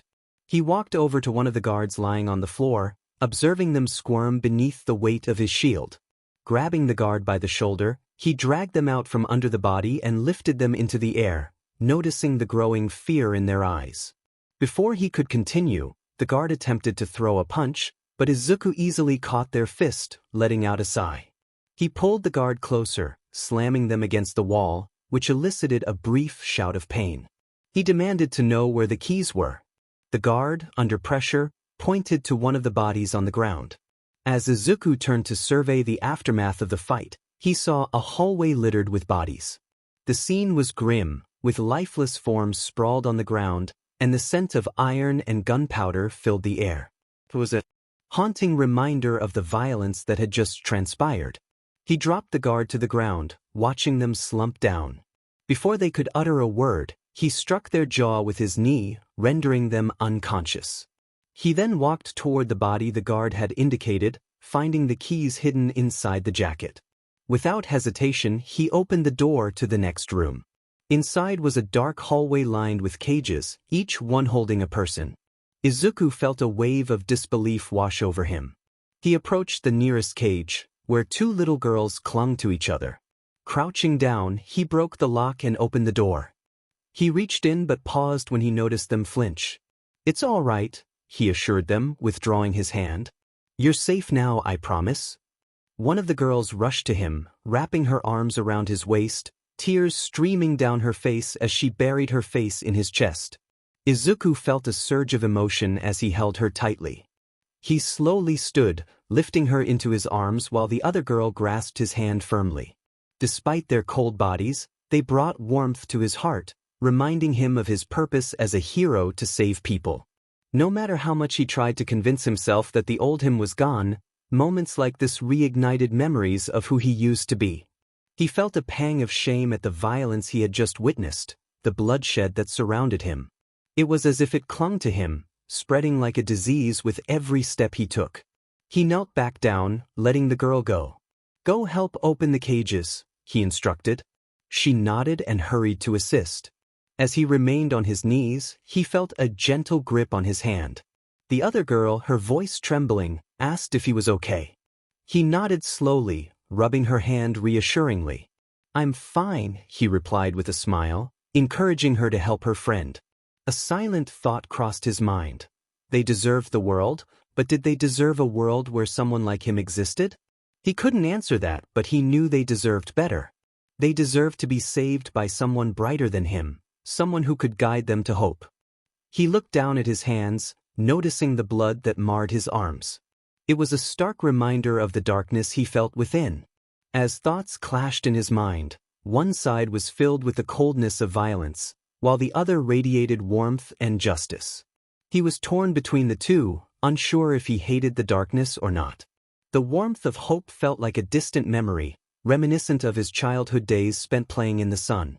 Izuku clutched his head, eyes squeezed shut, grappling with the question of what to do. It took every ounce of strength to keep from crying out in despair. No, he could not let that happen. While these people deserved better than him, they still needed someone strong to hold on to, someone to believe in. His hands slowly relaxed as he turned to the crowd in front of him. He called out to the room, capturing their attention. He instructed everyone to hold each other's hands and form a line. He took hold of one of the girls from before, watching as they all followed his request. He then asked them to close their eyes, trying his best to keep his voice steady despite the shame rising in his throat. He assured them that he would guide the way out and urged them to trust him. Gently tugging on the girl's arm, he led the group outside, pushing aside any obstacles in their path, hoping they would heed his request. The last thing he wanted was for them to see what had transpired.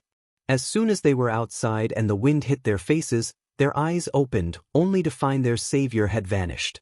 The little girl looked into her hand and found a small piece of paper that read, "Hang tight, the police will be here soon." She searched for the man who had saved her, but no matter where she looked, he was nowhere to be found. Instead, she gazed at the moon, clutching the message tightly. In a soft whisper, she expressed her gratitude, certain that he could hear her. Izuku stared at the unconscious body of Himiko Toga, her form marked by cuts and bruises. Her wrists and ankles were bound, leaving her with no means of escape even if she were awake.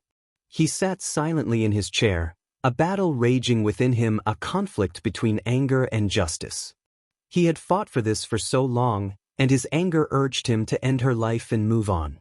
Yet, justice fought back, wanting to spare her and protect him from the path he had chosen.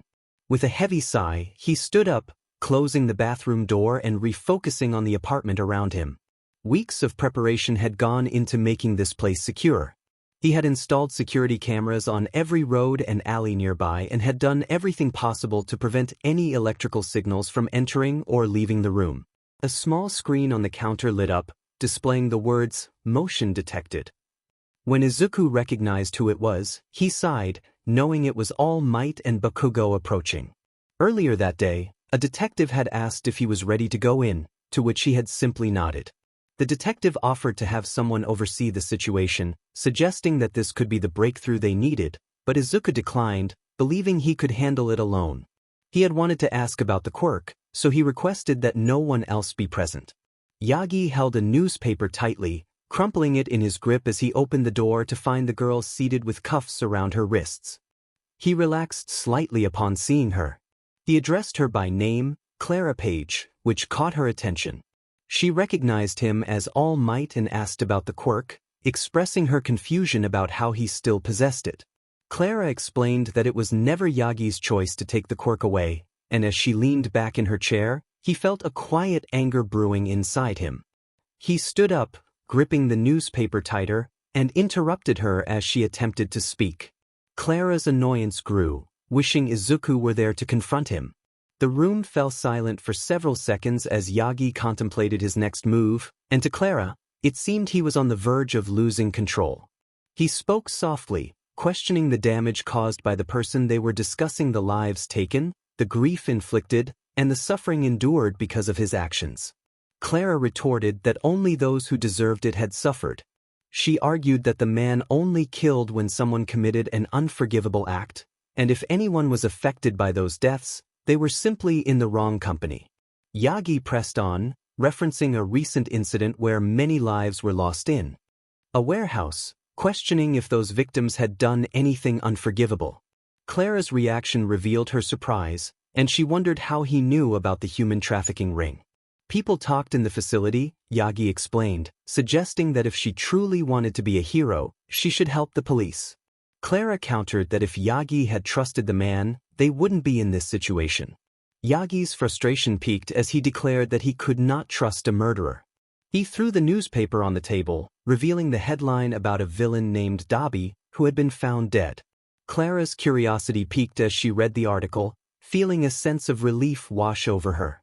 Yagi called her name again, trying to regain her attention. "What does it mean, Clara?" While he asked the question, Clara seemed lost in thought, her mind drifting to a past memory. The seriousness in his voice made her pause mid-bite of her sandwich, prompting a chuckle from him. Izuku sat on the counter, as the new apartment lacked furniture. "Don't worry, nothing's wrong." She took a couple of steps toward him, still holding her food. "Is everything all right?"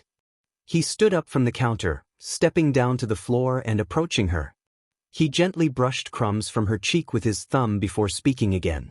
"Since the class has targeted me, it won't be long before they realize I have a connection with you." He sighed, gazing deeply into her eyes.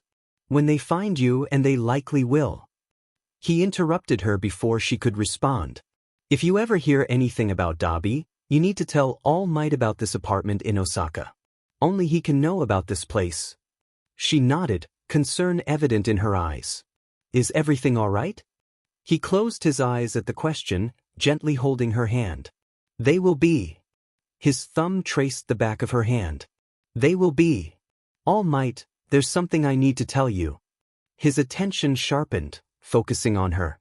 "But only you can know this, and you can't tell anyone." Yagi hesitated, glancing at the mirror. "You know I can't do that." Clara's frustration was palpable. "But only you can know about this." She brought her hand to her mouth and mouthed the words, "It's about one for all."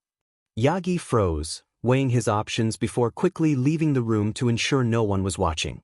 "All right, no one else will hear about this," he promised, leaning in to hear her words. "He's been doing something in an apartment in Osaka on XXX Street, room number 312. Yagi nodded, jotting down the information.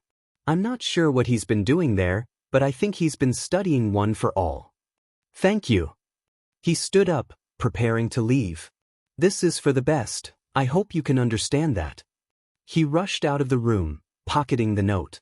He finally had something to use to gain ground on the boy, to finally capture him. He couldn't risk telling anyone, especially if his quirk was involved. He made a quick stop at UA, grabbing a small tracker created by Nizu for all the teachers. With the press of a button, it would send his location to UA. As he walked through the hallways, the papers slipped from his pocket unnoticed, and someone picked them up. "All Might." Bakugo's voice made Yagi stop and turn. In his hands was the piece of paper, his eyes scanning the writing. "What's with the address?"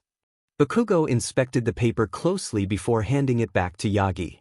"Bakugo, now isn't the time to talk about this." He turned away, not wanting to linger. "You found him, didn't you?" Bakugo's words froze Yagi in place. You found Deku? Yagi hesitated, unsure of how to respond. His silence gave Bakugo the answer he sought. Take me with you. Yagi had to do a double take at his words. What? There's no way I would take you to see him after everything that's happened.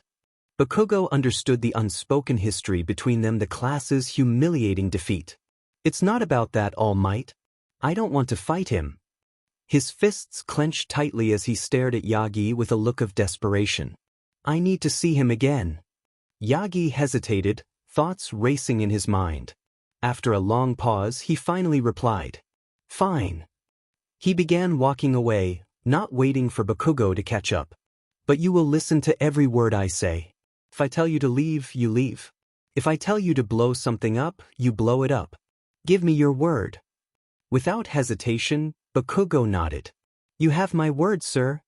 He followed closely, determination in his eyes. Good. The ride was silent, the only sound the quiet rumble of Yagi's car. He motioned for Bakugo to take a different route. They had no idea if Izuku had set traps in the building, so caution was essential. All they knew was that the building was abandoned, with only Izuku inside. Yagi moved slowly, ascending to the third floor and checking the numbers on each door. 301. His pace quickened, anticipation driving him forward. 305. He picked up speed. 310. By the time he reached the door, he was practically sprinting, gripping the door frame to steady himself. 312. He took a deep breath, standing tall as he placed his hand on the handle. He felt the pressure beneath his grip as he turned the handle, finding no lock or trap to hinder him. The door creaked open, revealing the room within.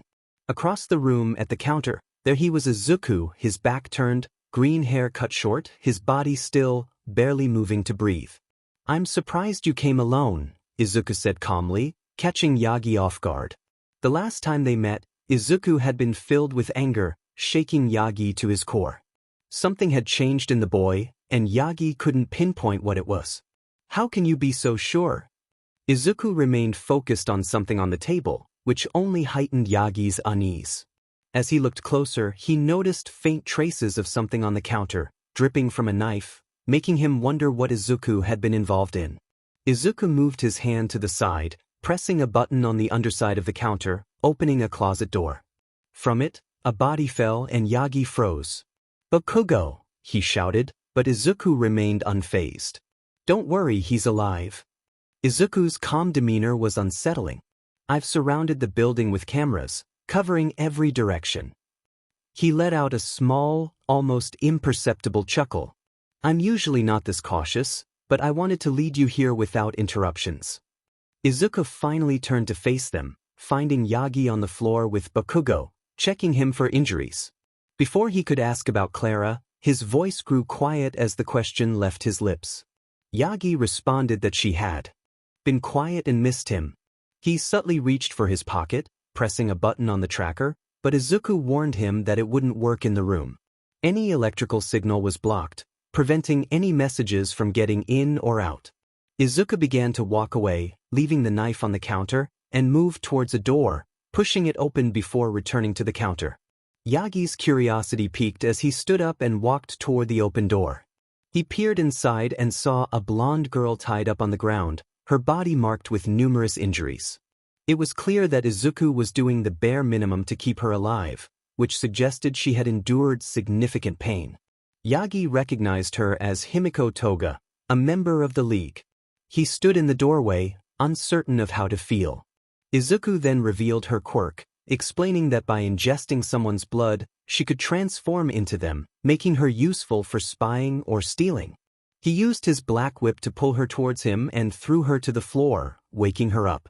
After his fight with Stain, she had collected his blood, and Izuku hinted at the implications of that act.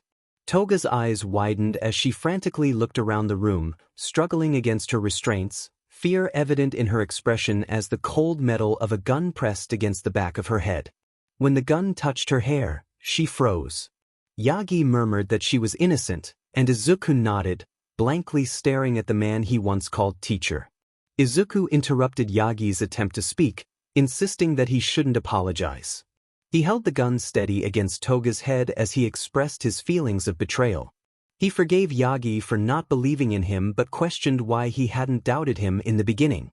His voice trembled as he revealed the pain of feeling abandoned by someone he considered a father. Tears began to stream down Toga's face as Izuku pressed the gun closer to her head. Yagi struggled to find the right words, admitting he didn't know what to say. Izuku's anger flared as he brought up Aizawa, who had believed in him during his darkest moments. His grip on the gun tightened, and Yagi urged him not to kill her, reminding him that this was his chance to prove his innocence. Izuku's eyes narrowed as he considered Yagi's words. Bakugo began to regain consciousness, his body twitching slightly as he asked what had happened. Izuku prompted Yagi to explain, and Yagi reluctantly admitted that they had been wrong, affirming that Izuku was innocent. Bakugo stood in shock, struggling to comprehend the situation. Hearing Yagi's declaration, Izuku slowly began to break down, overwhelmed by the weight of everything he had endured. Tears fell from his eyes, but he still didn't release his grip on the gun. His legs buckled slightly, but he caught himself as both men watched him with concern. Izuku snapped at Bakugo, insisting he wouldn't leave. He took a shaky breath, his gaze darting between them and Toga, declaring that he had spent months preparing for this moment and that they would witness it. Bakugo, desperate, apologized for everything, expressing his guilt over the situation. Izuku kept his eyes locked on Toga, gripping the gun tightly. Bakugo tried to step forward but was halted by Izuku's glare. Bakugo admitted he had been wrong about Izuku, acknowledging him as the true hero. This was the moment Izuku had been hunting for, the culmination of his efforts over the past months. Bakugo continued to plead with him not to go through with it. Izuku clenched his free hand tightly, his nails pressing into his skin.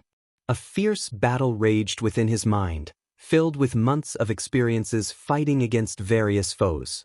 If he had confronted Toga months ago, he would have acted without hesitation, inflicting the most excruciating pain imaginable. The suffering he would have caused her would have driven even the strongest to madness, begging for an end long before he would grant it. But now things had changed. Perhaps Izuku had changed as well.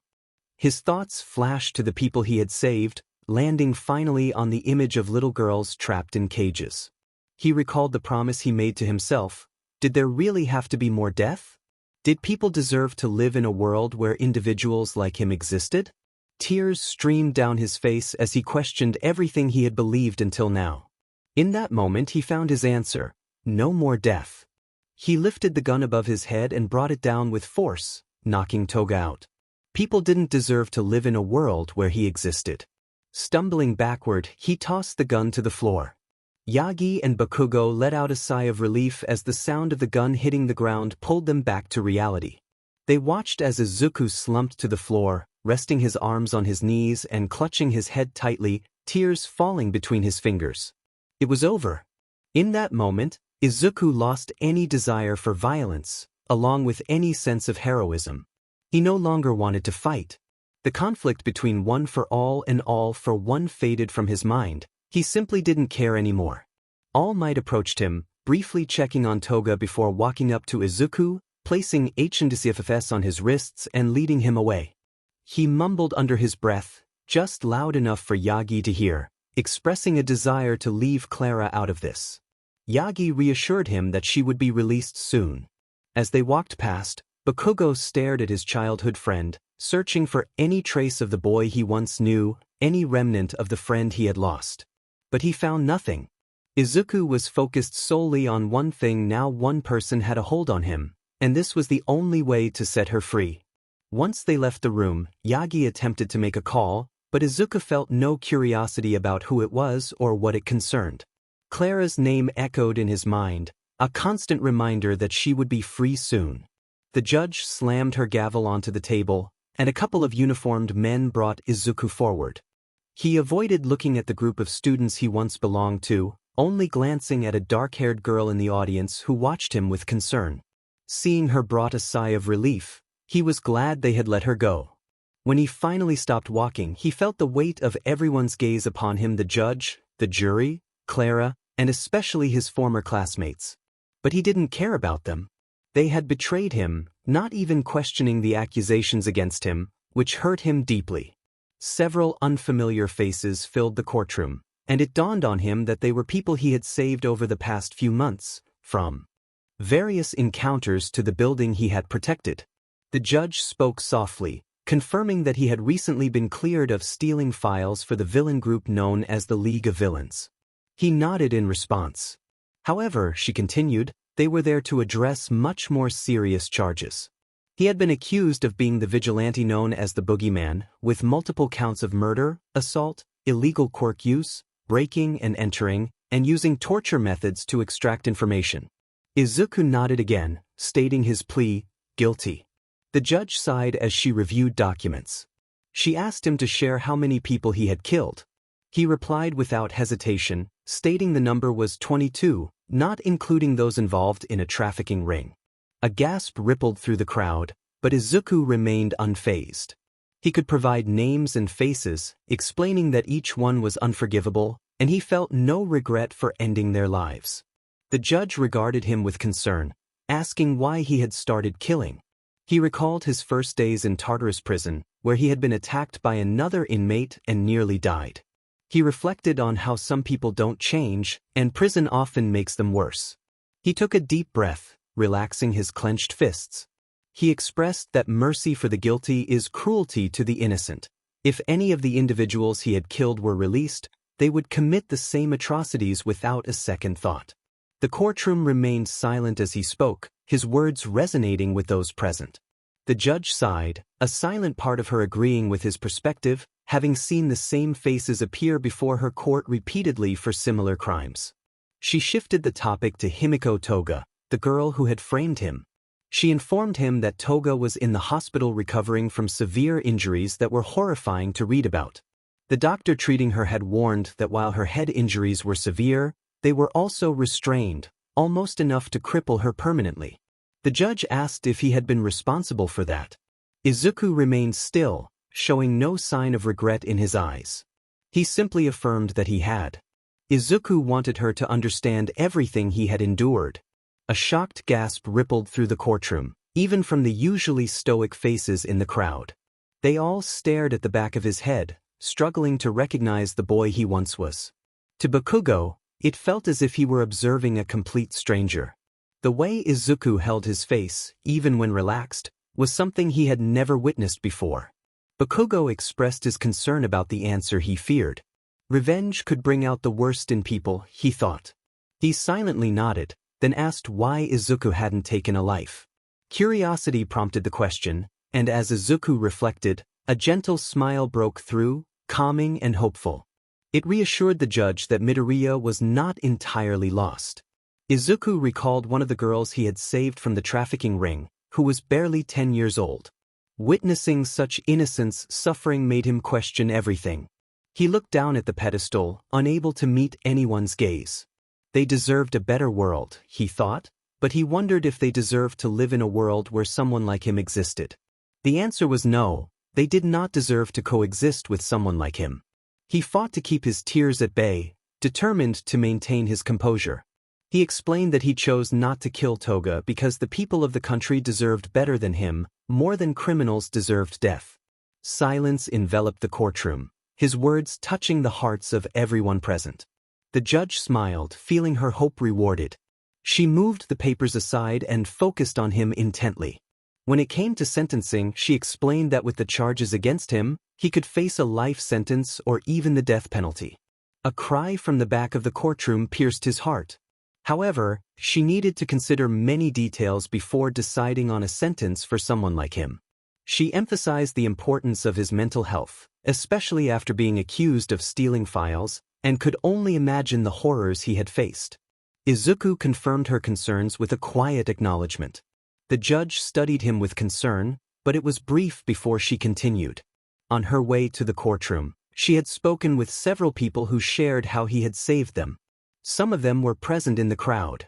One person even told her that he had convinced them to step back from a rooftop. For that, she expressed her gratitude for making the country a safer place.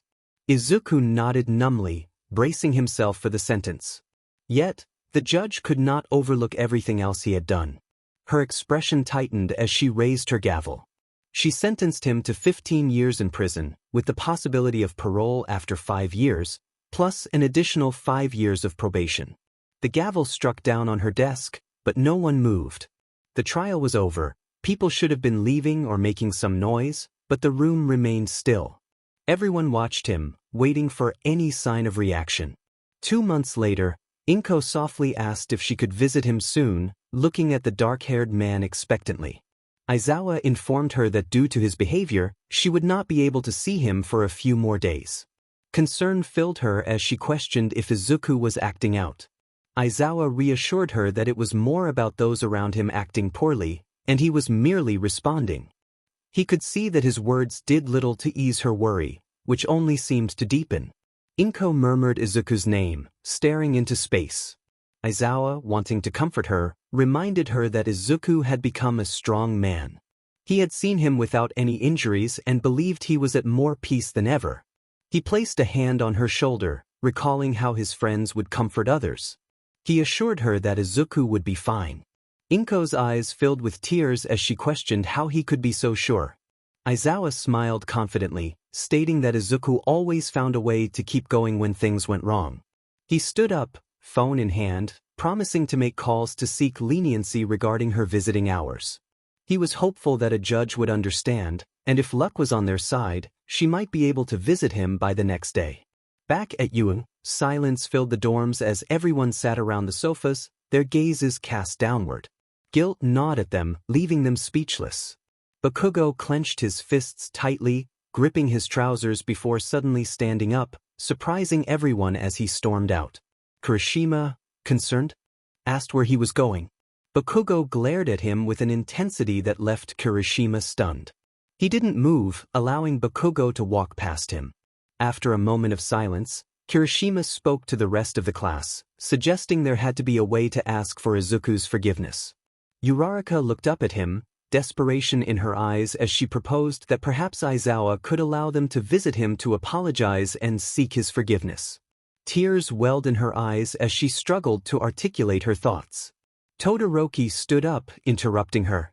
He stated that they had cast Izuku aside and betrayed him, that they had hunted him. Disappointment washed over him as he shook his head, asserting that they did not deserve his forgiveness, let alone the chance to visit him. He walked out, heading straight for his own room.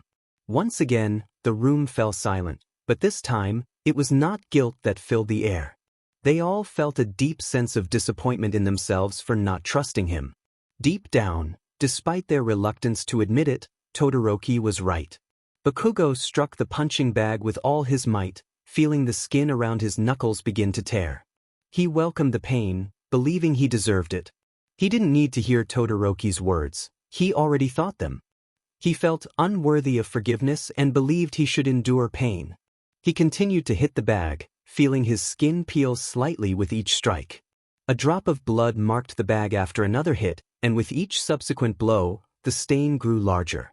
He relentlessly imprinted his own blood onto the bag until his arms grew too tired to continue. When lifting his hands became difficult, he shouted, swinging his body and unleashing an explosion as his palms struck the bag, sending it crashing against the wall. His arm recoiled heavily, too weak to withstand the force. Heavy breaths escaped his lips as he let his arms hang by his side, a single drop of blood falling from both hands. He walked over to one of the lockers and grabbed another bag, gripping the hook tightly as he struggled to pull it from the stack. When it hit the ground, he dragged it across the gym to where he had damaged the last one. By the door, a man with bright blonde hair stood watching, leaning against the doorframe with a look of regret in his eyes. Bakugo spoke up, not turning to look at him as he continued to drag the bag, asking if he was going to say something. He wanted to know if Yagi would tell him not to blame himself for what had happened or to focus on the future. Yagi remained silent. Bakugo continued, expressing his frustration with hearing those words. He finally hooked the new bag to the ceiling after struggling to lift it.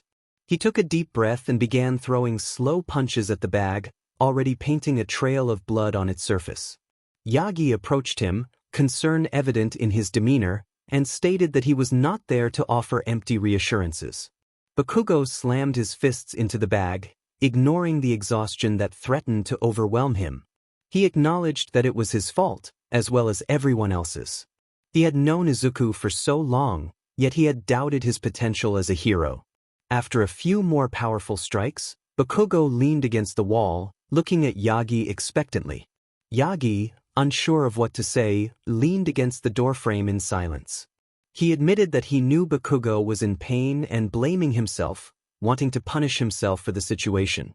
Bakugo clenched his fists, glaring at Yagi and questioning how it could not be his fault. Yagi clarified that he wasn't denying Bakugo's responsibility, rather, they were all at fault for not believing in Izuku when they should have. Yagi urged Bakugo not to cling to his guilt or punish himself for something unforeseen. He placed a hand on Bakugo's shoulder, encouraging him to train not to hurt himself but to grow stronger. He suggested that if Bakugo wanted to punish himself, he should push his limits and prepare for the toughest battles imaginable. Bakugo felt tears sting his eyes, and for the first time, he didn't try to stop them. He didn't hide his face or push anyone away. Instead, he let the tears fall and gripped Yagi tightly. Yagi was surprised by Bakugo's embrace, feeling the boy's tears soak into his shirt. He gently patted Bakugo's back, and Bakugo spoke into Yagi's shoulder, expressing his hope of one day being friends with Izuku again. When he pulled away to look Yagi in the eyes, Yagi smiled, seeing the vulnerability in someone who often appeared aggressive. Yagi crouched down to Bakugo's eye level, acknowledging that while he wasn't sure about the future, they could always try. Bakugo nodded, and Yagi reminded him that as heroes, they should never stop trying. Yagi took slow steps away, heading for the door. He knew that forming a connection with Izuku again would be a challenge, especially for him. After everything they had been through together, he felt he had thrown it all away the moment he doubted Izuku. He questioned how a mentor could betray a student's trust, knowing that Izuku had looked to him for hope during difficult times. If anyone treated Yagi that way, he wasn't sure he could ever forgive them. He mumbled under his breath for Bakugo to get stronger so he could have the relationship he felt he didn't deserve. Meanwhile, Izuku struggled against the grip of two inmates who restrained his arms. A fist slammed into his stomach, causing him to fall to the floor on his knees.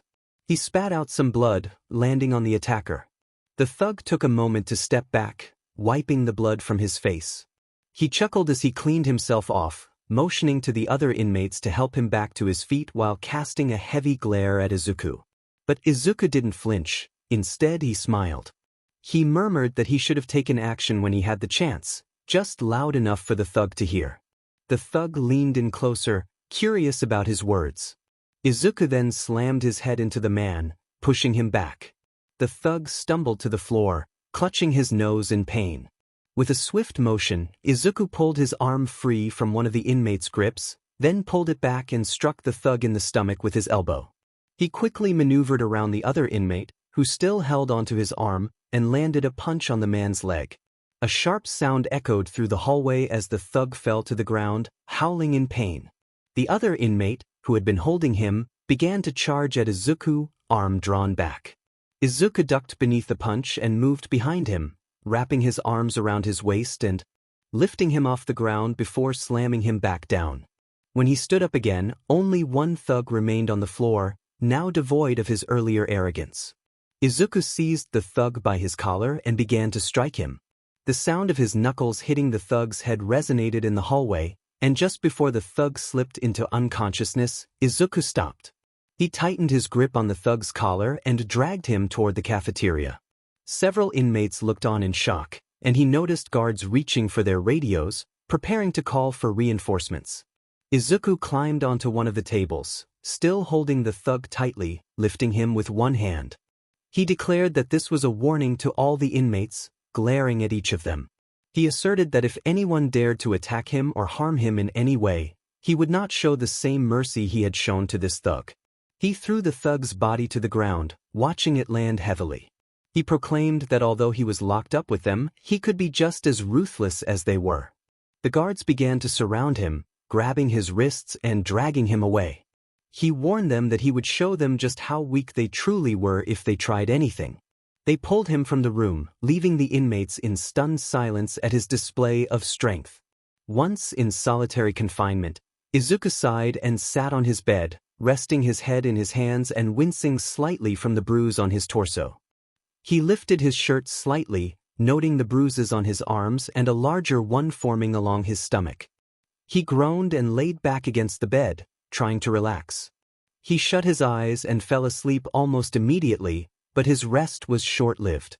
Barely an hour later, a knock on the door startled him awake. His eyes snapped open as he heard the guard announce that he had a visitor. Confused, he complied quickly, putting his hands through the door for the cuffs to be placed on him. As he was led through the empty hallways, his mind wandered, questioning who could be visiting him. When he finally sat down and looked through the glass, he could barely speak. The sight of her made his heart ache. She had missed him so much.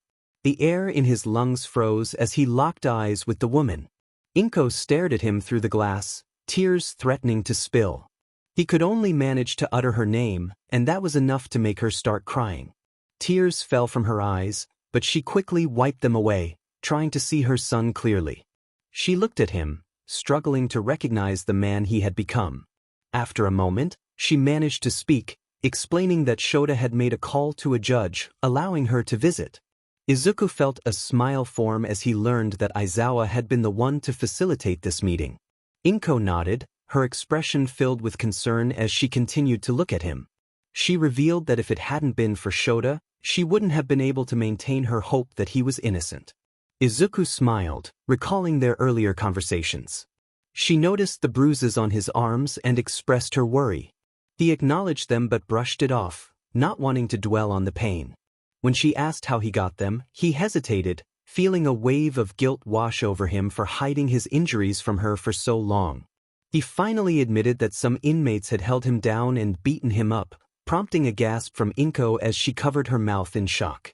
He tried to reassure her with a confident smile, hoping to ease her worries. She felt a strong urge to reach out and touch the glass, longing to feel her son close again. It pained her to see him in such a place, and she expressed her concern. He looked down, shaking his head slightly, and quietly admitted to himself that he felt he deserved to be there. He reflected on the changes he had undergone, acknowledging the weight of his actions. Inko felt a knot tighten in her chest, struggling to find the words to disagree with him, knowing deep down that he was right. When he caught her attention again, he smiled, and for a brief moment, she saw the boy she once knew. He reassured her that she didn't need to worry about him while he was there. Inko listened intently, searching for any hint of deception, as she had always done when he was younger. But she found none. He had never been able to hide the truth from her.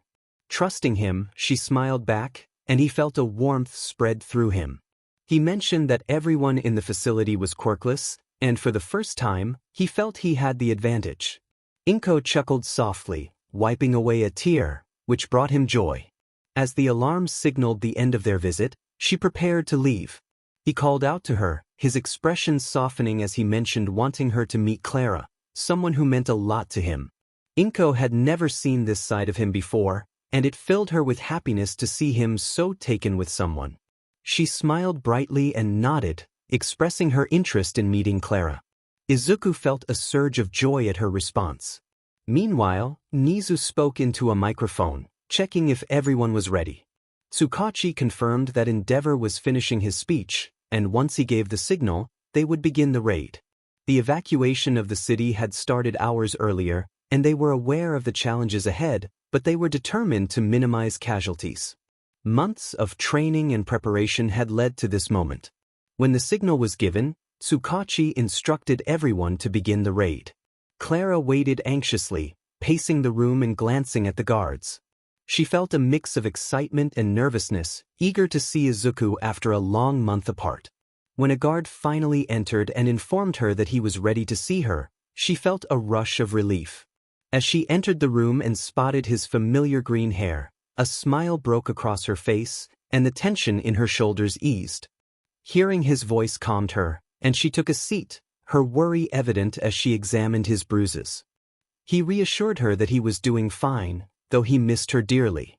For the first time since his imprisonment, he felt relaxed and happy. She admitted how much she missed him, and he noticed a tear in her eye, wishing he could comfort her. He playfully mentioned that he wasn't exactly behaving well, which made her mood shift from lighthearted to serious. He apologized, not wanting to see her upset. Looking deeply into her eyes, he shared his dream of living together in the countryside, imagining a big white house with a dog playing in the garden. Clara sighed blissfully at the thought, leaning forward with her chin resting on her hands. She agreed that it would be perfect, but they both knew it would take time for that dream to become a reality. Suddenly, he remembered to ask if she had met his mother, and her eyes lit up as she excitedly confirmed that she had. She recalled how kind Inko was, and a smile spread across her face as she remembered their interaction. Izuku recalled his visit from last week, remembering how Clara had prepared some amazing katsudon.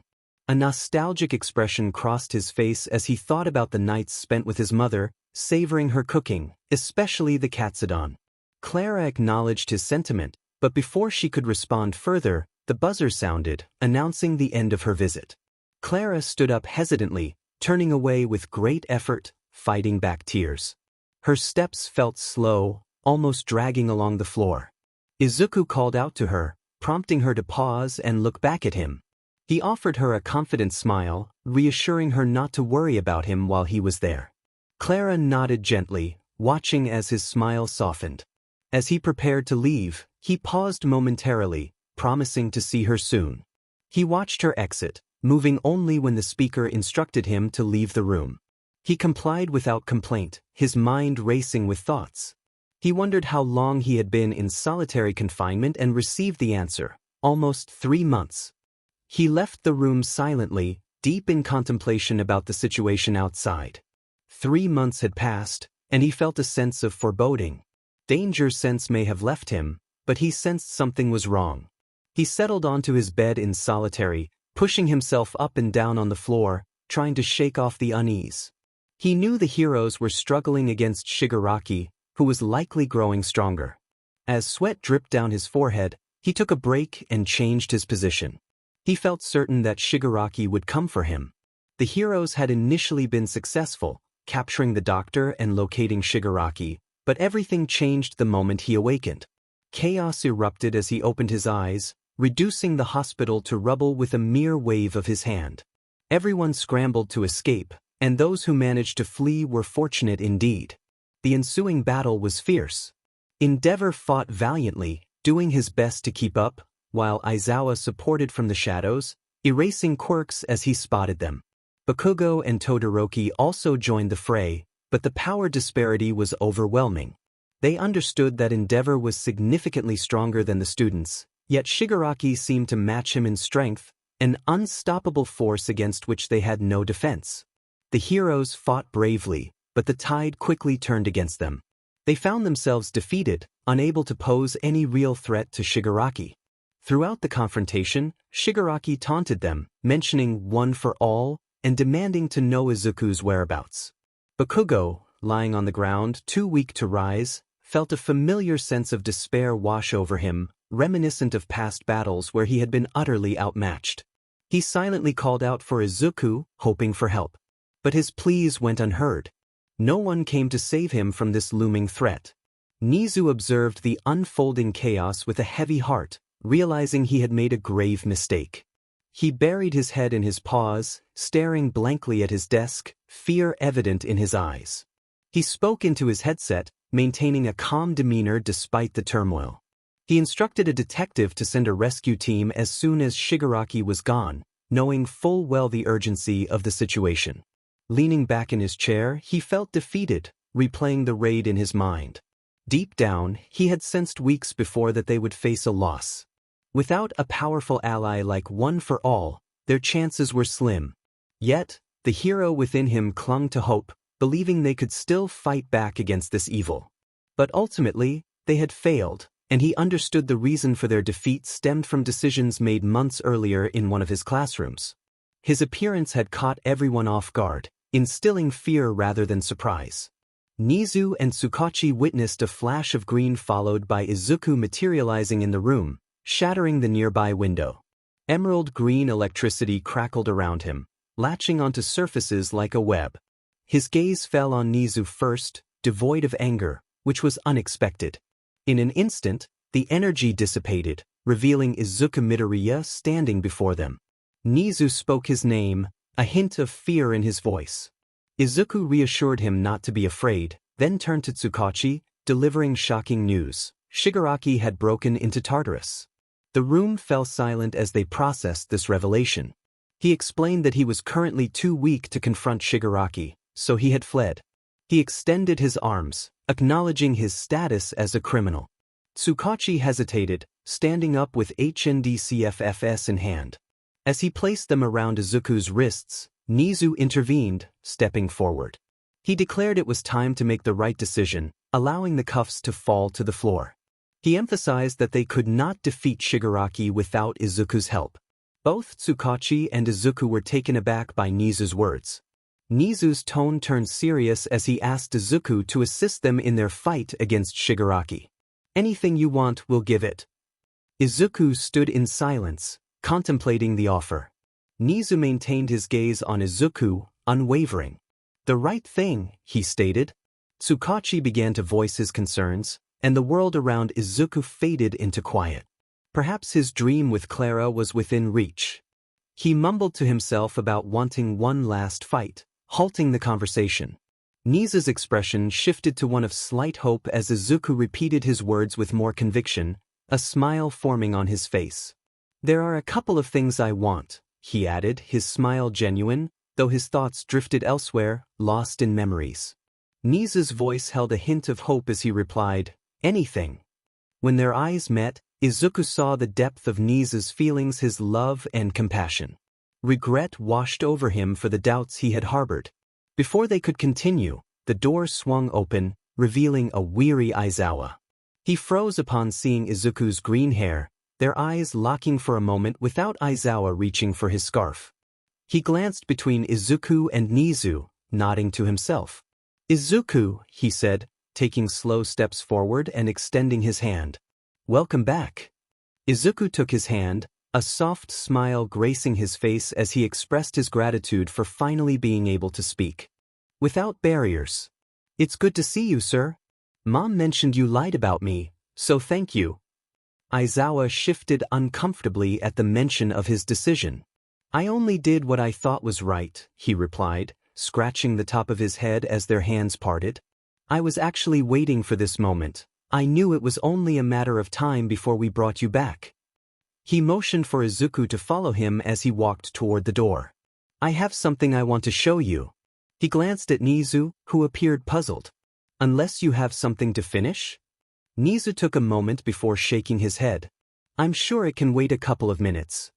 He turned to Izuku, a small smile on his face. "Besides, I'm curious about what he wants to show." Tsukachi stood up, preparing to leave. "Well, I'll leave you to it," he said as he exited the room.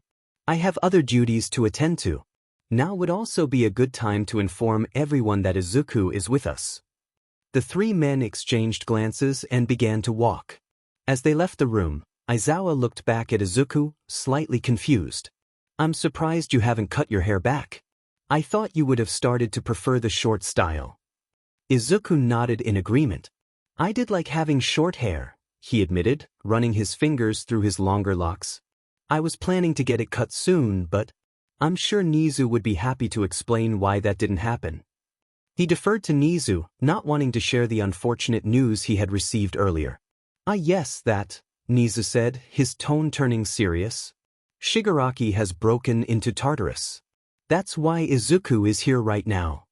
Aizawa remained silent, continuing through the empty hallways.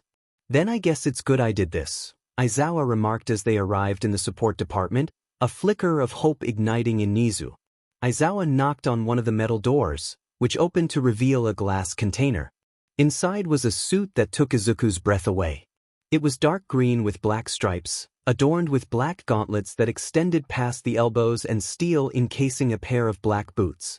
"I didn't think you'd want an exact copy of your old suit, so I advised Power Loader to combine it with your boogeyman suit," Aizawa explained, his eyes scanning the fabric. Izuku stepped closer to the container, gazing at his reflection against the suit. "I know you used to have a hood with ears, but considering everything that happened between you and All Might, I figured you wouldn't want it, so I had Power Loader scrap it." Endeavor addressed the group, concern etched on their faces. Has anyone heard from the boy yet? Not yet.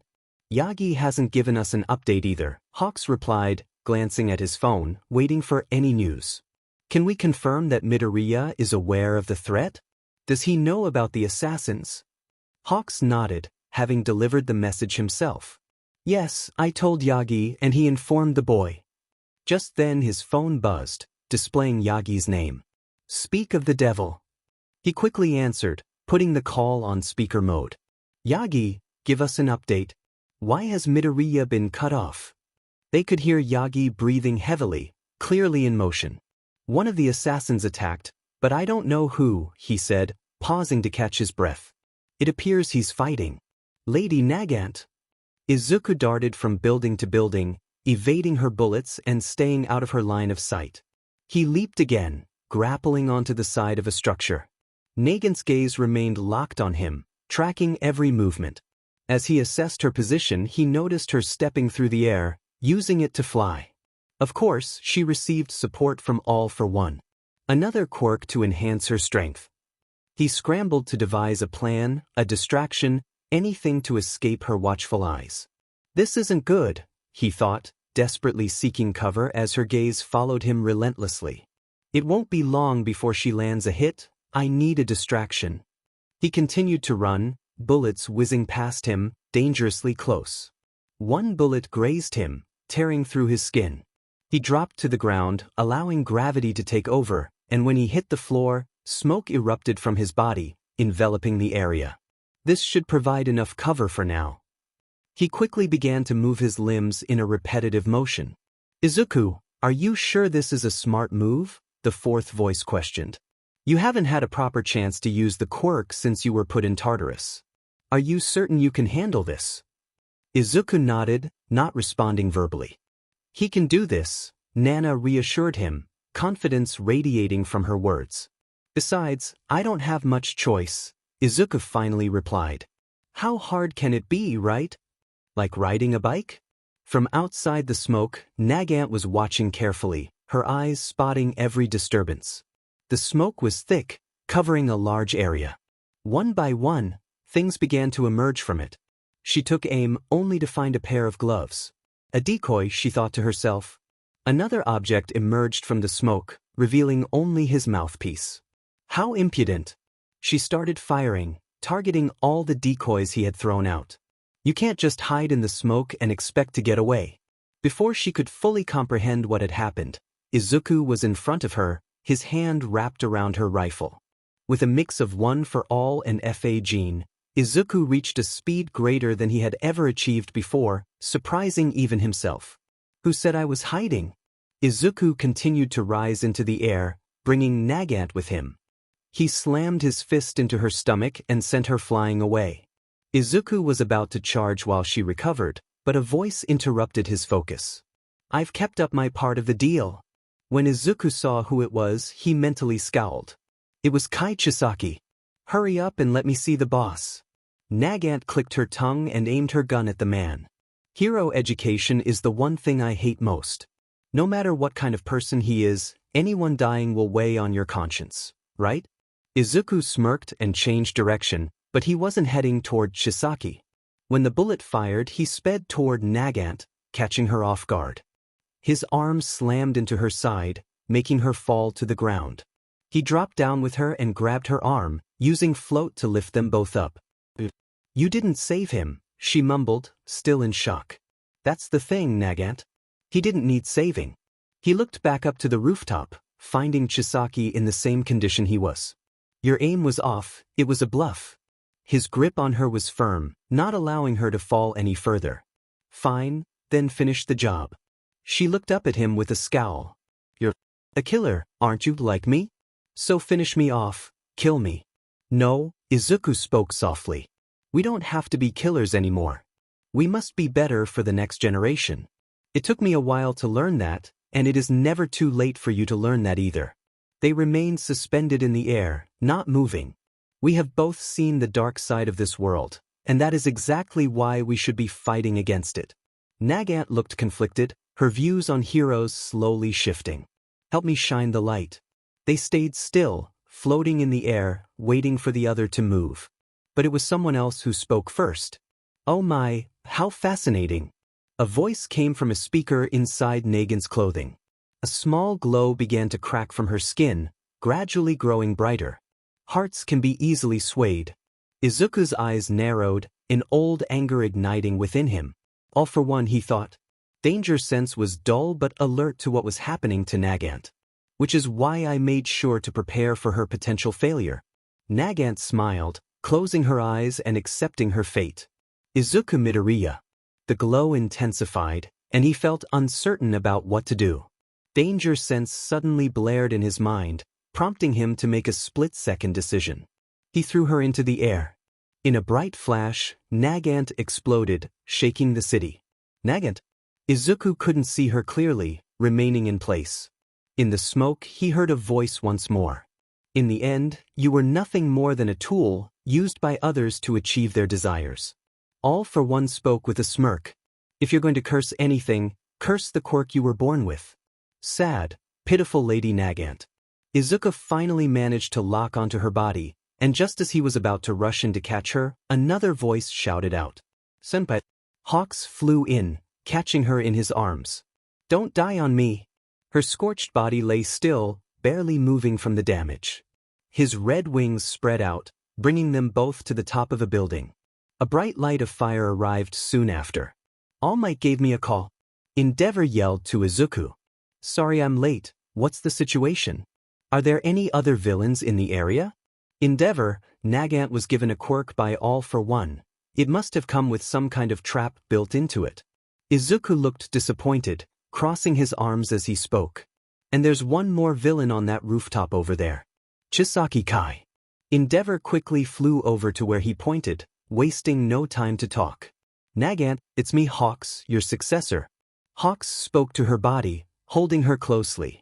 "I can't believe you let yourself get manipulated by All for One like this." He smiled slightly, feeling her body fidget ever so slightly. "I know you well. Now that you've fought this kid, you should realize that it's too early to give up." Tears began to fall past his glasses, his voice growing louder. "Please tell us what you know. Please keep the hope alive. You can't die after being manipulated. You're a hero." He held her hand, carefully bringing her charred body a little closer. "Your Lady Nagant." A small grumble erupted from her throat, prompting Izuku to move a little closer. "In the next 2 months, the target shall be brought to a mansion in Heibori Forest."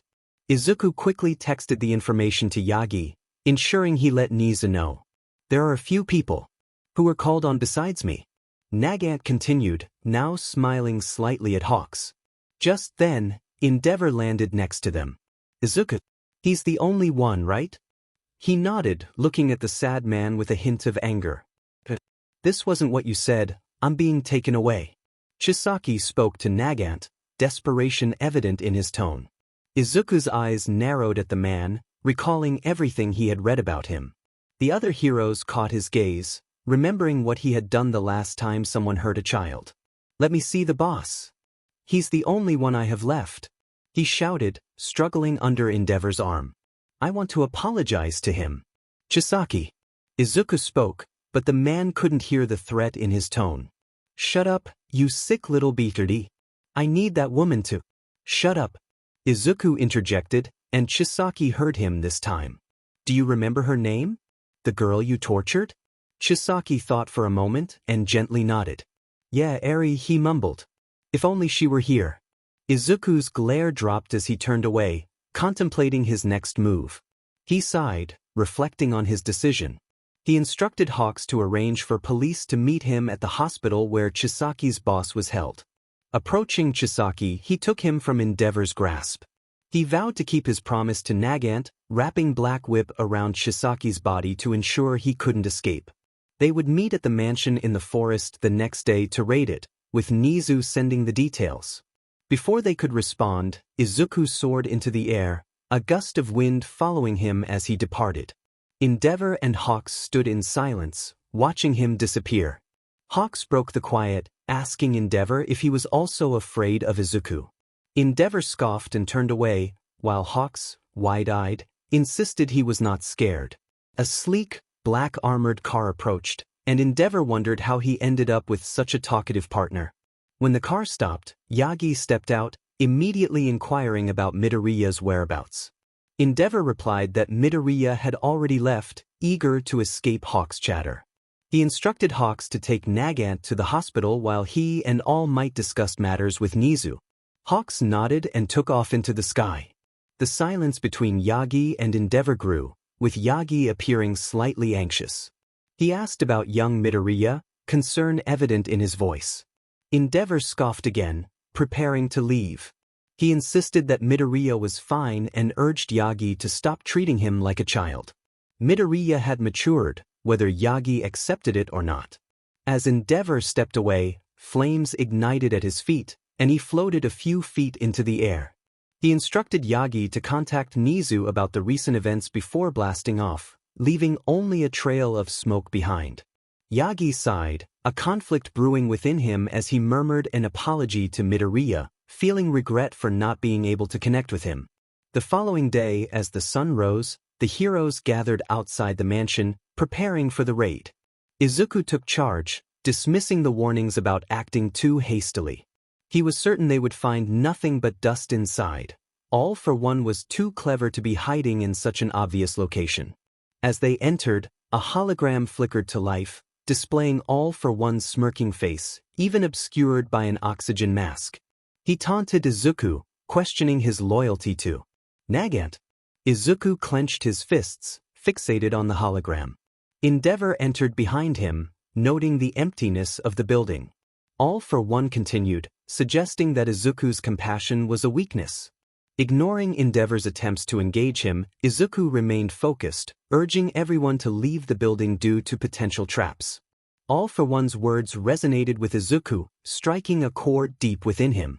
The villain proclaimed that those who fell would be labeled as villains, emphasizing the harsh reality of their society. Izuku felt a sense of agreement with All for One's observations, recognizing the truth in his statements. All for One's grin widened as he warned Izuku about the toll of his struggles, claiming he had thought about him during their time in prison.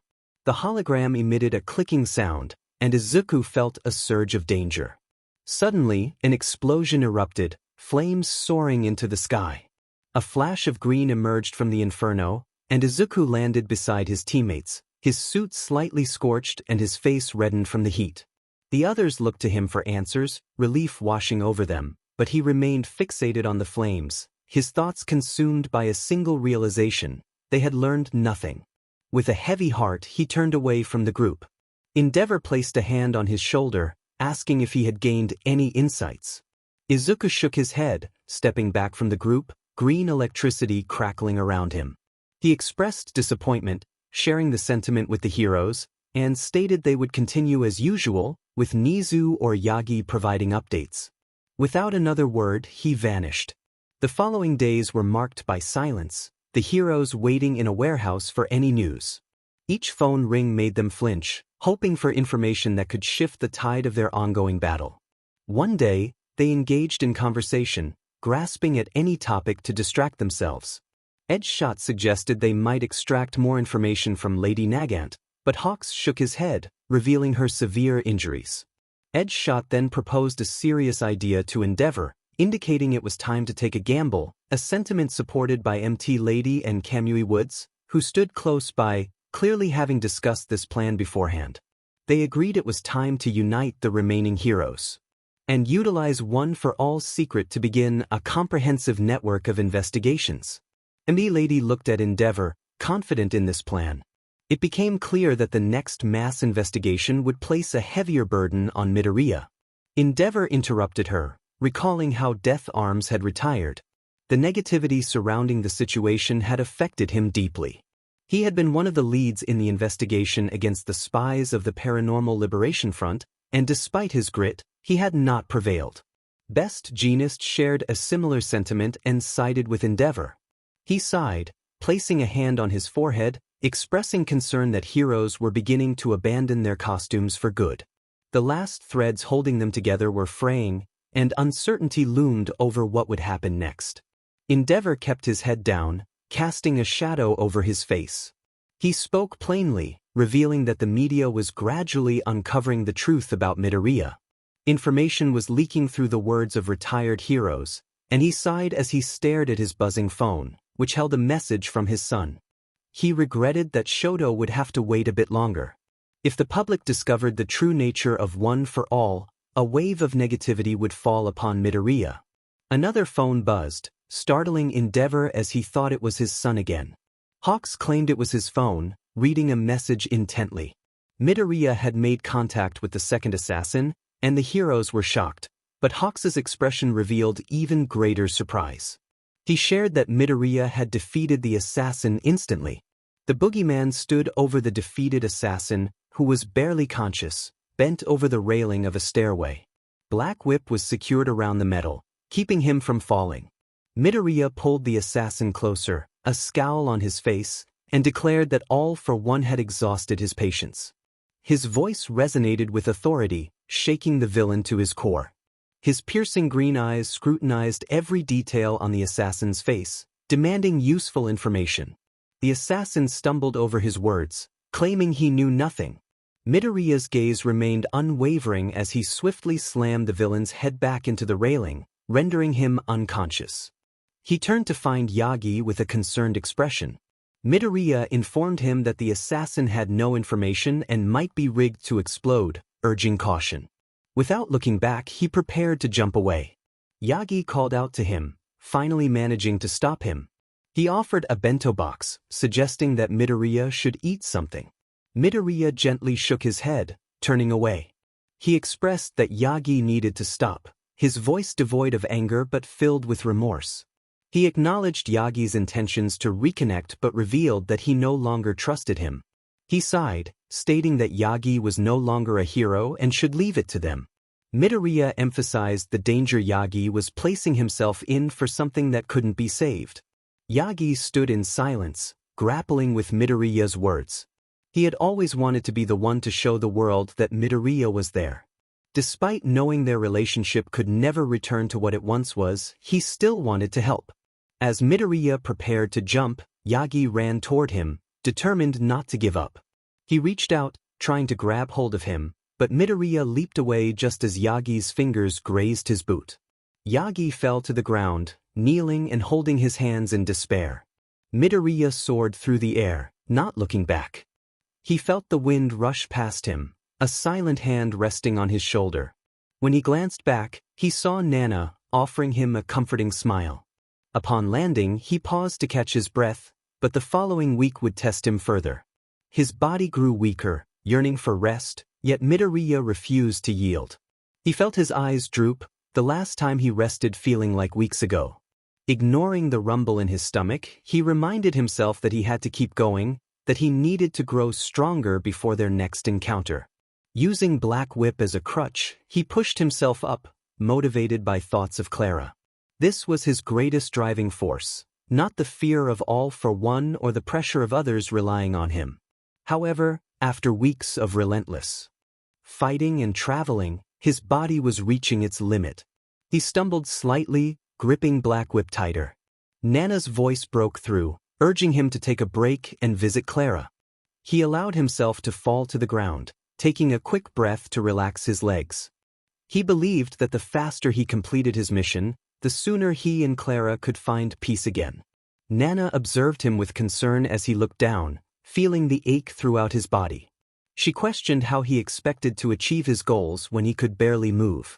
Midoriya didn't respond, knowing she was right, but he also understood that slowing down could jeopardize their future. He grunted, attempting to rise again, insisting that anywhere he went would put Clara in danger. They were after him, not them. Izuku took a few steps before stumbling to the floor, landing on his hands and knees. He needed to keep going. Nana stood in front of him, her hand outstretched. She urged him, reminding him that he could trust her. Izuku stared at her hand, contemplating whether to take it. Silence enveloped them as he weighed his options. He searched her face for any sign of deceit but found none. Finally, he nodded gently, accepting her hand and slowly rising to his feet. He took a deep breath, trying to relax his body. Nana pondered their next move. For now, Yue might be their best option. Izuku struggled with the plan, but if there was one person he trusted, it was Nana. He pulled out his phone and called Endeavor. When the man answered, Izuku hesitated. They needed a new plan, the current one wasn't working. Izuku took a deep breath and explained that he was heading to Yue to rest and wanted everyone to meet him there to discuss their next steps.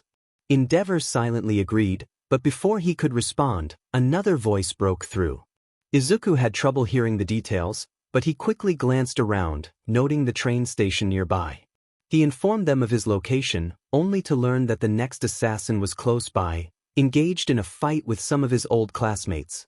Gritting his teeth, Izuku felt one for all surge within him.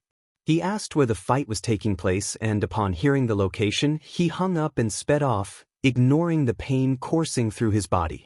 Using float and black whip, he navigated through the city. When he landed on a nearby building overlooking the fight, he paused.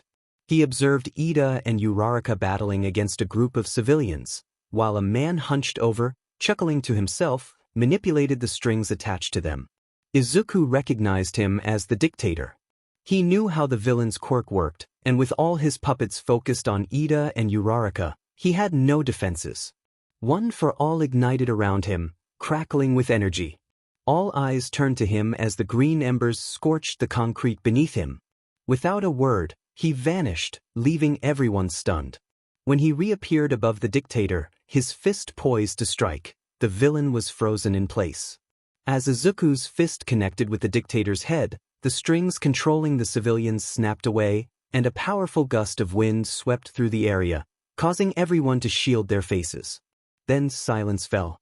Ida raised his hand to his ear, confirming they had found him. Izuku quietly placed cuffs around the dictator's wrists before turning to Ida, his teeth clenched at the sight of his friend. The man he had just subdued stood still, anticipating another confrontation, but Izuku had reached his limit. He raised his hand toward the two students, his voice hoarse as he requested to be taken to Yue. With that, he collapsed onto the ground, unable to continue. Ida and Uraraka hesitated, unsure of what to do, expecting a more challenging task. Just then, someone caught him, a gentle expression on his face. Bakugo looked down at Izuku's exhausted form, cradling him in his arms. He murmured an apology, the words meant only for himself. Ida and Uraraka finally moved, setting aside their personal missions to assist him. Bakugo offered his help, holding Izuku carefully, hoping that this time, they could truly support him as they should have long ago. At Yue, silence reigned. Civilians watched as heroes carried Izuku onto the grounds, their suits getting dirty from the effort. They observed him closely, anxious about his condition. Slowly, Izuku had shifted the public's perception of him. Once seen as a murderous vigilante, he was now recognized as a hero after revealing his innocence and the many lives he had saved. Everyone was aware of his multiple quirks, and the truth about One for All had already circulated among the heroes after the first raid on the hospital. It wouldn't be long before journalists caught wind of it. For the first time in weeks, Yue was still. The crowd watched as they carried him, a silent cry drawing their attention. A smaller woman with dark green hair pushed her way through the crowd, reaching Izuku's side in moments. She clutched him, frantically asking if he was okay. Bakugo was the only one to respond, placing a hand on her shoulder, unable to meet her gaze. He reassured her that Izuku was just tired as they followed those carrying him toward the dorms, the civilians observing their every move. They laid him down on the sofa, each student looking down at him with a mix of regret and guilt. He appeared peaceful, devoid of the anger he had shown during the raid. This calm expression reminded them of a time before their mistakes. It made them want to stay and talk to him. But Bakugo knew better and stepped forward, positioning himself between Izuku and the rest of the class. He urged them not to overcrowd him, allowing him to rest. He instructed them to return to their rooms, assuring them he would notify them when Izuku woke up. He gently pushed them away, ensuring they left, leaving only Inko in the room with him. He thought to himself that if Izuku woke up, he shouldn't have to deal with this situation right now. Taking a seat nearby, he settled in for what felt like hours, with Inko not far away. Clara arrived shortly after, having heard about Izuku being brought there almost immediately. Despite being surrounded by people who cared for him, Bakugo felt a strong need to be present when Izuku awakened. He needed to be there, not to apologize or seek forgiveness, as he knew he didn't deserve it. He simply wanted to act like the friend he should have been all those years. Clara and Inko left together to speak with Nizu, and Bakugo found himself lost in thought, trying to figure out what to say when Izuku finally woke up. In those few moments they were gone, he noticed Izuku's eyes flicker open. His body twitched, and he raised his arms to his face, letting out a groan. Bakugo froze, feeling a dryness in his mouth. He hesitated to make his presence known but knew he had to take that step. His danger sense was alert, guiding his gaze around the room until he found what he was looking for. He mumbled that Izuku was finally awake, watching as Izuku's eyes shifted toward him. Izuku's head fell back onto the sofa as he groaned again. He mentioned that Inko and Clara had gone to see Nizu, and as he swung his legs over the sofa he rested his forearms on his knees, contemplating whether to get up and join them. Yet something held him back. Izuku then asked where he was, not looking at Bakugo, but the absence of anger in his voice brought relief. Bakugo informed him that he was in the Class A dorms. Izuku felt a tightness in his chest, wanting to leave almost immediately, but again he felt compelled to stay. Bakugo explained that he had sent everyone away to their rooms in case Izuku woke up. Nodding, Izuku stood and looked around, hesitating at the door. Izuku questioned why Bakugo was still there, almost regretting asking.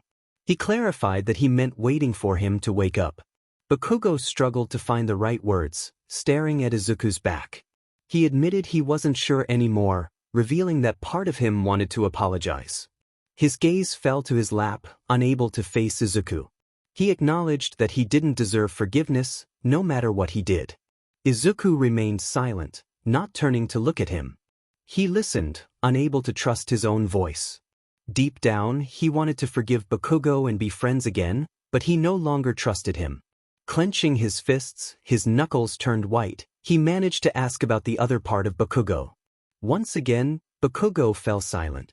Izuku questioned why he had even asked, wanting to leave and distance himself from the situation. Any answer would only fuel his anger, yet he had still asked. Bakugo hesitated, biting his lip as his gaze returned to Izuku. He sat frozen for a moment, memories of their friendship flooding back. He finally admitted that he just wanted to ensure Izuku was okay, that he would wake up. A tear threatened to escape, but he quickly brushed it away before it could fall. He wanted to act like a friend. A flare of anger grew inside Izuku as he confronted Katsuki Bakugo. He felt the urge to shout, to express the depth of his hatred and the loss of trust he had in him. He wanted to reveal just a fraction of the turmoil within him. But then he saw Katsuki, barely holding himself together, and the look of fear in his eyes made him shrink back. Nearby, Endeavor and Hawks observed the standoff closely, uncertain of what to do. The pressure radiating from both Izuku and Katsuki made them question their own capabilities. They sensed Izuku's intense determination, which was overwhelming for the less experienced heroes around them. Without warning, Izuku vanished, moving too quickly for anyone to track. He appeared beside All for One, catching even the villain off guard. His fist struck the man, sending him soaring into the air. Izuku began to float, looking down for a moment before declaring his intent to handle All for One. With a flick of his finger, he created a powerful gust of wind that propelled him forward. A resounding bang echoed through the air, signaling their clash. Endeavor quickly regained his composure and began issuing orders to the other heroes, while Hawks kept a watchful eye on the two combatants. As Izuku confronted All for One again, he landed another punch, feeling the impact against the villain's tough exterior. All for One was sent flying once more, but this time he was prepared. He halted midair, floating effortlessly like Izuku. Before he could finish his taunt, Izuku appeared before him, ready with a black whip. The tendrils wrapped around All for One's wrists, pulling him closer. With surprising strength, All for One broke free, activating several quirks to counter Izuku's attack. Time seemed to slow for All for One as he recognized the fierce determination in Izuku's eyes. He realized that words would have no effect on the boy. Izuku was filled with a resolve to defeat him. Deep down, All for One felt a flicker of excitement, realizing he had to rely solely on his strength to win this fight. Suddenly, a shockwave erupted from his chest, sending Izuku flying backward and causing the black whip to detach. All for One's fingers transformed into black tendrils, shooting toward Izuku like spears. Izuku's danger sense blared in his mind, and he reacted instinctively, dodging the attacks and countering with swift punches that shattered the tendrils. His hands glowed, and beams of light shot toward All for One. Listening to his instincts, Izuku evaded the explosions that erupted around him.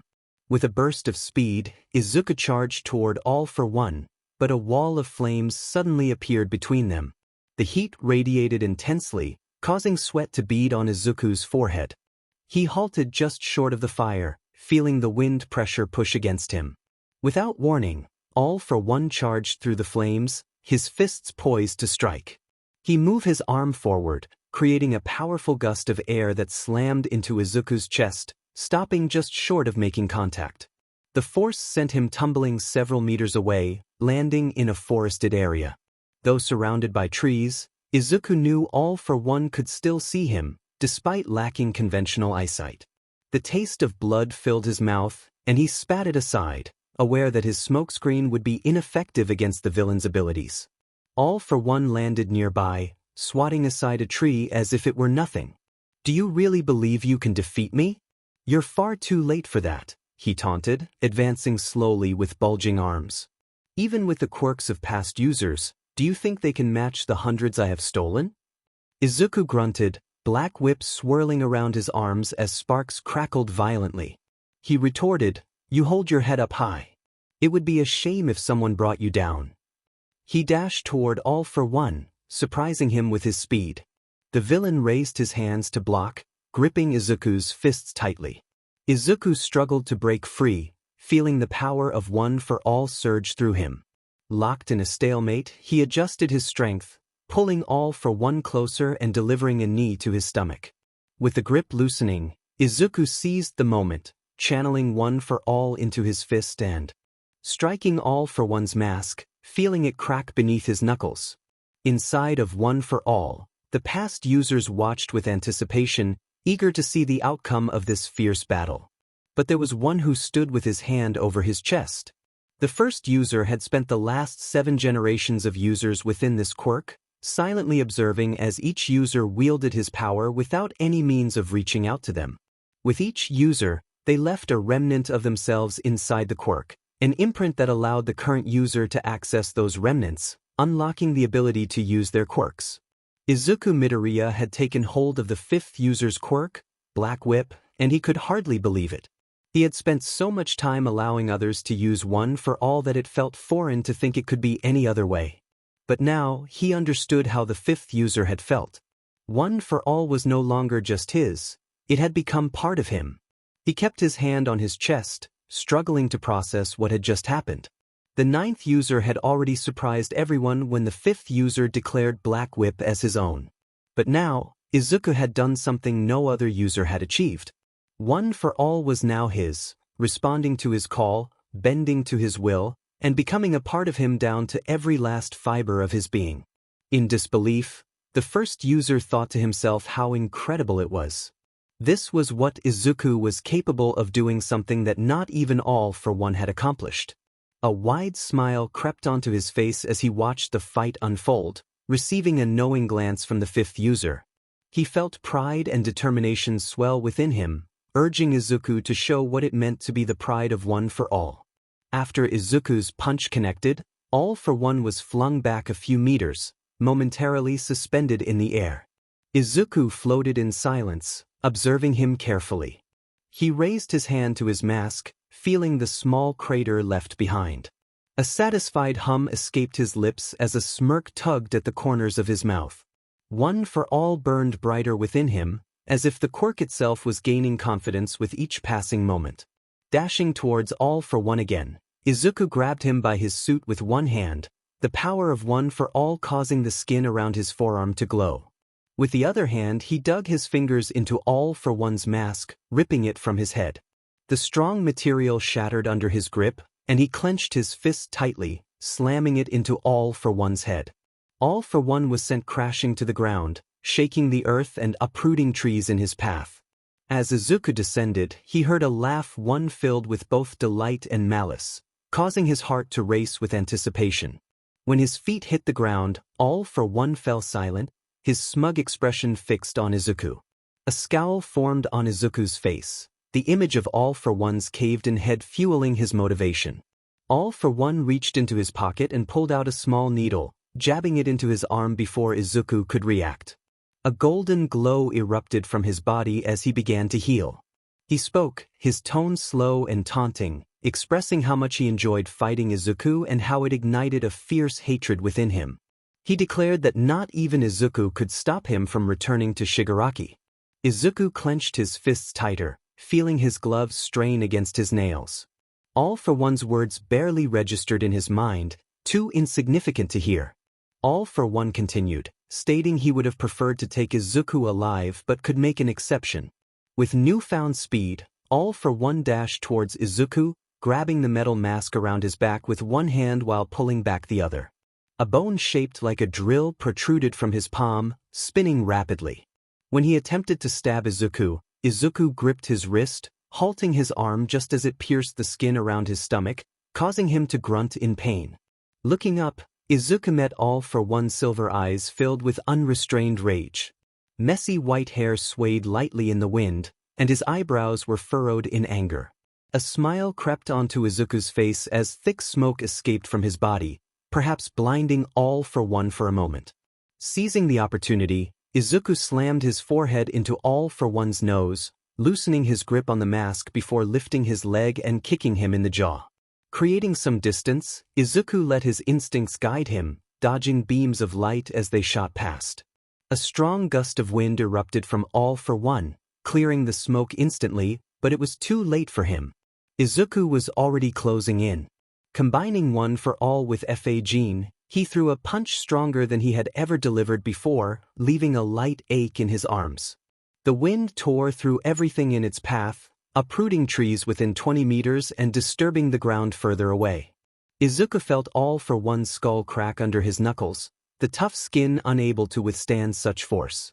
All for One's body was sent flying like a rag doll, unable to stabilize himself before crashing into a nearby cliffside. With a moment to breathe, Izuku noticed the mask around his neck was deformed, bent under the strength of All for One's grip. He ripped it from his neck and tossed it aside. Before he could pursue All for One, he heard a scream. All the pent-up rage that All for One had struggled to contain erupted, and the cliffside ignited in flames. Izuku stood tall and unbothered as the shockwave surged past him. Inside the flames, All for One stood with a hungry smile, the top half of his suit blown away, revealing a much more slender physique than his suit suggested. He raised his arms, unleashing a continuous beam of light orange energy toward Izuku. He dodged to the side, running around his opponent as the villain continued to swing at him. A dark energy surged from the villain's back, and chains shot out, attempting to ensnare him. One of the chains managed to latch onto his arm, pulling him back toward the man, who wore a wide grin. Izuku barely had time to think before the villain's body swelled, and a fist struck him, sending him soaring into the air. All for One leaped after him, catching his ankle and hurling him back to the ground. As Izuku lay there, coughing, he couldn't help but chuckle softly. A single thought echoed in his mind, causing his laughter to grow louder. A long, mirthful laugh escaped his lips as All for One landed nearby. A pit of unease settled in Izuku's stomach, yet he continued to laugh. He expressed an apology, though his laughter persisted, deepening All for One's scowl. Izuku took a deep breath, glancing up at the sky. Slightly distracted, he mused about how, had he never been betrayed, he might have been spouting empty promises about defeating the villain to save everyone. Another laugh escaped him, and All for One's back sprouted branches, dark purple energy orbs forming at their tips. But the truth is, I don't care anymore, Izuku declared, sparks of One for All dancing around him as his legs glowed red, gathering energy. I just want to see you defeated. Another laugh erupted from him, a sound of pure delight, but he quickly composed himself, fixing a deadly gaze on the villain. Without hesitation, All for One raised his arms, directing the orbs of energy into a single point, forming a massive ball that shot toward Izuku. As the energy subsided, Izuku charged forward, using a black whip to propel himself toward the villain, landing a kick to his stomach. He was flung through the air, landing awkwardly on the ground. Grunting in annoyance, he stood up and dusted himself off, quickly finding his footing as he prepared for the next round. All for One approached slowly, arrogance radiating with each step. His pace quickened, turning into a sprint as his legs blurred. Izuku moved to meet him, their fists colliding with such force that the ground cracked beneath them. Black lightning, outlined in dark red, surrounded All for One, while Izuku's lightning swirled around him in a calm, controlled manner, resembling a tornado. The two powers clashed, neither gaining the upper hand. All for One's eyes burned with hatred, piercing into Izuku's soul. Yet, Izuku smiled, looking down at the villain. He remarked on how riled up All for One was, noting the irony of a teenager giving him so much trouble. As Izuku leaned in closer, he muttered that All for One had lost his touch. All for One shouted, attempting to overpower Izuku, who stood firm and confident. He mentioned that as he grew younger from the drag, it became harder to suppress his darker impulses. His arms bulged as he channeled more power into his strike, declaring he would unleash them when he defeated Izuku. The two remained locked in the standoff, small bone drills protruding from All for One's shoulders. Izuku pushed him off balance, causing him to swing wildly. Izuku ducked beneath a swing, moving around the villain to punch him in the back, making him wince. In a flash, Izuku vanished again, grabbing All for One's head and driving it into the ground. Danger sense tingled in Izuku's mind as a mixture of dark energy shot from All for One's back, aiming to stab him. However, Izuku had already created distance. The dark energy froze mid-air, while the tendrils shot upward without a target. Just as quickly as the attack had begun, the two quirks were absorbed back into All for One's body. As All for One rose, he was met with Izuku's confident smile, which only fueled his anger. Izuku taunted him about getting slower, suggesting that the backlash from using so many quirks was taking its toll. All for One grunted and charged again, launching a ball of light from his hand aimed at Izuku's stomach. Izuku sidestepped, feeling the heat of the orb as it brushed past him, leaving a slight burn. Despite the pain, Izuku pressed on, raising both fists high above his head and bringing them down with tremendous force onto All for One's head, burying him into the ground. A shockwave erupted from the impact, and Izuku quickly grabbed All for One's wrist, placing his foot on the villain's back. He began to pull, ignoring All for One's cries of pain as his shoulder stretched. The sound of tearing filled the air, bringing a smile to Izuku's face. He declared that All for One had ruined his life, and he intended to make this hurt. He tossed the arm aside as black tendrils attempted to strike again, but with a wave of his hand, they shattered instantly. No matter what All for One tried, he couldn't shake Izuku off his back. His arm was already attempting to heal itself, his numerous quirks working together to close the wound and regenerate what they could. However, he refused to allow that to happen. He drove his fist into the man's head, feeling it collide with the dirt. At one point, he seized the villain by the shoulders, lifted him, and then slammed him back into the ground, wanting to look into his eyes as he witnessed the light fade from them. His fist struck the man's head repeatedly, each blow powerful enough to shatter concrete. Izuku smiled brightly as the villain's blood splattered onto him. He felt a surge of satisfaction as he swatted away the villain's arm, which was trying to form another beam of light, sending it careening into a tree, where it exploded in the background. Izuku resumed his relentless assault on the man's head, fueled by the thought of revenge. He felt the villain's blood splatter across his face as he raised both fists and brought them down with tremendous force, rendering the man's body limp beneath him. Izuku sat still for a moment, gazing down at the defeated figure with no hint of regret. After several deep breaths, his body began to relax. He slowly got off the man, moving to sit beside him on the ground. After a minute, he heard footsteps approaching, stopping just short of the scene. Izuku didn't need to look up to know who it was. The heat radiating from their body gave it away instantly. He asked how far away Yue was, his words flowing seamlessly as his breath returned to normal. When he received no immediate response, irritation bubbled within him, prompting him to look up at Endeavor, who was fixated on the villain's body. He repeated Endeavor's name, finally catching the man's attention. When he inquired again about Yue's distance, Endeavor slowly rose to his feet, revealing that it was almost 100 miles southeast. His eyes widened slightly as he questioned whether Izuku still intended to confront Shigaraki. Izuku floated off the ground, moving away, and Endeavor's voice grew rough with disbelief as he asked what Izuku was thinking. Izuku's response was resolute. He was determined to finish the fight. In another part of the battlefield, Best Jeanist shouted for Izuku amidst the chaos, trying to dodge the waves of fingers attacking them. Bakugo replied, expressing uncertainty about Izuku's location, mentioning that he thought he saw him dragged into one of the portals. A blur caught his eye as it raced toward Shigaraki's body, slamming into him with enough force to make the fingers twitch. Bakugo quickly activated his earpiece, demanding Izuku's location. After a brief silence, Tsukachi's voice came through, reporting that Endeavor had said Izuku was fighting all for one and had taken control of the situation. Bakugo clicked his teeth in frustration but understood the reasoning behind Izuku's choice. Under normal circumstances, he would have been ordered to return, but the devastation caused by all for one weighed heavily on their minds. A shockwave erupted from Shigaraki, passing through them and causing Bakugo's earpiece to spark. He yanked it out, ignoring the ringing in his ears. A wave of tentacles rose up against the relentless fingers, wrapping around them and locking them down, while bright yellow lights flashed toward the main body. Bakugo's voice trembled as he shouted that Izuku was fighting all for one.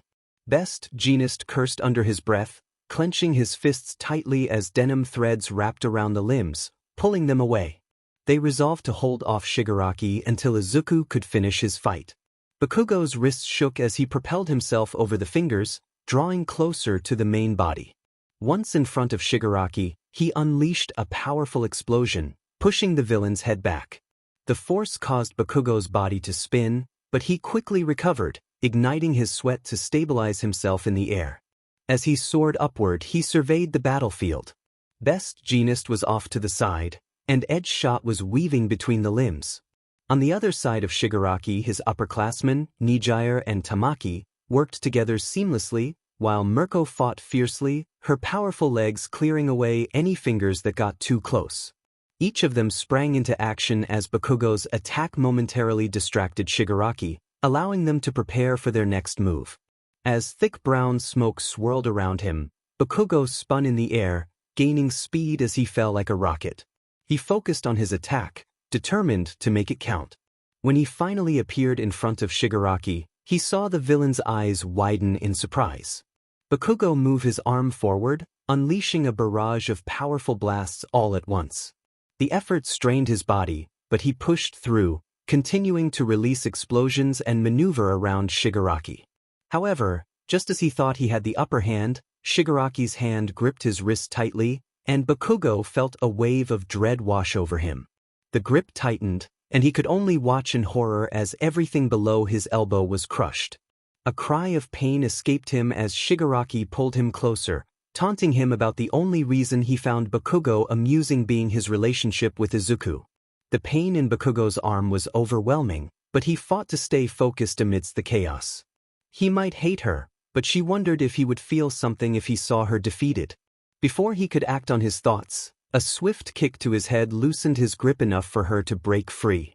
Using her only good hand, she quickly created distance, clutching her wrist in pain as she stumbled to the ground.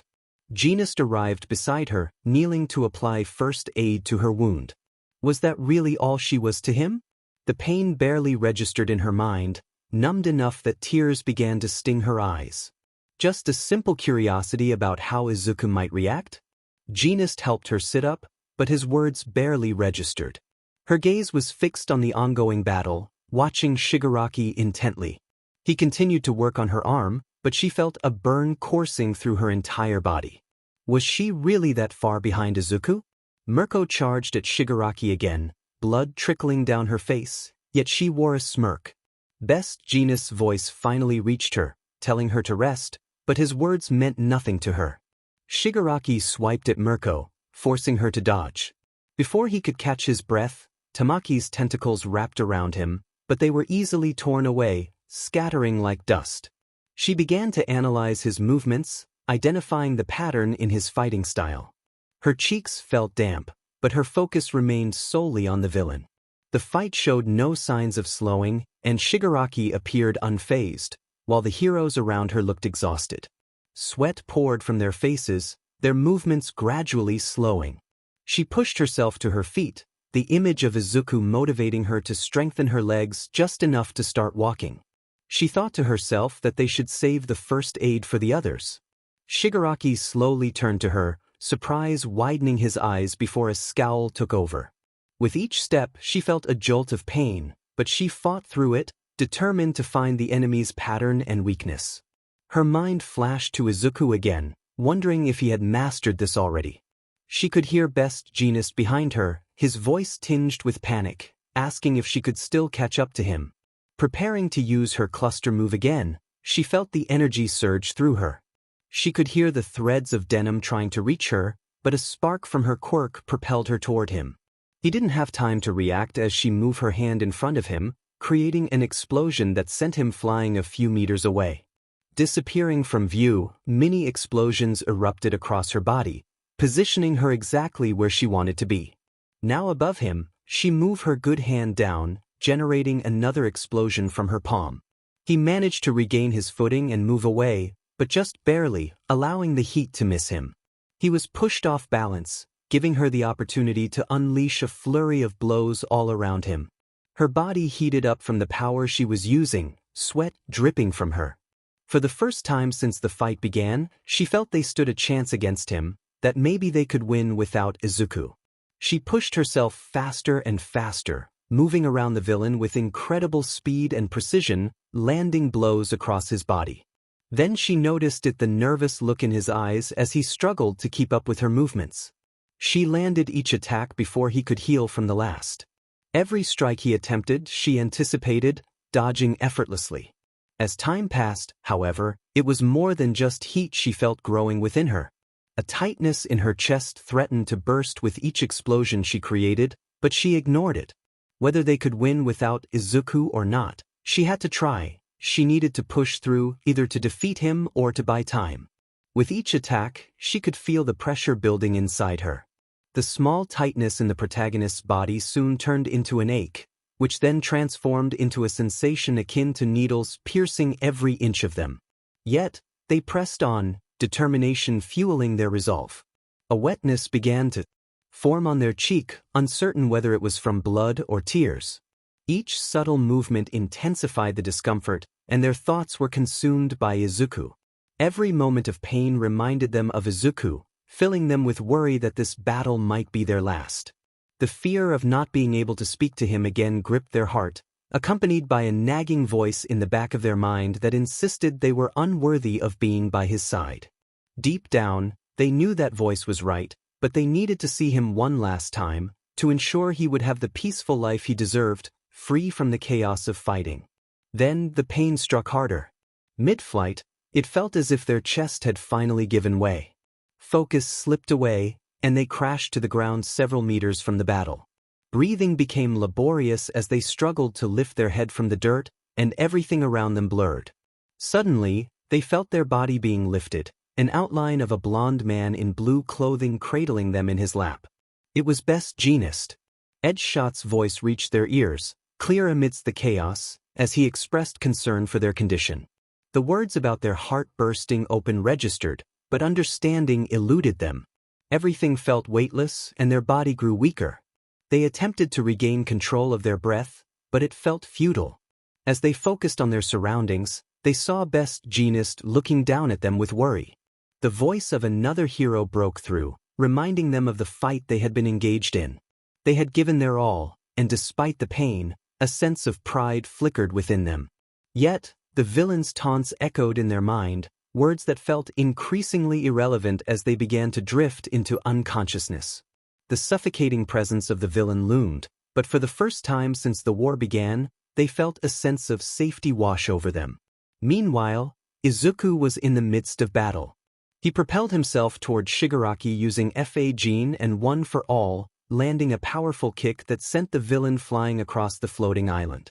Scanning the area, he noticed the other heroes struggling to catch their breath, his own suit stained from a wound on his side, though the bleeding had stopped. Spotting Bakugo on the ground next to Best Jeanist stirred mixed emotions within him. Despite past betrayals, he couldn't bring himself to hate Bakugo. With a sense of indifference, he turned his attention back to the villain. Energy surged within him as he felt F-A-Gene storing power in his legs, glowing softly. The black whip coiled around him, reacting to his emotions, eager for action. As Shigaraki reappeared, the black whip responded with renewed intensity. Taking a deep breath, Izuku dashed forward, feeling the ground crack beneath his feet. Now closer, he saw the heavy armor that enveloped Shigaraki's chest was actually large fingers wrapped around him, reaching up to cover half of his face. Izuku's fist connected with Shigaraki's side, lifting him slightly off the ground. Shigaraki swung wildly, but Izuku used the black whip to evade, pulling himself out of harm's way. The black whip coiled around Shigaraki's wrist, tearing open his guard. With a swift motion, Izuku twisted his body and delivered a roundhouse kick to Shigaraki's jaw, releasing the energy stored within F-A-Gene. He paused to catch his breath, watching as Shigaraki pulled himself from the ground, a scowl etched on his face. Even with his quirk suppressed, Shigaraki's speed and strength were formidable. He charged at Izuku, aiming for his throat. Izuku countered with a hit to Shigaraki's forearm, deflecting the blow and shattering the ground beneath them. Through the dust and smoke, Shigaraki lunged again, but Izuku's danger sense kicked in, guiding his movements. He dodged to the side just as Shigaraki reached him, and in that fleeting moment, One for All surged through him, allowing him to unleash a flurry of punches to Shigaraki's gut in rapid succession. Blood sprayed from Shigaraki's mouth as he was sent flying once more. The arena trembled as his body hit the ground. The detective's voice echoed in my ear, warning me that something was amiss. The island was falling. I needed to finish this quickly. I positioned my hands as if shifting a car into gear. With a surge of energy, I propelled myself forward, my body accelerating at an incredible speed. My fist connected with his abdomen, lifting him slightly off the ground. I shifted gears again, delivering another powerful blow that cracked the makeshift armor on his chest. The sound reverberated through the arena as I struck him once more, the force echoing loudly. As he flew back, I heard the voices of the past users in my mind. The second user reminded me that I had only 5 minutes before the backlash of my quirk would set in. Defeating him before then was crucial.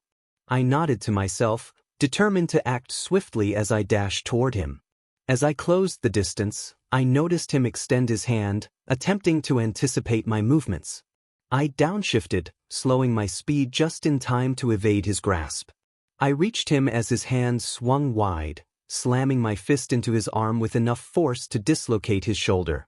His body crashed against the arena wall, causing the floating island to tremble further. The detective's voice broke through again, urging me to get him away from the ground. I clenched my teeth, weighing my options. Keeping him here could lead to disaster if he made contact with the ground, especially with Copycat down below, who could erase his quirk. But if I took him away, I would need to keep him off the ground myself, risking the chance that Copycat might not be able to erase his abilities. Yet, everyone would be safe.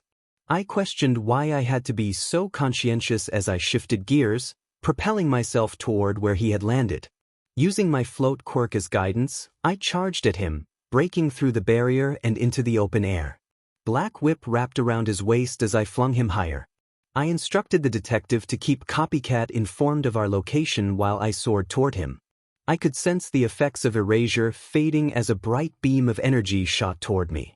I weaved through the blasts, smoke erupting around me to obscure his view. I downshifted again, slowing down before dashing to the side and accelerating from a different angle. As I approached, I saw a deep red energy emanating from his hand. When the smoke touched me, I felt a brief connection between our minds. I caught a glimpse of All for One's vestige. whispering in his ear. I could see it in Shigaraki's eyes. He was aware of the past users. Suddenly, my legs gave way, and I collapsed to the ground, my arms resting on my knees as I struggled to catch my breath. Pain coursed through my body, my muscles aching and several bones in my chest feeling fractured. My right arm throbbed painfully from the last punch, a bruise already forming. I half expected to hear something from the past users, perhaps a word of encouragement or criticism, but silence surrounded me. I placed my good hand on my head, feeling a headache creeping in. The detective's voice broke through my daze, filled with concern and a hint of hope. I opened my mouth to respond, but a fit of coughs erupted from my throat. I managed to say that I had won, my voice strained but triumphant. As I lay back on the floor, I winced slightly, acknowledging my need for medical attention. I murmured that I hoped to find the detective's end of the deal waiting for me when I woke up. With that, my head fell back, and I slipped into unconsciousness. In an instant, I found myself in the realm of One for All. The seats were empty and untouched, everything as it always was. I moved quietly, glancing at each chair, recalling who it belonged to. When I reached Nana's chair, I placed my hand on it, smiling softly. I continued to the next chair, taking in the details, uncertain if I would return. As I passed the 8th chair, confusion washed over me. I approached the last one, pressing my hand against the stone. For the first time, there was no black mist obscuring my form, and my hero suit was intact. With a gentle smile, I instinctively took a seat among the empty chairs. Even in their absence, I could vividly picture all 7 of them sitting in a circle. Part of me felt as if they had never truly left. A chuckle escaped my lips as I reminisced about their ways. Leaning back, I closed my eyes, a silent tear rolling down my cheek as exhaustion enveloped me. Time passed, and when I awoke again, I heard the familiar voices of 2 women nearby. One of them spoke warmly, inviting me to join them for Katsudon, mentioning how much I would enjoy it. My heart quickened at the sound of my name. The other woman assured her that she would invite us over when the opportunity arose. The other lady in the room spoke up, her voice slightly weak, expressing her desire to see the 2 of them together, noting how adorable they seemed. Her voice echoed in his mind, reminiscent of someone he couldn't quite place. A rhythmic beeping sound finally registered, something that had been present while he was awake. He opened his eyes to find a pale white ceiling above him. Turning his gaze, he saw Clara and his mother sitting beside each other, calm smiles on their faces. His voice emerged weakly, barely reaching them. Their heads turned in his direction the moment he spoke. His mother quickly rushed to his side, jumping out of her chair and pulling him into a hug. The worry in her eyes was evident as she expressed how much they had been concerned for him. Despite the pain, he struggled to lift his arms to embrace her back. Looking over her shoulder, he noticed Clara standing nearby, watching them with relief. When his mother released him, he reached out for Clara, taking her hand with a smile. He rubbed his thumb along the back of her hand, finding comfort in her soft skin. Her name was all he could manage to say, his throat too sore to speak more. She squeezed his hand tighter, wrapping her other hand around his. Hearing his name from her lips felt like a balm, making him feel almost healed. He felt a tear sting at the corner of his eye as he acknowledged that it was over. No more fighting. Clara gently rubbed the side of his face, her smile warm and soft, almost making him forget the losses he had just faced. That thought made him pause. How long had he been asleep? Clara's expression shifted slightly, and she informed him it had been a couple of days. He nodded, almost expecting it. Before he could continue their conversation, a knock at the door broke their focus. When Tsukachi entered, he felt a wave of relaxation wash over him, relieved it wasn't someone else. Tsukachi greeted him warmly, taking a seat at the end of the bed with a file in hand. He asked if Izuku could guess why he was there, and Izuku nodded gently. Tsukachi confirmed that their deal was fulfilled, stating that Shigaraki and All for One were gone. He placed the file at Izuku's feet, leaning back in his chair. Clara looked between them, confusion evident on her face, as did Inko. Tsukachi explained that immunity wasn't the only thing Izuku had asked for when they sought his help. He assured them that Inko would be taken care of, and both Clara and Izuku would be given a new life. Clara's eyes widened in shock as she hurriedly picked up the file to examine its contents. Izuku's grin widened as he reminded her of the dream he had shared during her visit. This was his dream, a life where no one would know where they were, and they would not be in Japan anymore. Inko looked shocked, struggling to believe what he had just said. After a moment of silence, she calmed down, her expression solemn as she acknowledged her understanding. Izuku thanked his mother as she approached him, kissing his forehead gently. He explained that Japan no longer felt like home after everything that had happened. Tsukachi remained silent until he finally spoke, asking if there was any way to convince Izuku to stay a little longer, emphasizing the fragile state of Japan and the need for heroes like him. Izuku shook his head, a tired smile on his face, expressing that Japan needed heroes who would remain after the cleanup. He admitted he had lost his will to be a hero long ago. Tsukachi looked disappointed but understood. He began to prepare to leave, reminding Izuku that all the details he needed were in the file. Izuku declined the offer to inform anyone of his departure, requesting that Tsukachi tell them he had left the day after and that he didn't want them to search for him. Clara interjected, asking that he inform Aizawa, prompting a chuckle from Tsukachi as he left the room with a nod. Izuku looked at Clara with a questioning gaze as she explained that she enjoyed talking to Aizawa and knew he had liked him too. This made Izuku laugh, the first genuine laugh he had experienced in a long time. It felt refreshing, and he realized that Clara was the reason behind it. 3 years later, a whistle rang through the air, followed by a bark. Izuku walked through the wheat fields, a basket in hand filled with various vegetables, a couple of ducks hanging from his hip, and a hunting rifle resting against his shoulder. He glanced to the side and spotted a golden retriever running toward him. When the dog reached him, he bent down to scratch its ears, calling it Kachan. As he started to walk away, the dog barked again, catching up and walking beside him. After a few minutes, they approached a large white house in the middle of the field, with a long gravel driveway leading to the main road. A porch with a wooden fence surrounded it, and standing on the porch was a woman with long black hair reaching her elbows. She leaned against the wooden porch, her hand resting gently on the noticeable bump across her stomach. At the sight of her, Izuku paused, his eyes reflecting the peace and love he had longed for during the years of struggle. He set the basket down, placing the ducks onto a rack and storing the rifle in a nearby cabinet. Leaning in, he planted a soft kiss on her lips before entering with a gentle smile. Clara playfully urged him to shower, her smirk conveying a sense of command. Izuku responded with a mock bow, chuckling as he complied. Near the entrance to the driveway, next to the gate, stood a man who felt lost as he stared at the building. He was aware that his presence here contradicted what he had been told to do. With spiky blonde hair and ruby-red eyes, he wore casual clothing and a large, faded scar was barely visible along his right arm. Taking a shaky breath, he remained uncertain about approaching or turning back home. A single thought echoed in his mind, making him hesitate. He knew Izuku was happy, free from fighting, and away from all of them. After a moment of silent contemplation, he reached a decision. The moment his foot hit the ground, he felt he had made the right choice.